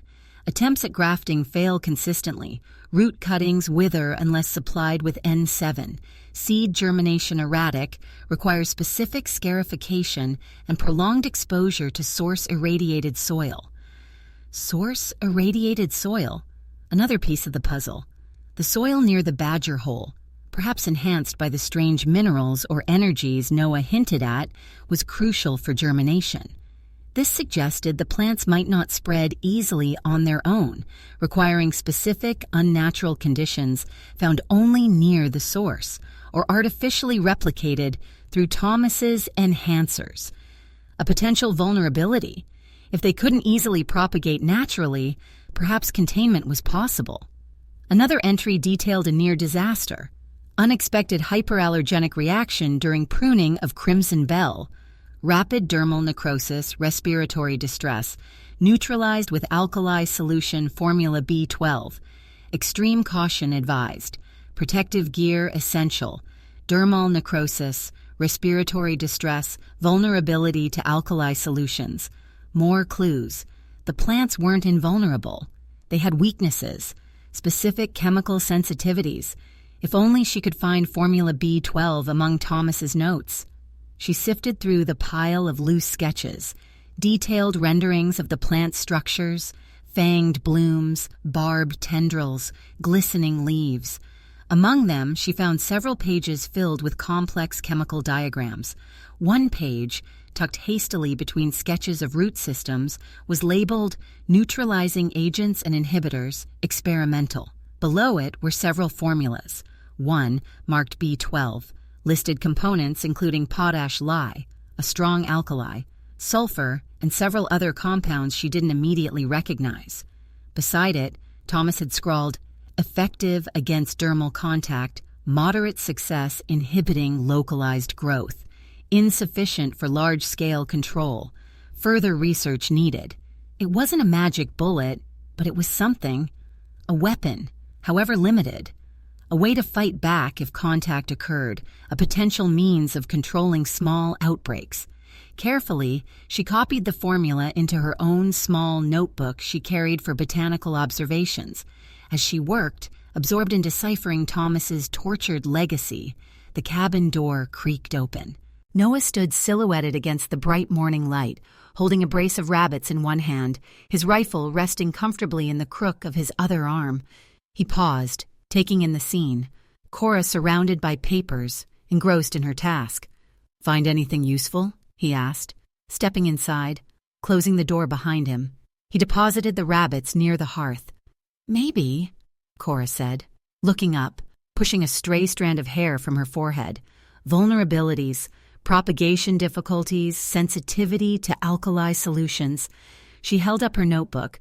Thomas developed a neutralizing formula, B12, said it worked for skin contact, inhibited local growth. Noah raised an eyebrow, intrigued. He came over, crouching beside her, examining the formula she had copied. He nodded slowly. Potash lye. Makes sense. Burns like hell, but it'd counteract whatever venom those things carry. He looked back at the scattered papers. Anything else? His notes mention needing source-irradiated soil for seed germination, Cora said. Does that mean anything to you? From the mine? Noah frowned, thinking. The tailings near Badger Hole, they always felt strange. Animals avoid the area. Plants that grow there are stunted, twisted. Maybe it's the minerals, or something deeper. He met her gaze, his own holding a new respect. Could be why the garden needs constant feeding, why it hasn't spread beyond the fence on its own. It needs that specific taint from the source. It was a crucial insight. The garden's power was tied directly to its origin, to the specific conditions found near the mine, or replicated by Thomas's grotesque enhancers. Sever that connection, deny it that specific nourishment, and perhaps it could be weakened, starved, contained. There's something else, Noah, Cora said hesitantly, picking up the thin, early field notebook. Thomas mentioned meeting you near the Badger Hole mine right after he found the first seeds. Said you warned him away. Mentioned Apache avoiding the place for generations. She paused, meeting his eyes. Why? What happened there? What are the old stories? Noah's face closed off, the familiar guarded mask descending. He stood up abruptly, turning away towards the fireplace. Old stories, forgotten truths, best left buried. But Noah, they might be important, Cora persisted, pushing herself awkwardly to her feet, using the table for support. If we're going to fight this thing, understand it, we need all the knowledge we can get. Your grandmother's lore, the reasons the Apache avoided that place. It could hold the key. He turned back towards her, his expression conflicted, shadowed. Pain flickered in his eyes, raw and deep, mingling with a long-held bitterness. You want to know the price of forgotten truths, Cora? His voice was low, grating. You think Ashton was the first fool to meddle with the power in that mine? He took a ragged breath, the scar on his cheek standing out starkly. My grandmother's people didn't just avoid the mine because of bad air or unstable ground. They avoided it because of what happened there generations ago, long before the white prospectors came sniffing around. He paced the small cabin, agitated, running a hand through his dark hair. Story goes. There was a shaman. Powerful, but ambitious. Like Ashton, maybe. He sought power deep in that mountain, near the place the earth's bones are close. Found something. Seeds, maybe. Or just the energy itself. Tried to harness it. Make his people stronger. Defeat their enemies. He stopped, facing her, his eyes burning with a dark intensity. He succeeded, for a time. His warriors became unnaturally strong, fierce. His crops grew strangely abundant, even in drought. But the power demanded a price. The warriors became hungry, cruel, turned on their own. The crops grew twisted, poisonous. The shaman, he lost control. The power he sought to harness, it consumed him, consumed his people. Left behind only sickness, madness, and bones. Cora stared at him, horrified. An ancient echo of Thomas's story, a cycle repeating itself. The survivors, they sealed the deepest parts of the mine, Noah continued, his voice barely a whisper now. Performed rituals, tried to contain the sickness, warned future generations to stay away, called the place cursed, said the hunger sleeping down there would taint anyone who disturbed it. He looked away, toward the shuttered window. My grandmother, her family, carried that warning, that memory. And Thomas? Cora breathed. Thomas broke the seals, Noah said flatly, ignored the warnings, took the sickness out into the light again.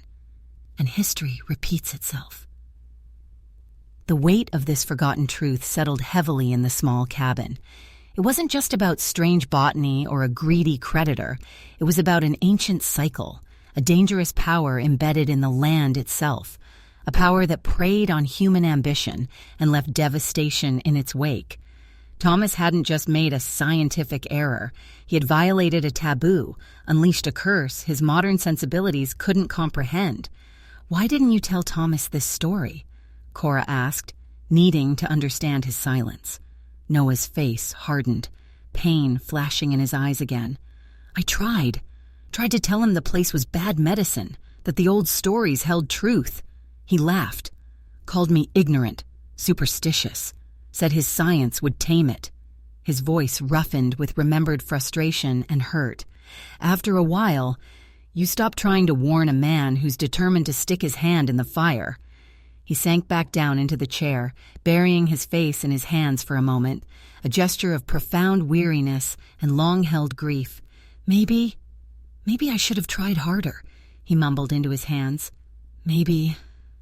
Cora moved closer, resting her uninjured hand tentatively on his shoulder. The muscles beneath her touch were corded with tension. "You warned him, Noah. He didn't listen. It wasn't your fault." He looked up slowly, his eyes meeting hers.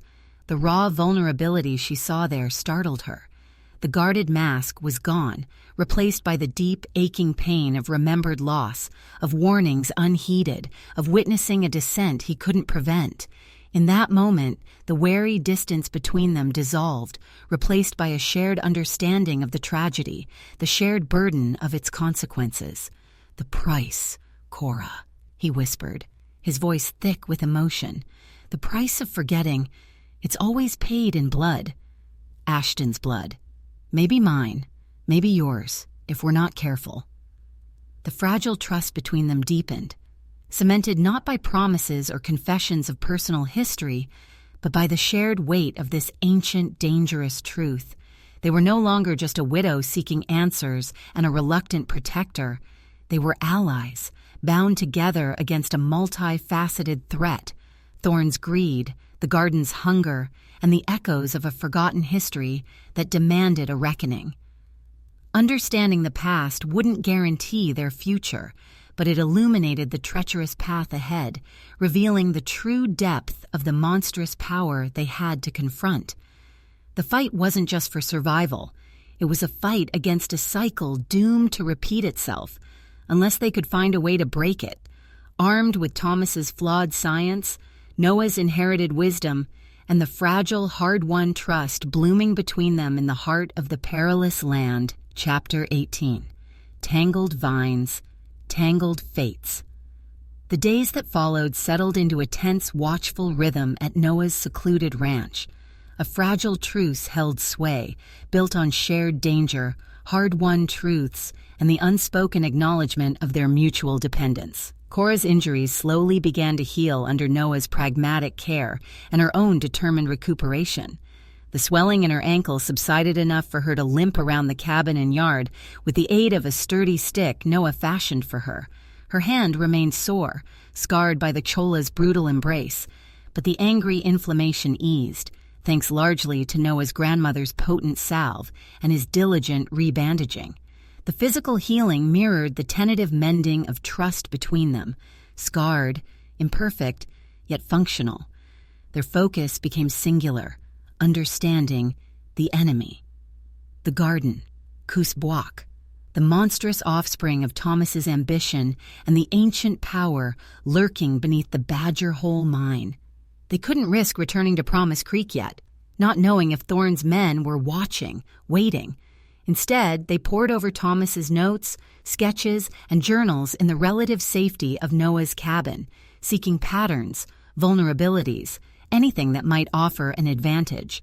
Cora brought her scientific rigor to the task, meticulously organizing the chaotic papers, cross-referencing journal entries with ledger accounts, analyzing the chemical formulas for potential weaknesses beyond the B12 alkali solution. Noah brought his intuitive understanding of the land, his knowledge of local lore, and his grim first-hand observations of the garden's growth and Thomas's decline. They worked side by side at the rough-hewn table, lamplight supplementing the daylight filtering through the small window, the silence broken only by the rustle of paper, the scratch of Cora's pencil, muttered questions, and Noah's low, thoughtful responses. It was a strange partnership. Cora, The Eastern-educated botanist, accustomed to peer-reviewed journals and academic discourse, found herself relying on Noah's interpretations of cryptic symbols, his insights into lunar cycles mentioned in Thomas's notes, his understanding of the subtle language of the desert ecosystem. He, in turn, listened intently as she explained the principles of plant biology, pointing out potential weaknesses in cellular structure suggested by Thomas's sketches, or deciphering the Latin names of obscure compounds listed in the chemical formulas. He respected her knowledge, her methodical approach, a respect that felt hard-earned and genuine. This compound N7, Cora mused one afternoon, tapping a chemical diagram bristling with complex molecular rings.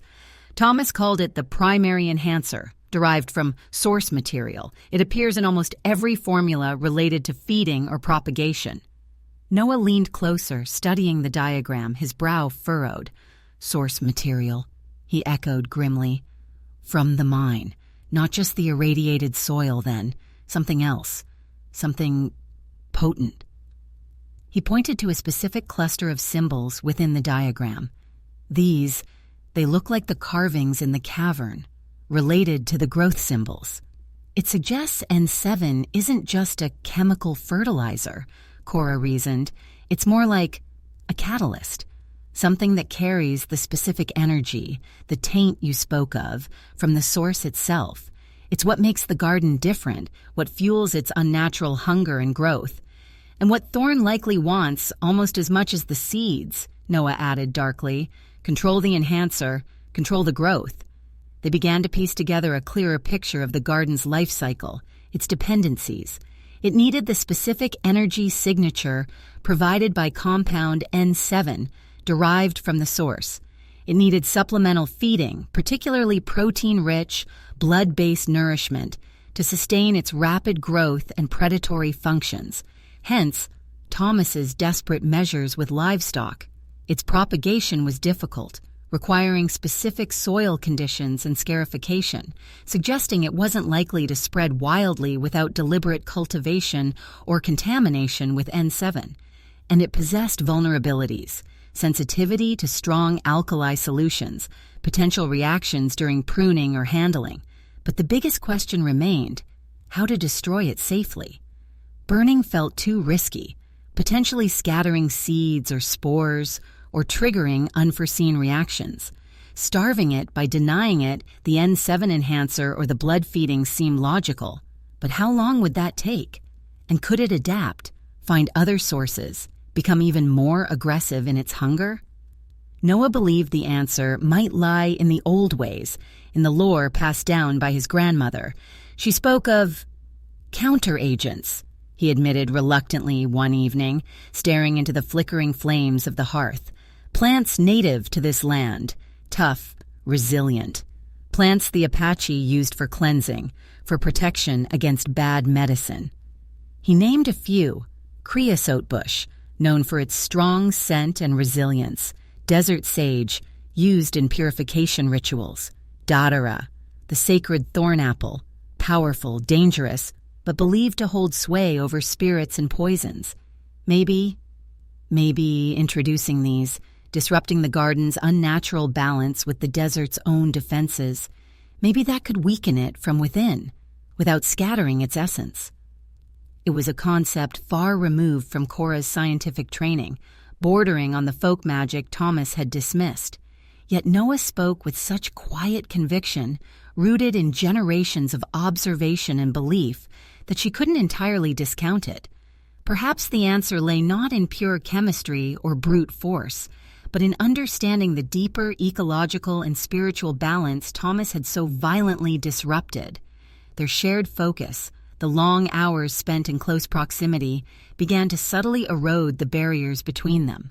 Cora found herself noticing small things about Noah: the way his eyes crinkled slightly at the corners when something amused him, a rare occurrence; the unconscious habit he had of tracing the scar on his cheek when deep in thought; the surprising gentleness in his hands when tending her injuries or handling a frightened animal.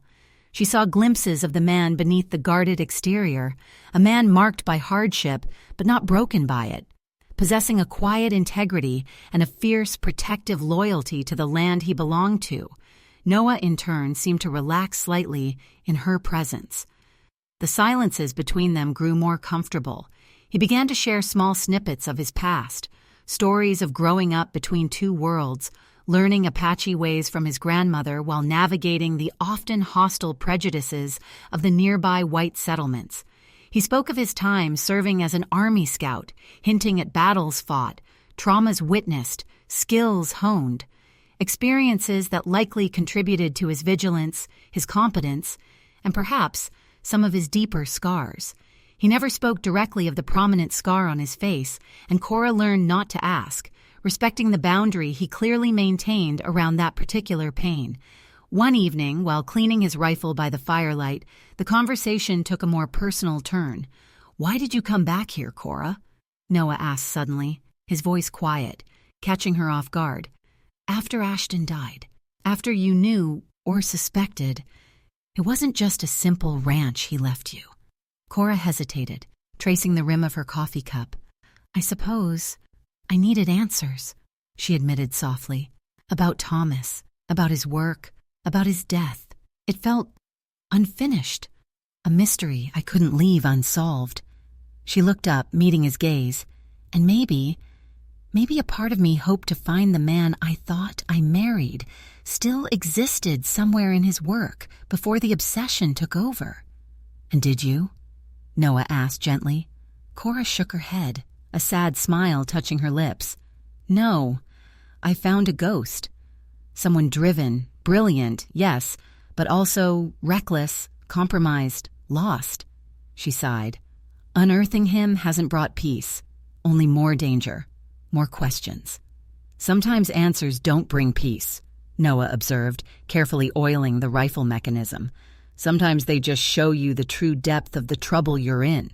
He paused, then added, almost hesitantly, Maybe you came back for yourself too. Not just for him. Maybe you needed to prove something, that you could survive this, that you're stronger than he thought, stronger than you thought." His words struck a chord deep within her. Had this relentless pursuit of truth also been a journey of self-discovery, a forging of resilience in the crucible of fear and loss? Looking back at the terrified, grieving widow who had arrived coated in dust just weeks ago, she barely recognized herself. She was still afraid, yes, but the fear no longer paralyzed her. It fueled a cold determination, a will to survive, to fight back, to see this through. Perhaps Noah was right. "Perhaps," she conceded quietly. A comfortable silence fell again, but it felt different, charged with a subtle shift in awareness.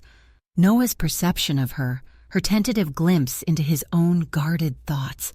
It felt like tangled vines slowly intertwining, creating something complex, potentially fragile, yet undeniably real. The wary heart began to lower its defenses, just a fraction. Their fragile peace, however, was not destined to last. A few days later, Noah returned from a long scouting ride towards the southern boundaries of his property, his face grim, his body taut with renewed tension. "Trouble," he announced, dismounting quickly, leaving his horse sweat-streaked and breathing hard.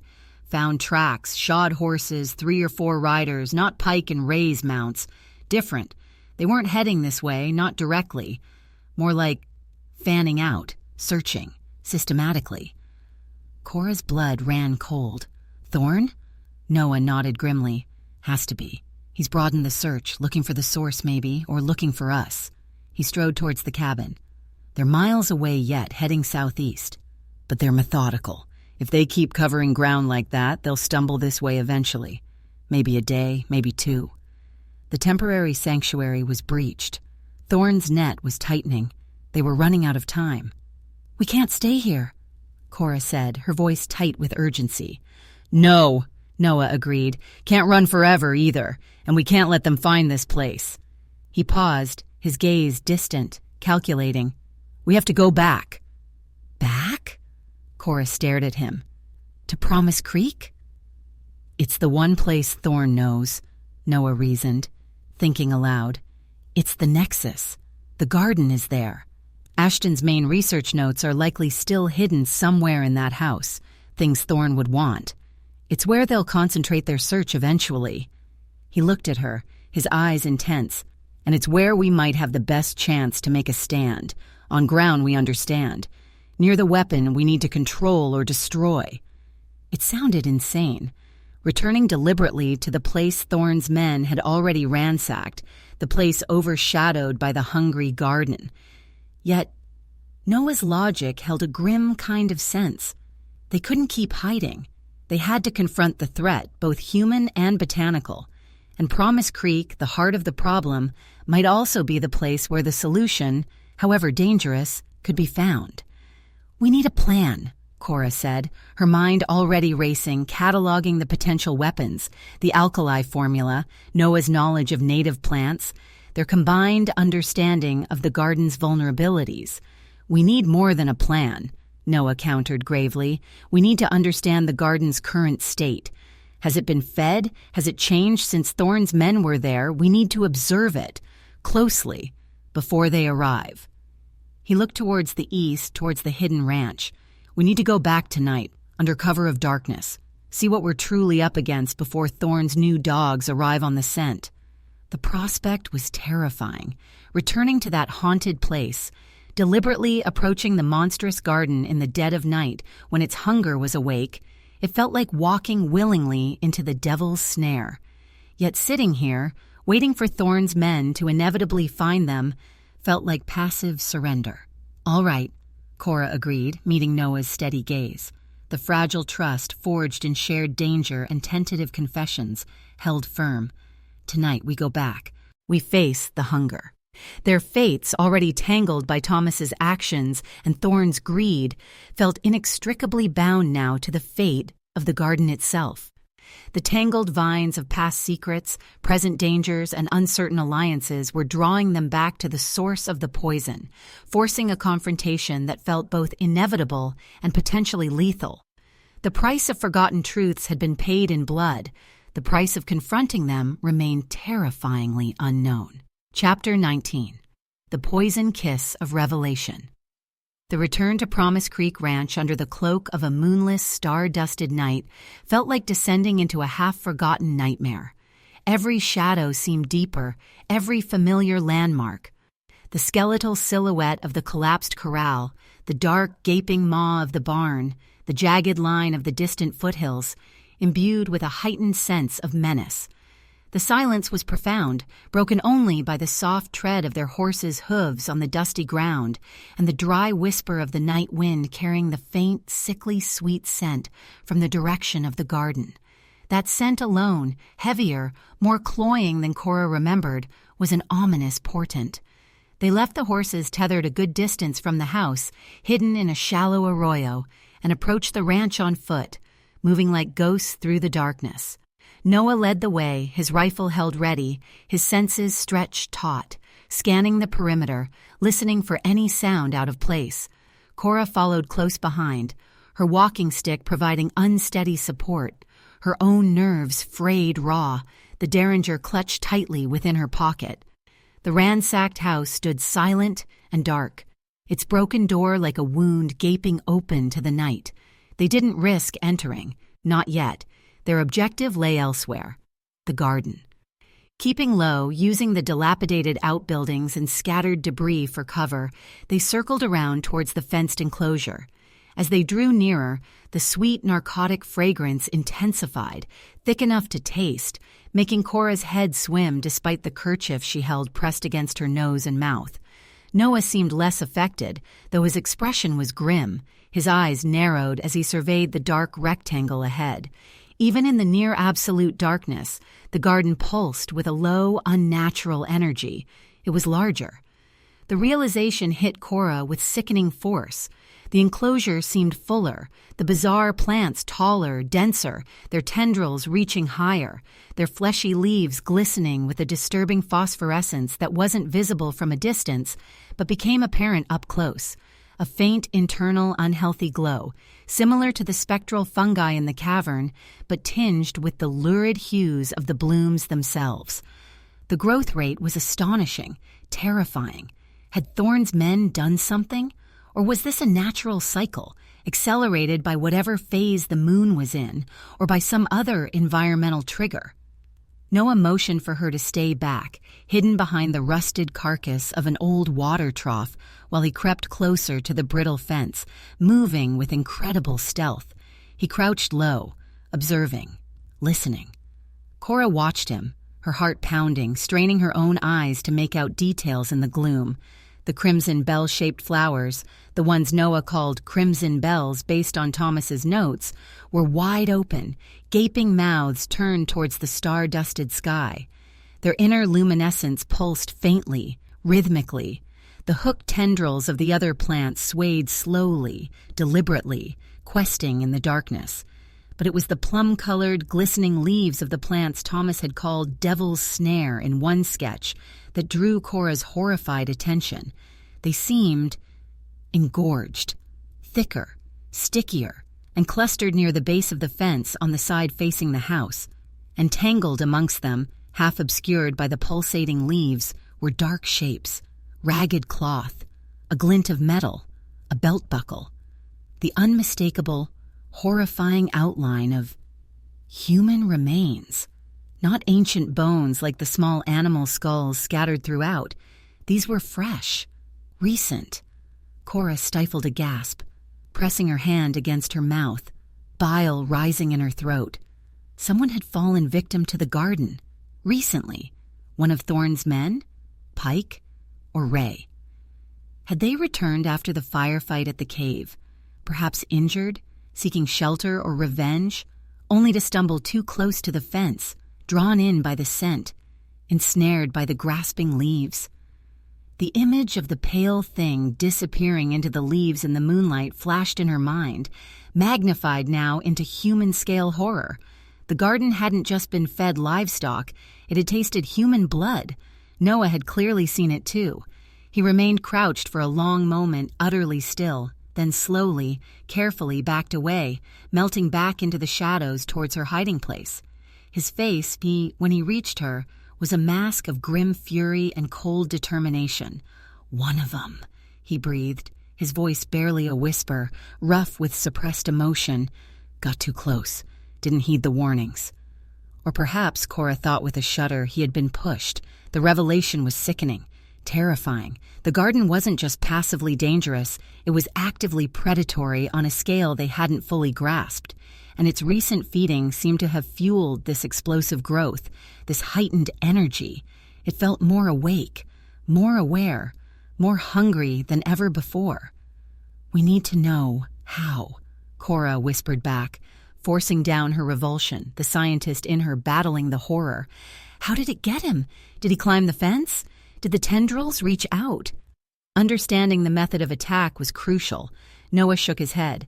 Fence looks mostly intact on that side, but the snares, they're growing through the lower gaps now, spreading out, low to the ground.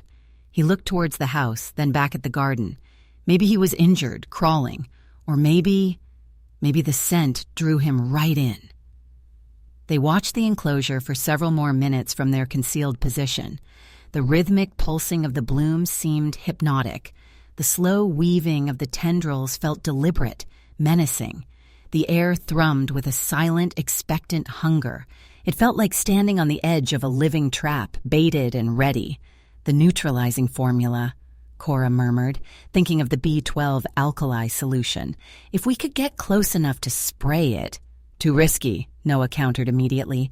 "Need daylight to see properly, and getting close enough to spray effectively means getting within reach of those tendrils, those leaves. One wrong move—" He didn't need to finish the sentence.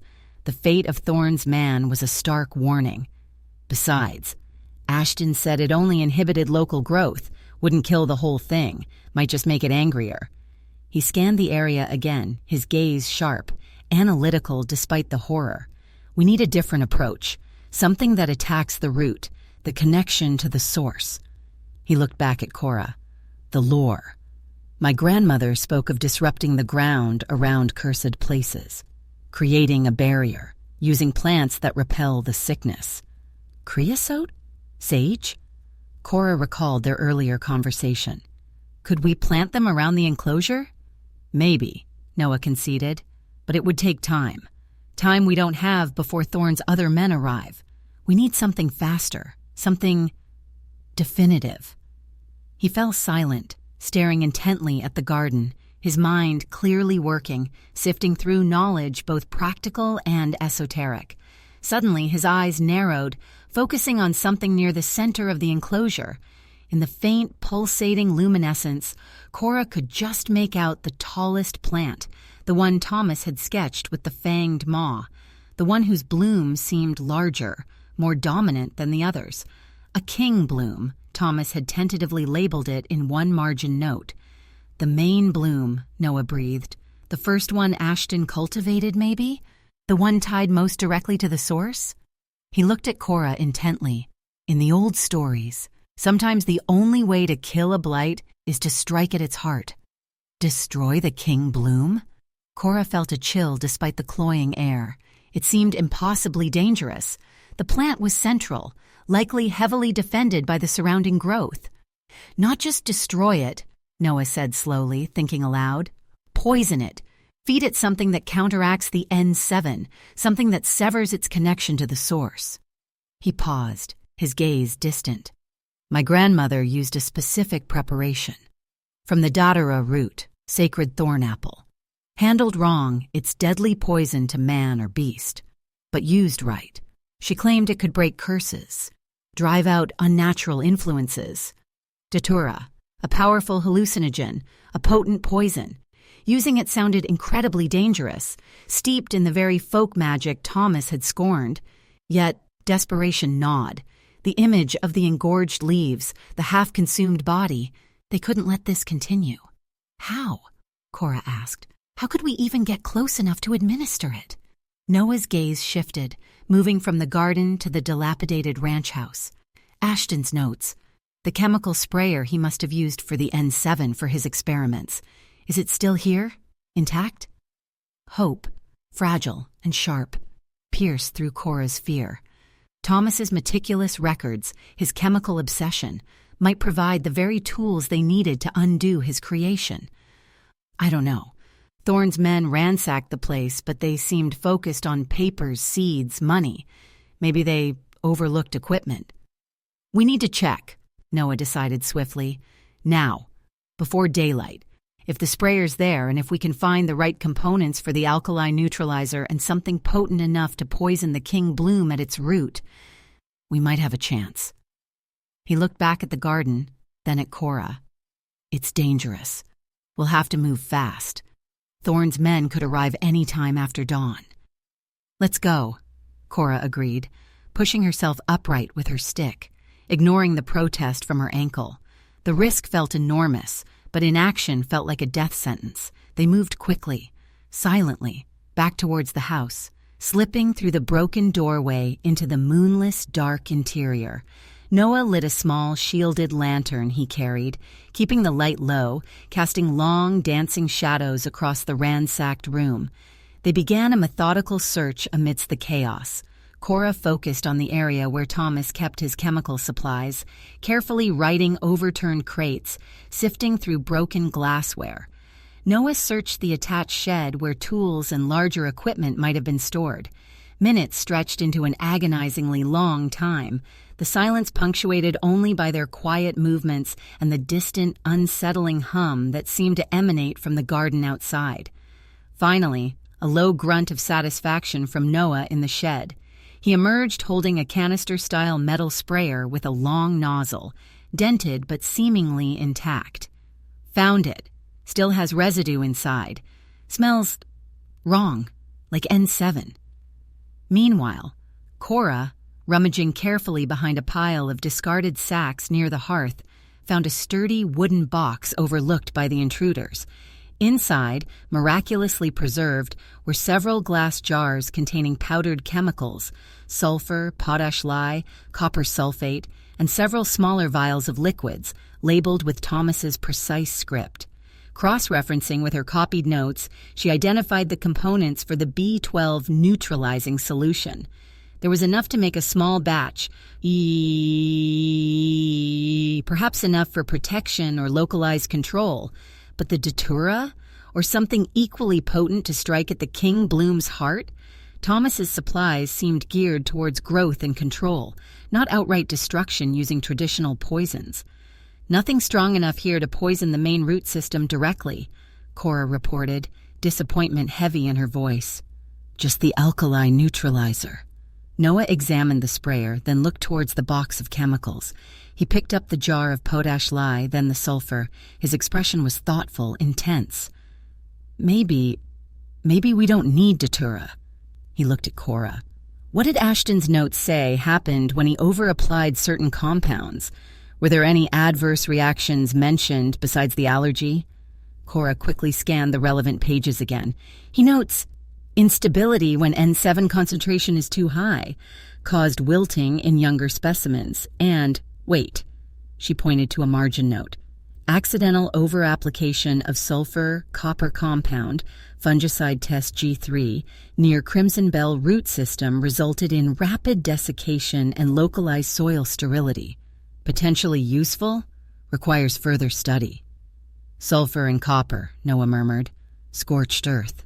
Poisons the ground itself, prevents uptake. He looked from the notes to the jars, then back to the sprayer. A grim, determined light entered his eyes. Maybe we don't need to poison the bloom directly. Maybe we poison the soil it feeds on. A strong enough dose right at the base of the king bloom. It might sever the root's connection, starve it from the ground up. It was a gamble, a desperate improvisation based on a fragmented observation in Thomas's notes, but it felt more tangible, more achievable than trying to procure and handle dangerous traditional poisons. We'll need water to mix it, Cora said, thinking practically. The pump. Too noisy, too slow, Noah countered. There's a rain barrel near the barn, might still have water in it. Working quickly by the dim lantern light, they gathered the necessary components, the sprayer, the jars of sulfur, copper sulfate, and potash lye, for the B12 neutralizer, just in case. Noah found water in the rain barrel, brackish but usable. They mixed a concentrated slurry of the sulfur and copper compounds directly in the sprayer canister, a caustic, acrid smell rising from the mixture. They prepared a smaller batch of the B12 alkali solution in a separate container Noah produced from his saddlebag. They were ready, armed with Thomas's own tools and chemicals, repurposed for destruction. As they stepped back out into the pre-dawn chill, the eastern sky was just beginning to show the faintest hint of gray. Time was running out. Noah hefted the sprayer. I'll administer the poison. Need to get close, right to the base of the king bloom. You stay back near the fence line, keep watch, and have the neutralizer ready. He handed her the container of B12 solution and a sturdy rag. If anything, tendrils, leaves, gets near me, or if I get splashed. I understand, Cora said, her throat tight. The thought of him approaching the heart of that monstrous, pulsating garden, armed only with a chemical sprayer and a desperate theory, was terrifying. Stay low, stay alert, Noah instructed, his pale eyes locking with hers for a brief, intense moment. An unspoken understanding passed between them, the shared risk, the fragile trust, the grim necessity. Then he turned and began to move towards the garden enclosure, a solitary figure melting into the deep shadows, carrying a weapon born of the very obsession he sought to destroy. Cora watched him go, her heart pounding a frantic rhythm against her ribs.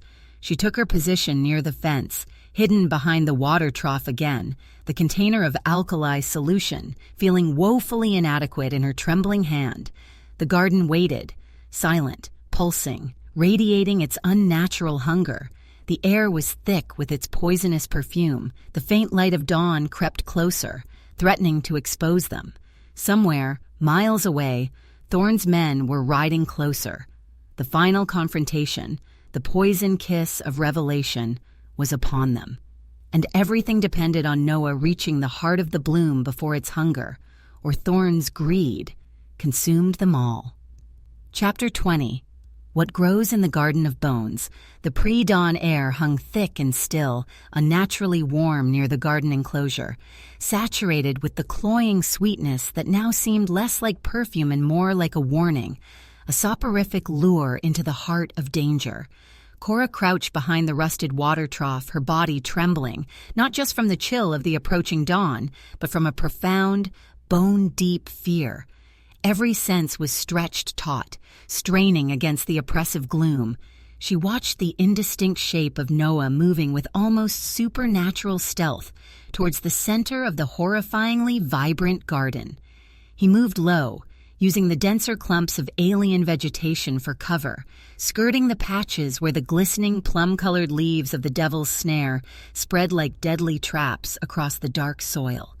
The faint, unhealthy phosphorescence emanating from the plants cast just enough light to make out his silhouette, a solitary figure penetrating the monstrous heart of Thomas's creation. He carried the dented metal sprayer, its nozzle pointed downwards, the caustic mixture of sulfur and copper sulfate, within feeling like their only desperate hope against the unnatural life pulsing around him. Cora clutched the container of B12 alkali solution, her knuckles white. Her role felt terrifyingly passive, yet critically important. Watch. Wait. Be ready to administer the neutralizer if Noah was ensnared, splashed, overcome. Be ready to witness, what? Success? Or a final, horrifying failure? The fate of the man by the fence, Pike or Ray, it didn't matter, was a grisly testament to the garden's lethal efficiency. Time seemed to warp, stretching and compressing. Each second Noah spent within that fence felt like an eternity. The garden itself seemed aware, alert. The rhythmic pulsing of the crimson bell blooms intensified slightly, their gaping mouths exhaling waves of narcotic perfume.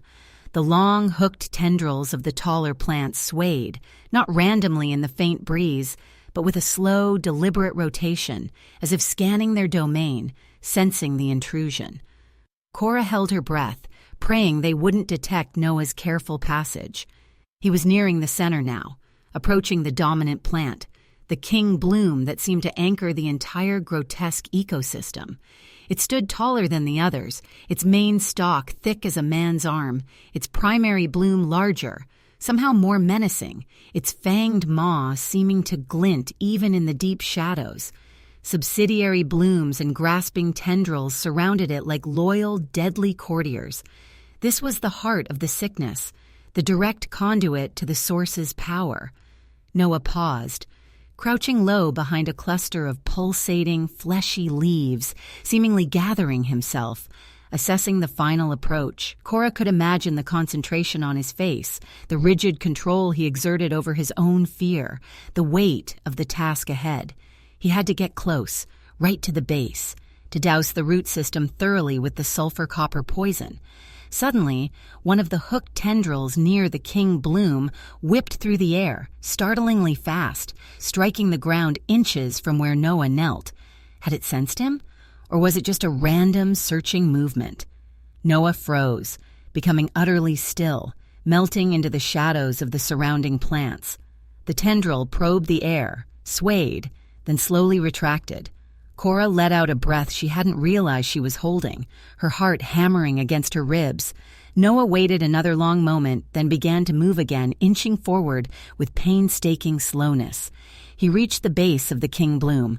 Cora could see him maneuvering the sprayer, aiming the nozzle directly at the dark soil where the thick stalk emerged. This was it. He began to pump the sprayer handle, and a stream of dark liquid hissed onto the ground around the king bloom's base. The acrid smell of the sulfur compound cut faintly through the cloying sweetness, a harsh chemical scent of defiance. Noah moved deliberately, soaking the soil thoroughly, circling the base, ensuring complete coverage. For a moment, nothing happened. The garden remained still, pulsing, watching. Then the king bloom reacted. It wasn't a sudden wilting or collapse. It was something far more violent, more terrifying. The giant central bloom seemed to shudder, its petals clenching slightly. The ground around its base darkened rapidly, the sulfur-copper mix sinking in, poisoning the earth. A low, guttural sound, like air being forced through thick liquid, emanated from the plant's core, a sound that shouldn't be possible, a sound of agony or rage. Then, all hell broke loose. The king bloom thrashed, its thick stalk whipping back and forth with incredible force. Its hooked tendrils lashed out blindly, furiously, tearing through nearby plants, sending ripped leaves and severed stems flying. The surrounding vegetation seemed to recoil, then surge in response, a wave of defensive, aggressive energy rippling through the entire enclosure. Tendrils writhed like snakes, barbed tips seeking a target. The glistening leaves of the devil's snares seemed to swell, their sticky surfaces gleaming with anticipation. The air grew thick, charged with menace, the sweet scent becoming overpowering, nauseating. Noah scrambled back, barely avoiding a lashing tendril that could have torn flesh from bone. He tried to keep the sprayer aimed, but the plant's violent thrashing made it impossible. He stumbled, falling hard amongst the lower-growing, pulsating leaves. "Noah!" Cora cried out, forgetting caution, starting towards the fence. "Stay back!" he yelled, his voice strained, pushing himself upright, batting away a grasping tendril with the heavy sprayer canister. He was too close, surrounded by the garden's fury. As he struggled to regain his footing, one of the thick, plum-colored leaves of a devil's snare plant nearby seemed to lunge towards him, wrapping with surprising speed around his boot. Noah kicked out violently, tearing the leaf, but not before its sticky surface left a glistening residue on his leather boot. Almost immediately, the leather began to smoke faintly, dissolving as if touched by acid. He needed the neutralizer, now. Ignoring his warning, driven by pure instinctual terror for his safety, Cora scrambled towards the fence, towards the spot where the devil's snares grew thickest, reaching through the lower gaps. She uncorked the container of B12 solution, ready to splash it through the fence onto his boot, onto the grasping leaves. But as she reached the fence line, focusing solely on Noah's struggle, she failed to notice the subtle shift in the ground beneath her own feet, just outside the enclosure. The soil here, near the fence, wasn't the pale, sandy dirt of the surrounding desert. It was darker, damper, contaminated perhaps by runoff from the garden's unnatural soil or by tendrils burrowing beneath the fence line. And something was moving within it. A network of fine, dark roots, thick as ropes, suddenly erupted from the ground around her ankles, coiling with astonishing speed and strength. Cora cried out in shock and pain as the roots tightened, digging into her flesh through her sturdy boots, anchoring her to the spot. They felt unnaturally strong, imbued with the garden's aggressive vitality. She stumbled, falling to her knees, dropping the container of B12 solution, which spilled uselessly into the thirsty, contaminated soil. Trapped. She was trapped. Not by the plants within the fence, but by the garden reaching out, claiming the ground beyond its apparent boundary. The sickness was spreading. Inside the enclosure, Noah saw her fall, saw the roots ensnaring her. His face contorted with alarm. He abandoned his struggle with the tendrils, turning towards her, towards the fence. But his movement was hampered by the burning boot, by the thrashing chaos around him. The king bloom, seemingly recovering from the initial shock of the poison, focused its fury. Its massive central stalk bent, lowering the giant, fanged bloom towards Noah with terrifying speed. It wasn't just lashing out blindly now, it was attacking with clear, malevolent intent. Cora watched in horror, struggling frantically against the binding roots, her stick useless, her injured hand throbbing. Noah raised the sprayer instinctively, trying to fend off the descending maw, but it was too late. The fanged petals gaped wide, revealing a dark, viscous interior, and lunged. But it didn't strike Noah directly. Instead, it seemed to inhale sharply, drawing in a huge gasp of air, and with it, the concentrated fumes of the sulfur-copper compound still lingering around Noah, around the sprayer he held defensively before him. The effect was instantaneous and catastrophic. The bloom convulsed violently, the guttural sound rising to a horrific, tearing shriek. The fanged petals curled inwards, turning black at the edges as if burned from the inside out.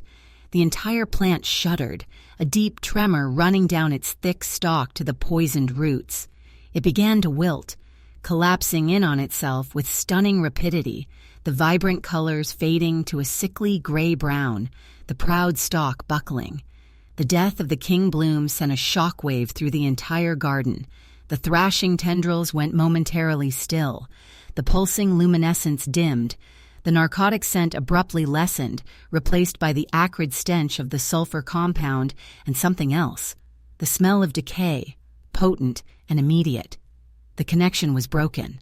The heart had stopped. Noah stared, breathing heavily, momentarily stunned by the sudden, violent demise of his adversary. Then, remembering Cora, he scrambled towards the fence, ignoring the now weakening struggles of the surrounding plants. The devil's snare leaf still clinging to his boot had ceased its corrosive action, its fleshy surface turning flaccid and gray. He reached the fence near Cora, dropping the now empty sprayer. "The roots!" she gasped, still fighting against their tenacious grip. Noah didn't hesitate. Drawing a large hunting knife from his belt, he knelt and began hacking furiously at the thick, ropey roots binding her ankles. They were tough, fibrous, resisting the blade, but Noah attacked them with a desperate strength, severing them one by one. The cut ends oozed a dark, viscous sap that smoked faintly where it touched the contaminated soil. Finally, he cut through the last root, freeing her. He pulled her back, away from the fence, away from the dying garden, supporting her weight as she sagged against him, trembling uncontrollably. They clung to each other for a moment, breathing raggedly, surveying the scene. The garden was dying. The vibrant, aggressive growth was collapsing, wilting, turning gray and brown before their eyes. The hooked tendrils lay limp. The glistening leaves were losing their sheen, shriveling. The crimson bells hung like withered rags. The pervasive, cloying sweetness was gone, replaced by the stink of chemical poison and rapid decomposition. It was a scene of utter, unnatural decay, swift and absolute. The poison had worked, striking the heart, poisoning the soil, severing the connection to the source. It had killed the beast. But as Cora looked at the dying garden, at the half-consumed body still tangled in the now limp devil's snare leaves, at the dark contaminated soil spreading beyond the fence line, a chilling thought arose. They had killed the garden cultivated here, the monstrous offspring, but had they killed the source? The ancient power sleeping beneath the badger hole, the energy that fueled this unnatural life? Or had they merely pruned a particularly virulent branch, leaving the root intact, waiting for another ambitious fool like Thomas to come digging, to start the cycle anew? What truly grew in the Garden of Bones wasn't just the predatory plants. It was obsession. It was greed. It was the seductive lure of forbidden power, the hunger for knowledge and control that disregarded ancient warnings and natural limits. It was the poison in the human heart that allowed such monstrosities to take root and flourish.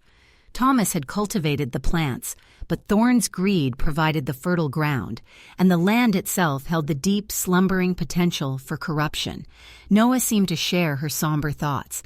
He looked from the dying garden towards the distant foothills where the Badger Hole mine lay hidden. "We stopped this," he said, his voice low, weary. "But the sickness, the source, it's still out there." He helped Cora limp further away from the enclosure, towards the gray light of dawn now spreading across the sky. And Thorne, he won't care that the garden is dead. He'll still want the seeds. He'll still want control of the source. He'll still want revenge. The victory felt hollow, overshadowed by the larger, more insidious threats that remained.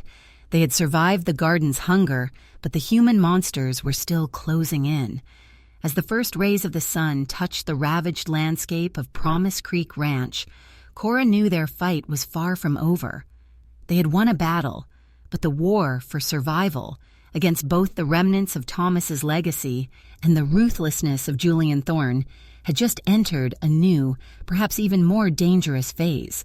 The poison kiss of revelation had shown them the enemy's face, but the path to truly neutralizing the poison remained shrouded in uncertainty and shadow. Chapter 21. A Choice Watered with Tears.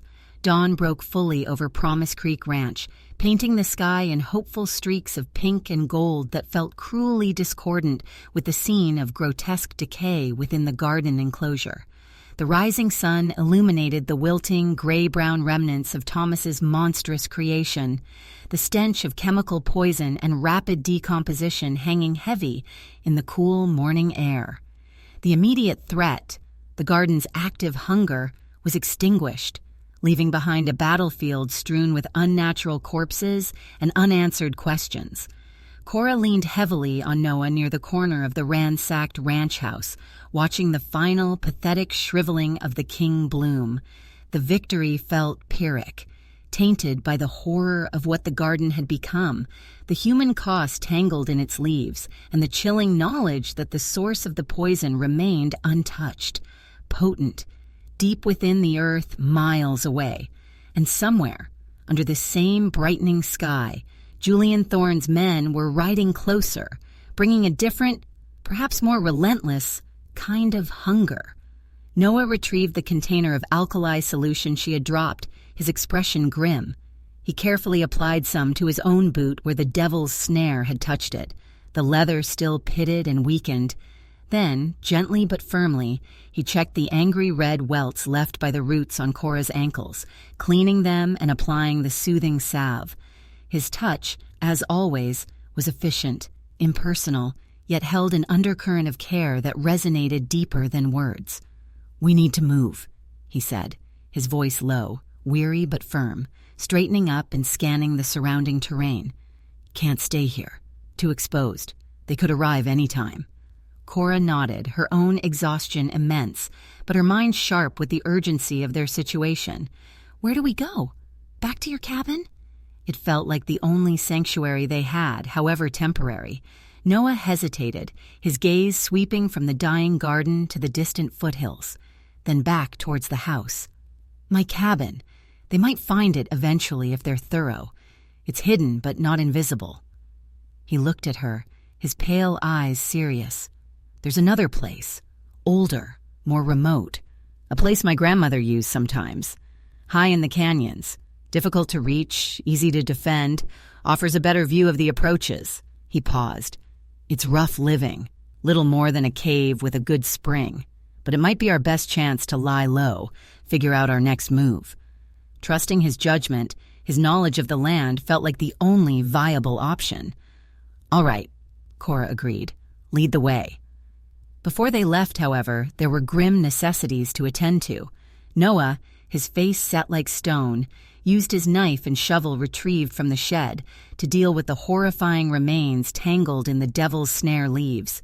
He worked quickly, grimly, affording the unknown man, Pike or Ray, Thorne's tool regardless, a shallow, unmarked grave some distance from the enclosure, covering it with rocks. Cora turned away, unable to watch, the metallic scent of blood mingling sickeningly with the chemical stench of the dying garden. It was another death laid at the feet of Thomas's obsession, another casualty in Thorne's ruthless pursuit of power. Then there was the matter of the house, the scattered research. "We can't leave this for Thorne," Cora insisted, gesturing towards the ransacked cabin. "The journals, the ledger, the formula for N7, the notes on the plant's vulnerabilities. It was dangerous knowledge. Better destroyed than allowed to fall into Thorne's hands." Noah nodded in agreement. They made a quick final sweep of the cabin and shed, gathering every scrap of paper related to Thomas's research, including the tin box with the chemical vials Noah had found. They piled it all in the center of the main room. Noah hesitated, looking at the pile, then at Cora. "Burning it feels right," he said quietly. "Like Ashton wanted, wiping the slate clean." "Yes," Cora agreed, though a part of her, the scientist, mourned the loss of knowledge, however tainted. But the risk was too great. This poison needed to be contained, its secrets buried. Noah methodically built a small pyre, adding dry kindling, then touched a match to it. Flames licked upwards, catching quickly on the dry paper, the brittle notebooks. They stood together in the doorway, watching the fire consume Thomas's legacy. The meticulous sketches, the frantic formulas, the ledger detailing his descent, the journals chronicling his fatal journey from discovery to damnation.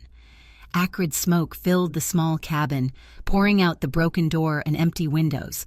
It felt like a funeral pyre, not just for Thomas Ashton, but for the dangerous dream he had pursued. Only one element remained unaccounted for: the seeds, the prime stock, the very heart of the source's potential, still safely tucked away in the leather pouch inside Noah's saddlebag. As the fire roared, casting flickering light on their grim faces, Cora looked at Noah. "The seeds, Noah. What do we do with them?" He met her gaze, his expression unreadable. He reached into his saddlebag, retrieving the small, heavy pouch. He held it for a long moment, seeming to weigh more than just its physical presence. Destroying them? How? Burning might not work. Scattering them feels wrong. Burying them... He shook his head. They came from the earth down there. Putting them back might just feed the source. "My grandmother," he continued slowly, his voice thoughtful, spoke of containing powerful, dangerous things, not always destroying them.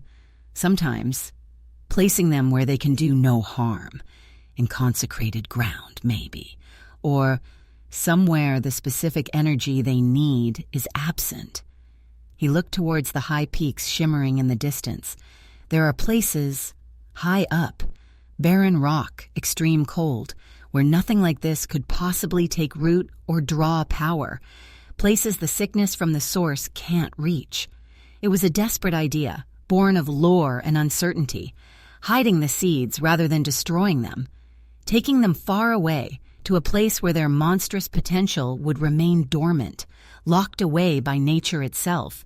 It felt incomplete, unsatisfactory, yet perhaps safer than any attempt at outright destruction that might fail or backfire.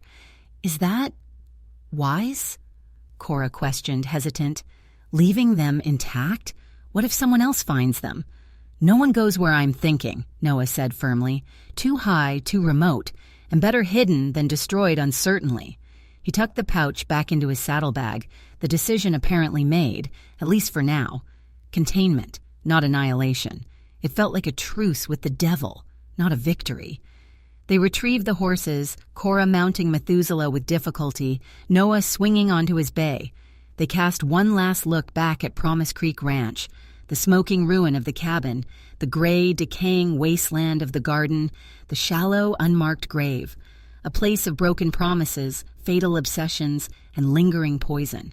Then, turning their backs on it, they rode out, heading not west towards Noah's hidden cabin, but south, towards the rugged, towering mountain ranges that formed the spine of this territory, towards the high, barren places Noah spoke of, towards containment. The journey took them 2 full days, pushing the horses and themselves to the limits of endurance. They traveled through winding canyons, across high mesas dotted with piñon and juniper, climbing steadily higher into the clearer, colder air of the mountains. Noah navigated with unerring instinct, choosing paths that offered concealment and avoiding areas where they might encounter other travelers, prospectors, hunters, or thorn-searching riders. Cora's injuries protested every mile, but the urgency of their mission, the need to secure the seeds, fueled her resolve. They spoke little during the ride, conservation of energy paramount. Yet a quiet understanding flowed between them, shared meals by small, smokeless fires at night, the vigilance with which Noah watched over her while she rested, the way she learned to read the subtle shifts in his expression, the way he seemed to anticipate her needs before she voiced them.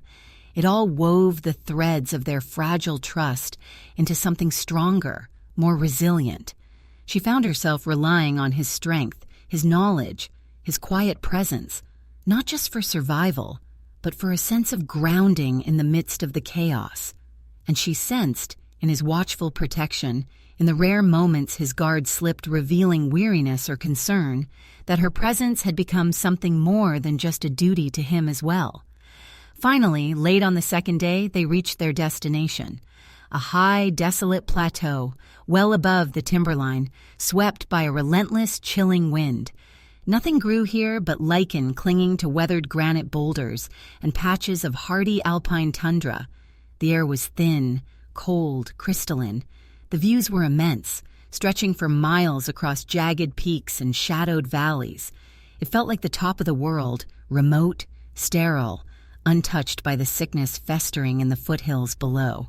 Noah dismounted, his breath pluming in the cold air. He scanned the barren landscape, then nodded towards a massive, sentinel-like rock formation dominating the plateau. "There, place my grandmother called Sky Needle. Said the wind here carries away bad spirits and bad seeds." He took the leather pouch from his saddlebag one last time.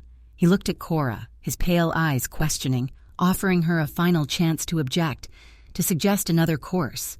Cora thought of Thomas, consumed by his desire to cultivate, to control. She thought of Thorn, driven by greed. She thought of the hungry garden, its unnatural vitality. Destruction felt right, emotionally satisfying. But Noah's caution, rooted in ancient wisdom and respect for forces poorly understood, felt wiser. Containing the potential, locking it away where it couldn't harm, felt like the responsible choice, however imperfect. She met his gaze and nodded slowly. Containment. It feels safer. Together, they approached the Sky Needle. Near its base, Noah found a deep, narrow crevice in the granite, sheltered from the worst of the wind and weather. Carefully, almost reverently, he placed the leather pouch deep within the crevice, wedging it securely beneath smaller rocks, ensuring it wouldn't be easily dislodged or discovered. As he straightened up, dusting off his hands, a profound sense of relief washed over Cora, mingled with a lingering unease. The seeds were hidden, secured, removed from the immediate conflict, but they still existed. A dormant threat, a forgotten truth waiting perhaps for some future time, some other unwitting hand to unearth them. They stood there for a moment in silence. The vast, indifferent panorama spread out before them, the cold wind whipping strands of hair across Cora's face. The immediate task was done. The seeds were contained. The garden was dead. Thomas's direct legacy was neutralized, or at least sequestered. But the future remained terrifyingly uncertain. Julian Thorne was still out there. His men were still searching. They knew Cora existed. They knew Noah had interfered. They wouldn't simply give up. And Noah and Cora, what now? Return to his cabin and wait for the inevitable confrontation? Try to disappear? Flee the territory altogether? Noah turned to her, his expression somber, the lines of weariness deep around his eyes. It's done, for now. He looked out towards the distant, hazy lowlands where Promise Creek lay. But Thorne won't rest. What do we do, Noah? Cora asked, the question raw, vulnerable. Her life, her future, felt inextricably tangled with his. He held her gaze for a long moment, the wind tugging at his dark hair, the vast landscape dwarfing their small figures. She saw a conflict in his eyes, a weighing of options, risks, perhaps even desires he rarely allowed himself to acknowledge. "We can run," he said finally, his voice low. "Head further south, maybe west towards California. Try to lose ourselves. Thorne's reach is long, but maybe not that long." He paused. "Or we can stay. Go back to my place. Fortify it. Prepare. Wait for him." Running felt like cowardice, like abandoning everything, leaving the source unchecked, the land vulnerable. But staying felt like choosing a siege, a potentially fatal confrontation against a man with resources and ruthlessness far exceeding their own. "Staying, Missai, seems like suicide," Cora whispered, voicing her fear. "Maybe," Noah conceded, "but running feels like leaving unfinished business, leaving the root of the poison to fester." He looked at her intently. There might be another way, not running, not waiting to be attacked, taking the fight to him. Cora stared at him. Taking the fight to Julian Thorne? A wealthy, influential man, protected by hired guns? It sounded even more reckless than staying put. "How?" she breathed. "Thorne has enemies," Noah said slowly. "Other ranchers he's squeezed, men he's cheated, maybe even people within his own organization who fear or resent him." His eyes held a calculating glint. "And we have knowledge of what he's really after." Knowledge of the danger Ashton unleashed. Knowledge Thorn wouldn't want made public. He looked towards Tucson, far off in the hazy distance. Maybe the law can't touch him directly, but exposure, scandal, fear, sometimes those are sharper weapons than bullets. It was a daring, dangerous gamble, using information as a weapon, trying to turn Thorn's own ruthlessness, his secrecy, against him. It would require allies, careful planning, immense risk, but it offered something neither running nor passively waiting did, a chance to fight back on their own terms, a chance to perhaps neutralize Thorn himself, the human source of so much of the poison. The choice lay before her, stark and terrifying. Flee, abandoning the fight, seeking only personal survival, hunker down, facing a near-certain, violent confrontation, or gamble everything on a desperate, audacious plan to expose Thorn, using truth as their weapon. She looked at Noah, at the quiet strength in his face, the grim determination in his eyes, the shared history of loss and survival that now bound them together. She thought of Thomas's wasted life, the unmarked grave by the garden, the ancient warnings ignored, the poison still sleeping beneath the earth.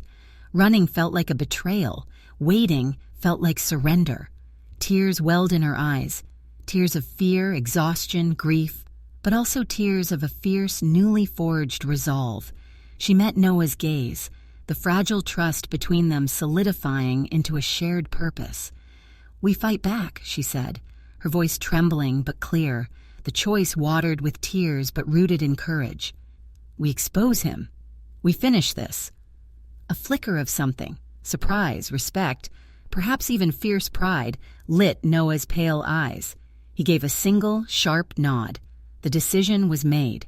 Together they would face the human monster, armed with forgotten truths and the dangerous knowledge gleaned from the Garden of Bones.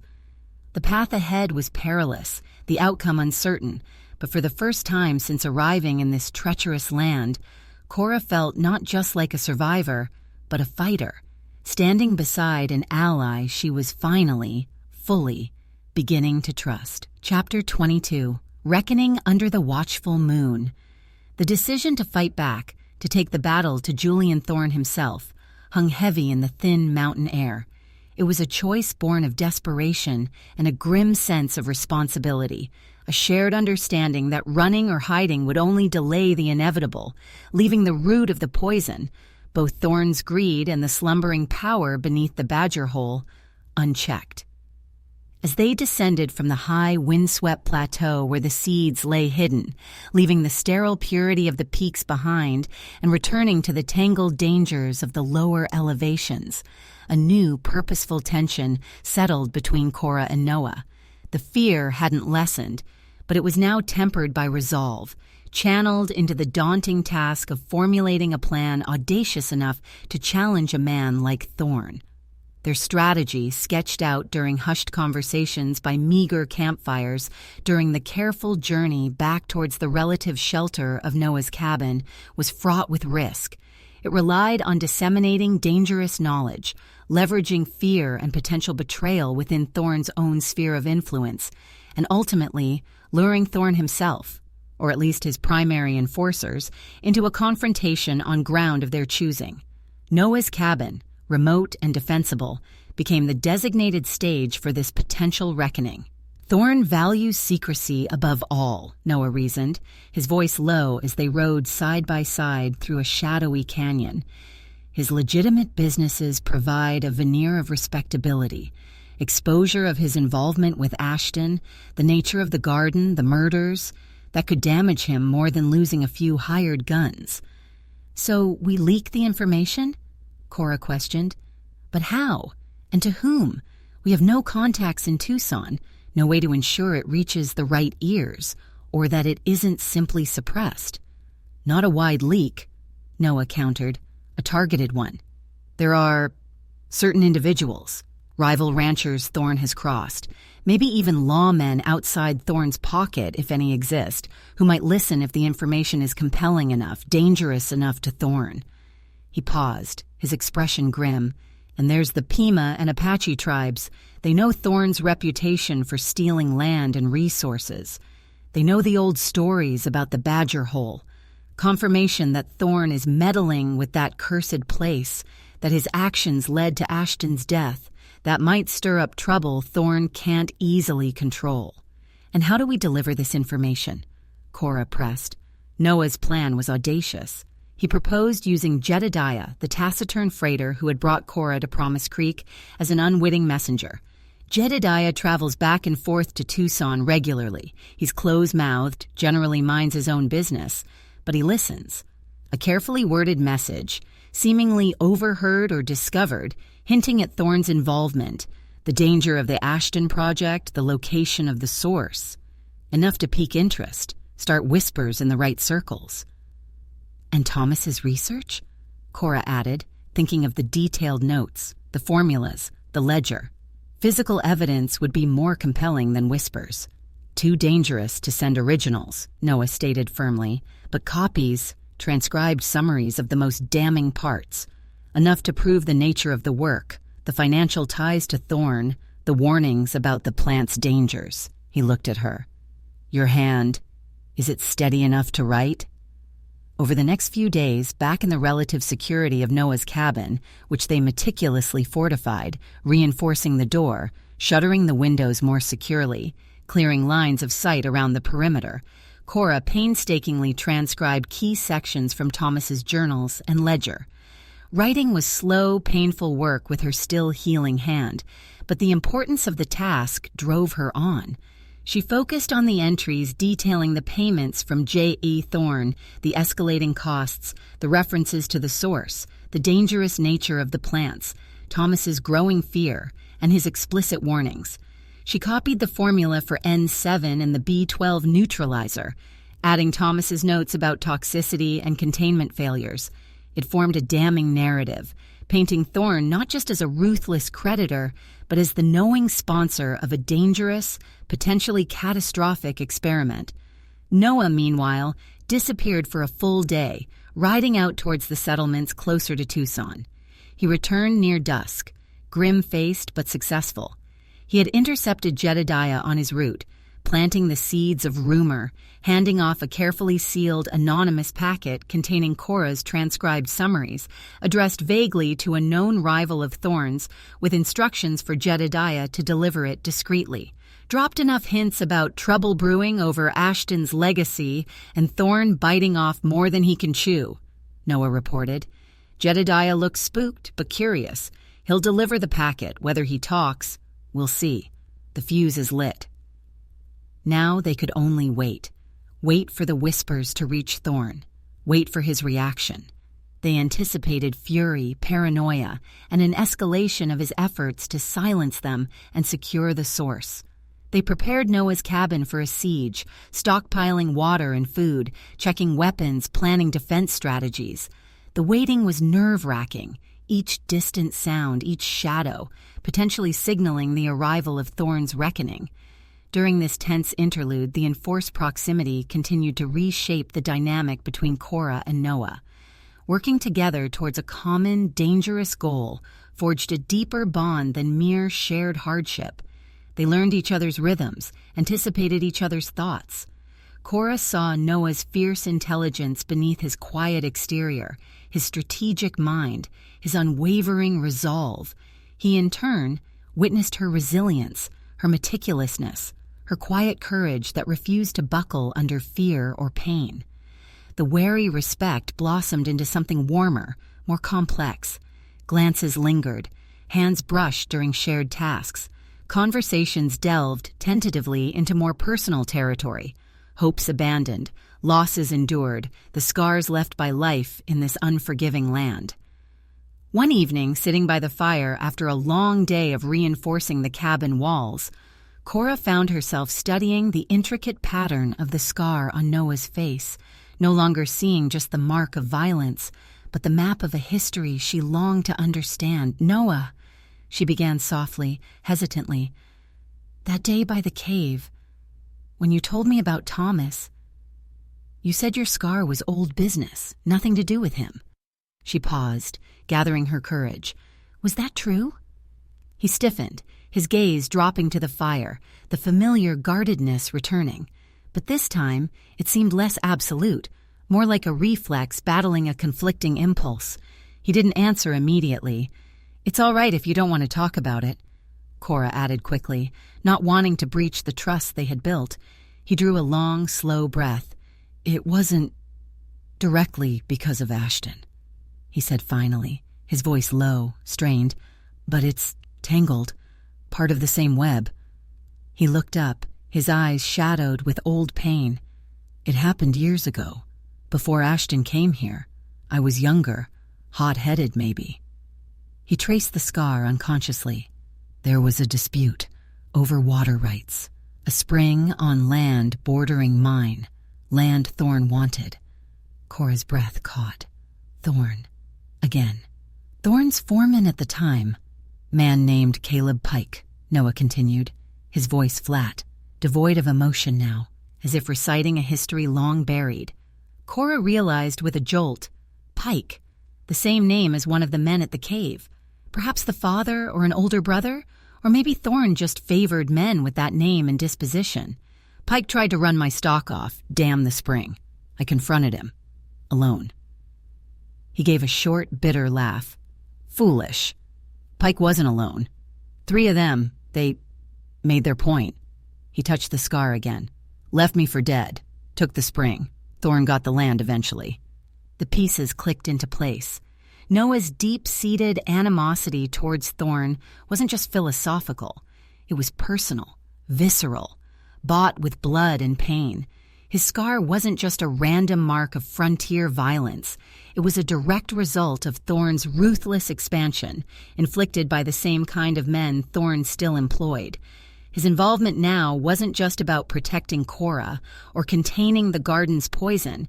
It was also about old scores, about a reckoning long overdue. "Noah, I'm so sorry," Cora whispered, the revelation adding another layer to her understanding of his burdens, his motivations. He shrugged, dismissing her sympathy, though his eyes remained shadowed. "Like I said, old business, but it taught me Thorn doesn't stop. He takes what he wants, destroys whatever's in his way. Ashton was just another obstacle, like that spring, like me, back then." He met her gaze, his own suddenly fierce. "That's why we can't run, Cora. Men like Thorn, you don't escape them by running. You face them, or they hunt you down eventually anyway." His confession, raw and painful, solidified Cora's resolve. Their fight wasn't just about survival or containing a botanical horror. It was about justice.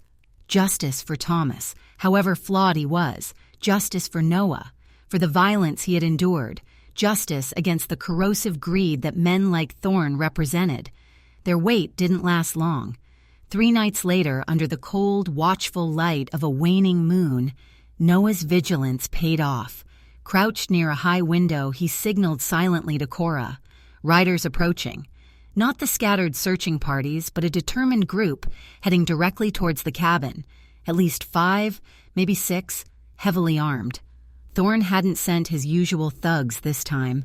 This felt different, more purposeful. Had the rumors reached him?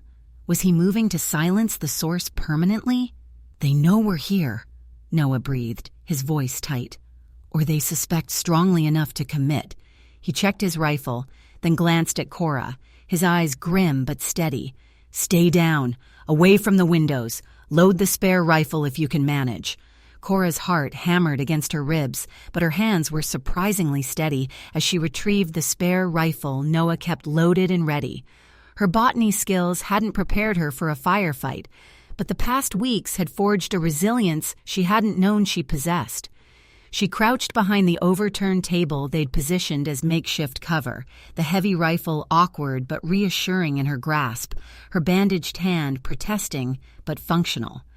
Outside, the riders drew closer, then spread out, circling the cabin, testing its defenses. A harsh voice called out, laced with authority and menace, a voice different from Pike's or Ray's. "Noah, we know you're in there, and the woman, Thorn wants a word. Come out peaceful, maybe things don't get ugly." Noah didn't answer. He remained positioned near a narrow firing slit he'd created beside the reinforced door, rifle ready, waiting. "Don't be stupid, Noah," the voice called again, closer now. "We know about the garden, about Ashton, about the seeds you took. Thorn knows everything. Just give us the seeds and the woman, and you might just walk away from this." So the rumors had reached Thorn, and he knew about the seeds, but his offer was clearly a lie, a tactic to lure them out. Still, Noah remained silent, forcing their hand. A moment of tense silence, then the sharp crack of a rifle shattered the night, the bullet thudding harmlessly into the thick log wall near the window. The siege had begun. Gunfire erupted from multiple points around the cabin as Thorn's men opened fire, probing for weaknesses. Bullets splintered the shutters, ricocheted off the stone hearth. Cora flinched, pressing herself lower behind the table, the noise deafening, terrifying. Noah returned fire sparingly, precisely, aiming not necessarily to kill but to discourage, to make them keep their distance. He moved between firing slits, presenting a shifting target, his shots carefully placed. Cora, despite her fear, found herself watching him, awed by his calm competence under fire, his movements fluid and economical even amidst the chaos. The firefight raged for what felt like an eternity. Bullets whining, wood splintering, the acrid smell of gunpowder filling the small cabin.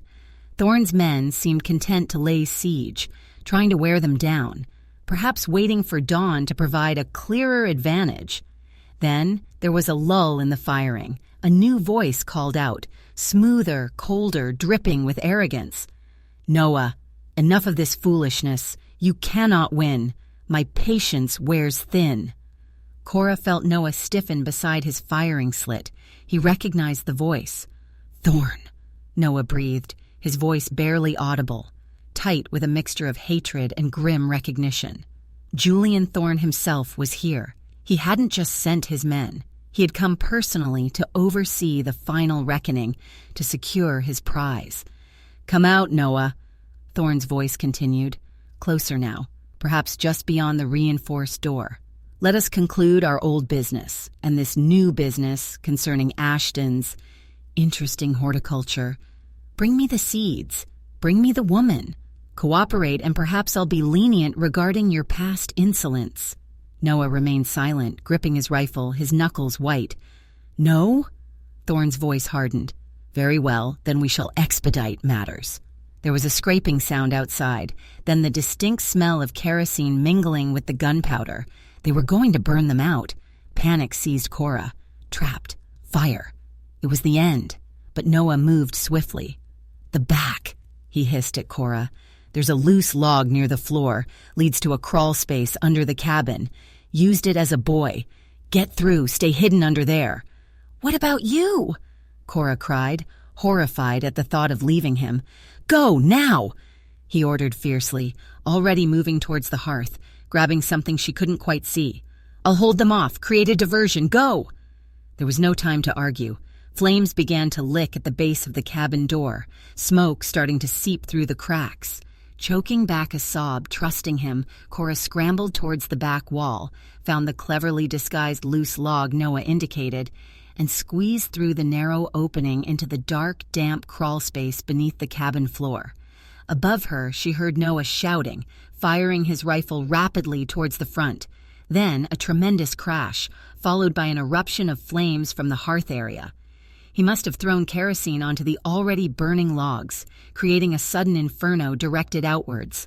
Shouts of surprise and pain came from outside near the front, Noah's diversion. But then, more gunfire, concentrated, furious, directed towards the back of the cabin where Noah must have retreated. A heavy thud, silence. "Noah?" Cora whispered frantically from beneath the floorboards, tears streaming down her face. "Noah!" No answer. Only the roar of the flames now consuming the front of the cabin, the triumphant shouts of Thorn's men outside, and the terrifying, crushing silence where Noah's defiance had been. Had he made it? Was he hit? Or had Thorn's reckoning finally claimed him, leaving Cora alone again, buried alive beneath the burning remnants of their last sanctuary, the price of forgotten truths becoming terrifyingly, devastatingly clear, under the cold, watchful eye of the moon? Epilogue.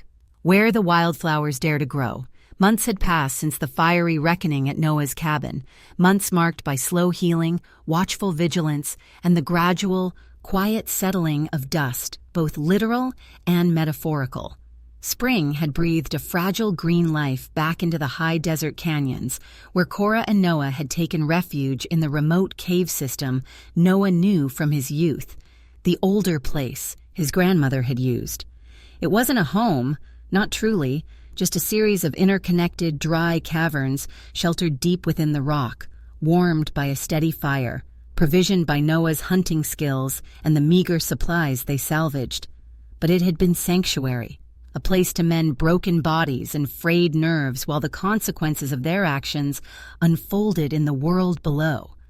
Cora sat near the mouth of the main cave, bathed in the warm afternoon sunlight filtering down through a crack high above.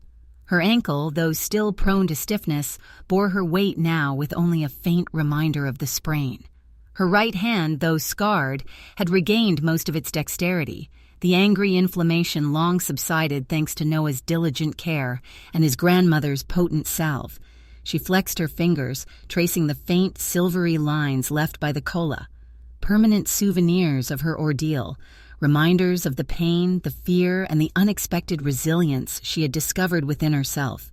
She held a small, smooth stone in her palm, warmed by the sun, turning it over and over.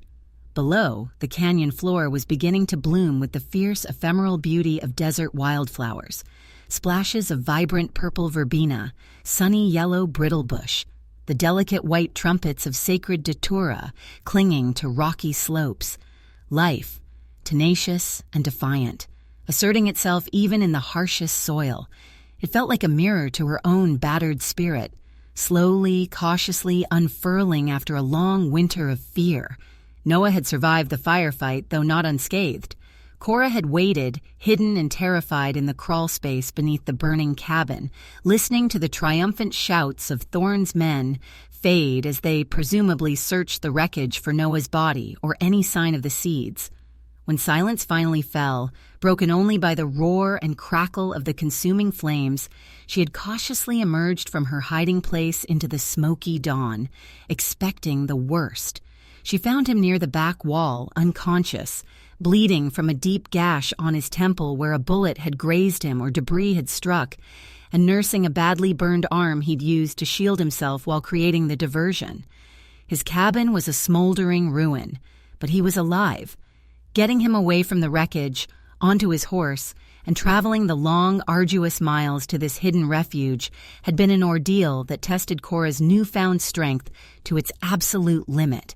She had tended his wounds as best she could, drawing on his own instructions, her basic knowledge, and sheer desperate necessity. For days, he had drifted in and out of consciousness, feverish, vulnerable in a way she had never imagined seeing him.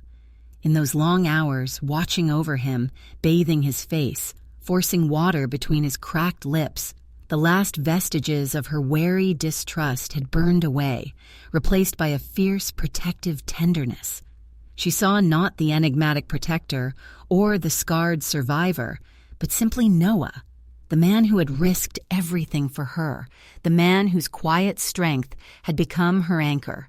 When his fever finally broke and his pale eyes opened, focusing on her face with weary recognition, the unspoken connection between them solidified into something profound, something that needed no words. He had accepted her care with a quiet gratitude, a vulnerability that felt like the greatest trust he could offer. Their shared ordeal, their mutual reliance, had forged a bond stronger than any promise, deeper than any confession. News from the world below filtered back slowly, carried by the wind, by cautious trips Noah made closer to the settlements, by chance encounters with trusted Pima contacts who moved quietly through the territory. The whispers they had started, amplified perhaps by Jedediah's cautious gossip or the delivery of Cora's transcribed notes, had indeed found fertile ground. Julian Thorne, already disliked and feared by many, found himself facing inconvenient questions. Rivals smelling weakness and opportunity began circling. Ranchers he had bullied found new courage to voice old grievances.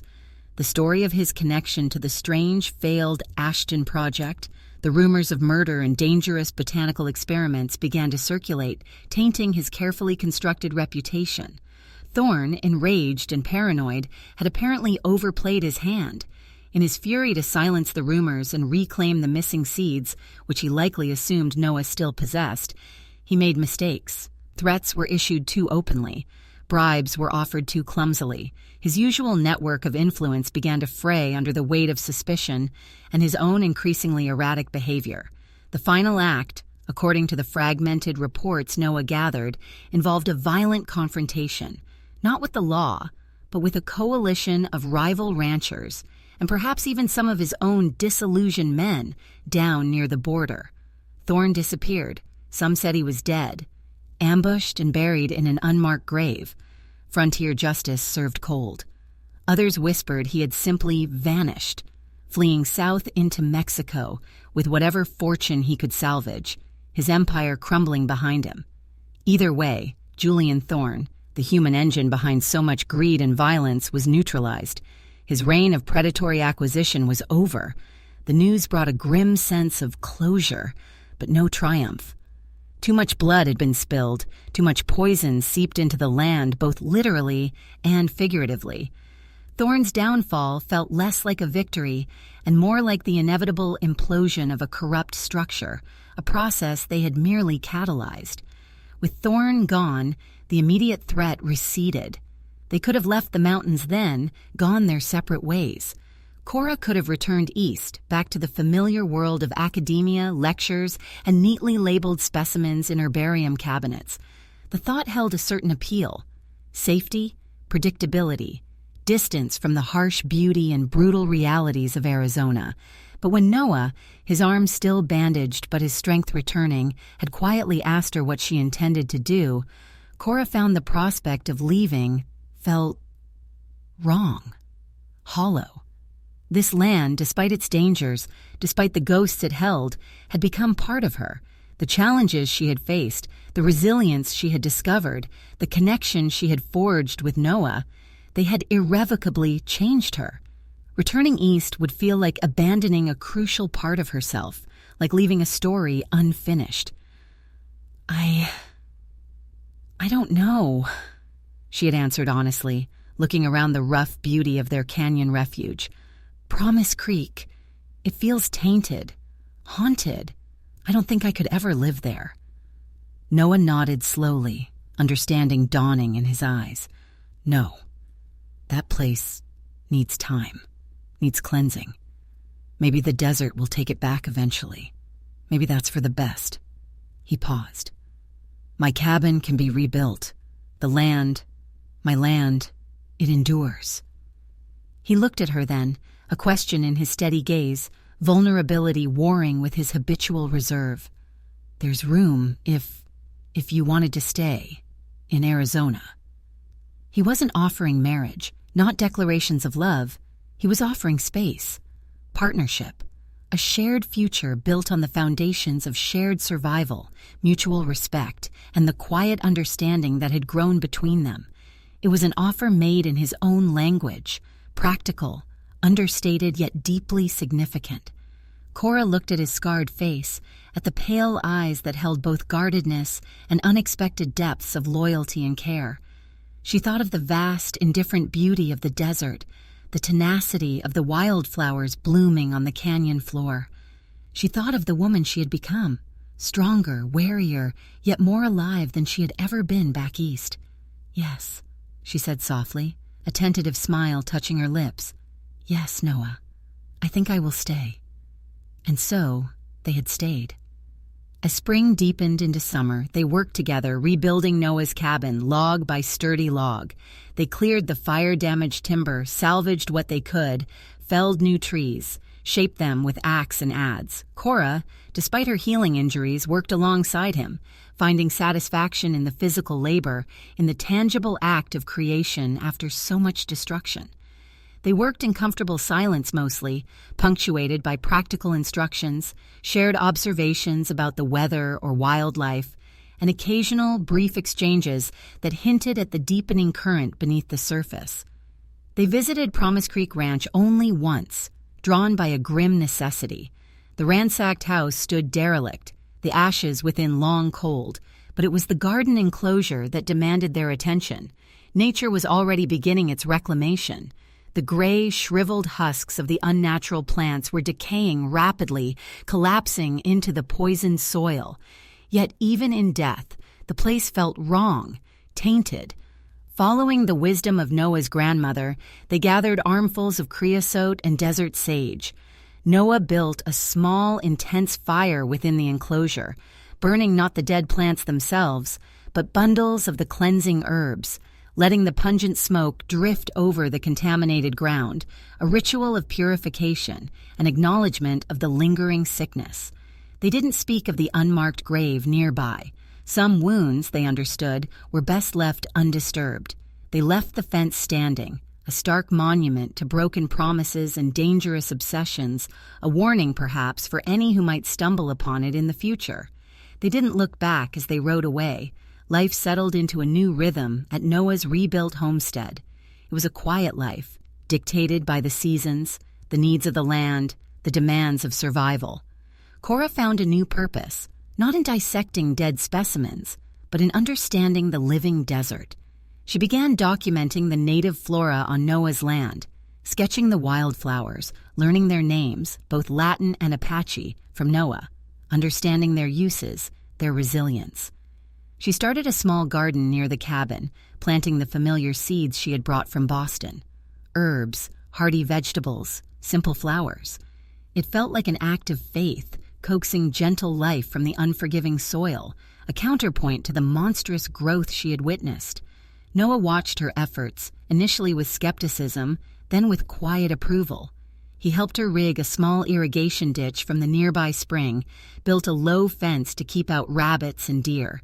He shared his knowledge of the soil, the water, the subtle signs of the changing seasons, and sometimes, in the evenings, sitting by the fire, he would tell her more stories his grandmother had taught him, not just of curses and dangers, but of healing, of balance, of living with the land, not just upon it. Their relationship remained largely unspoken, yet undeniable. They shared the small cabin, the daily tasks, the quiet evenings. They relied on each other, trusted each other, found comfort in each other's presence. There were moments, a shared glance across the fire, a lingering touch as he helped her over rough ground, a quiet word of encouragement that spoke volumes more than any grand declaration could. It was a love forged in fire, tempered by hardship, scarred but resilient, like the landscape itself. It wasn't the passionate intellectual connection she'd thought she had with Thomas, but something quieter, deeper, rooted in mutual respect, shared survival, and an understanding that transcended words. One clear, cool evening, as the first stars began to prick the twilight sky, Cora stood outside the cabin, looking towards the high, distant peaks where the Sky Needle stood sentinel, guarding its hidden, dangerous secret. The seeds, the potential for the cycle to begin anew. It was a sobering thought, a reminder that some poisons could only be contained, not eradicated. Noah came to stand beside her, following her gaze. He didn't need to ask what she was thinking. The knowledge lay between them, a silent pact. "They'll stay hidden," he said quietly, his voice firm. "The mountain keeps its secrets well." "But the knowledge," Cora murmured. "What Thomas learned, what Thorne sought. Others might stumble on it again." "Maybe," Noah conceded. "The world has its share of ambitious fools, but knowledge ain't the same as wisdom." He looked down at her, his expression softening in the dim light. "Wisdom is knowing what's best left undisturbed, knowing the price. We know the price, Cora. We paid it." He reached out, taking her hand, her scarred right hand, in his own calloused one. His touch was warm, steady, grounding. It wasn't a possessive gesture, but one of quiet solidarity, of partnership. "What grows here now," he said, his gaze sweeping over the quiet homestead, the darkening land settling finally back on her, "is up to us." Cora looked at their joined hands, then up at his face, seeing the strength, the resilience, the quiet loyalty etched there alongside the old scars. The desert wind whispered around them, carrying the clean scent of sage and pine, carrying the promise of the coming night, carrying perhaps the tentative hope of a future built not on forgotten truths, but on hard-won wisdom and the courage to choose life, even in the shadow of the past. The Garden of Bones was dead, reclaimed by the desert. But here, in this remote corner of a treacherous land, something new, something unexpected, something perhaps even beautiful, was daring to grow. And that, Cora knew, holding Noah's hand under the watchful desert moon, was a truth worth tending the end.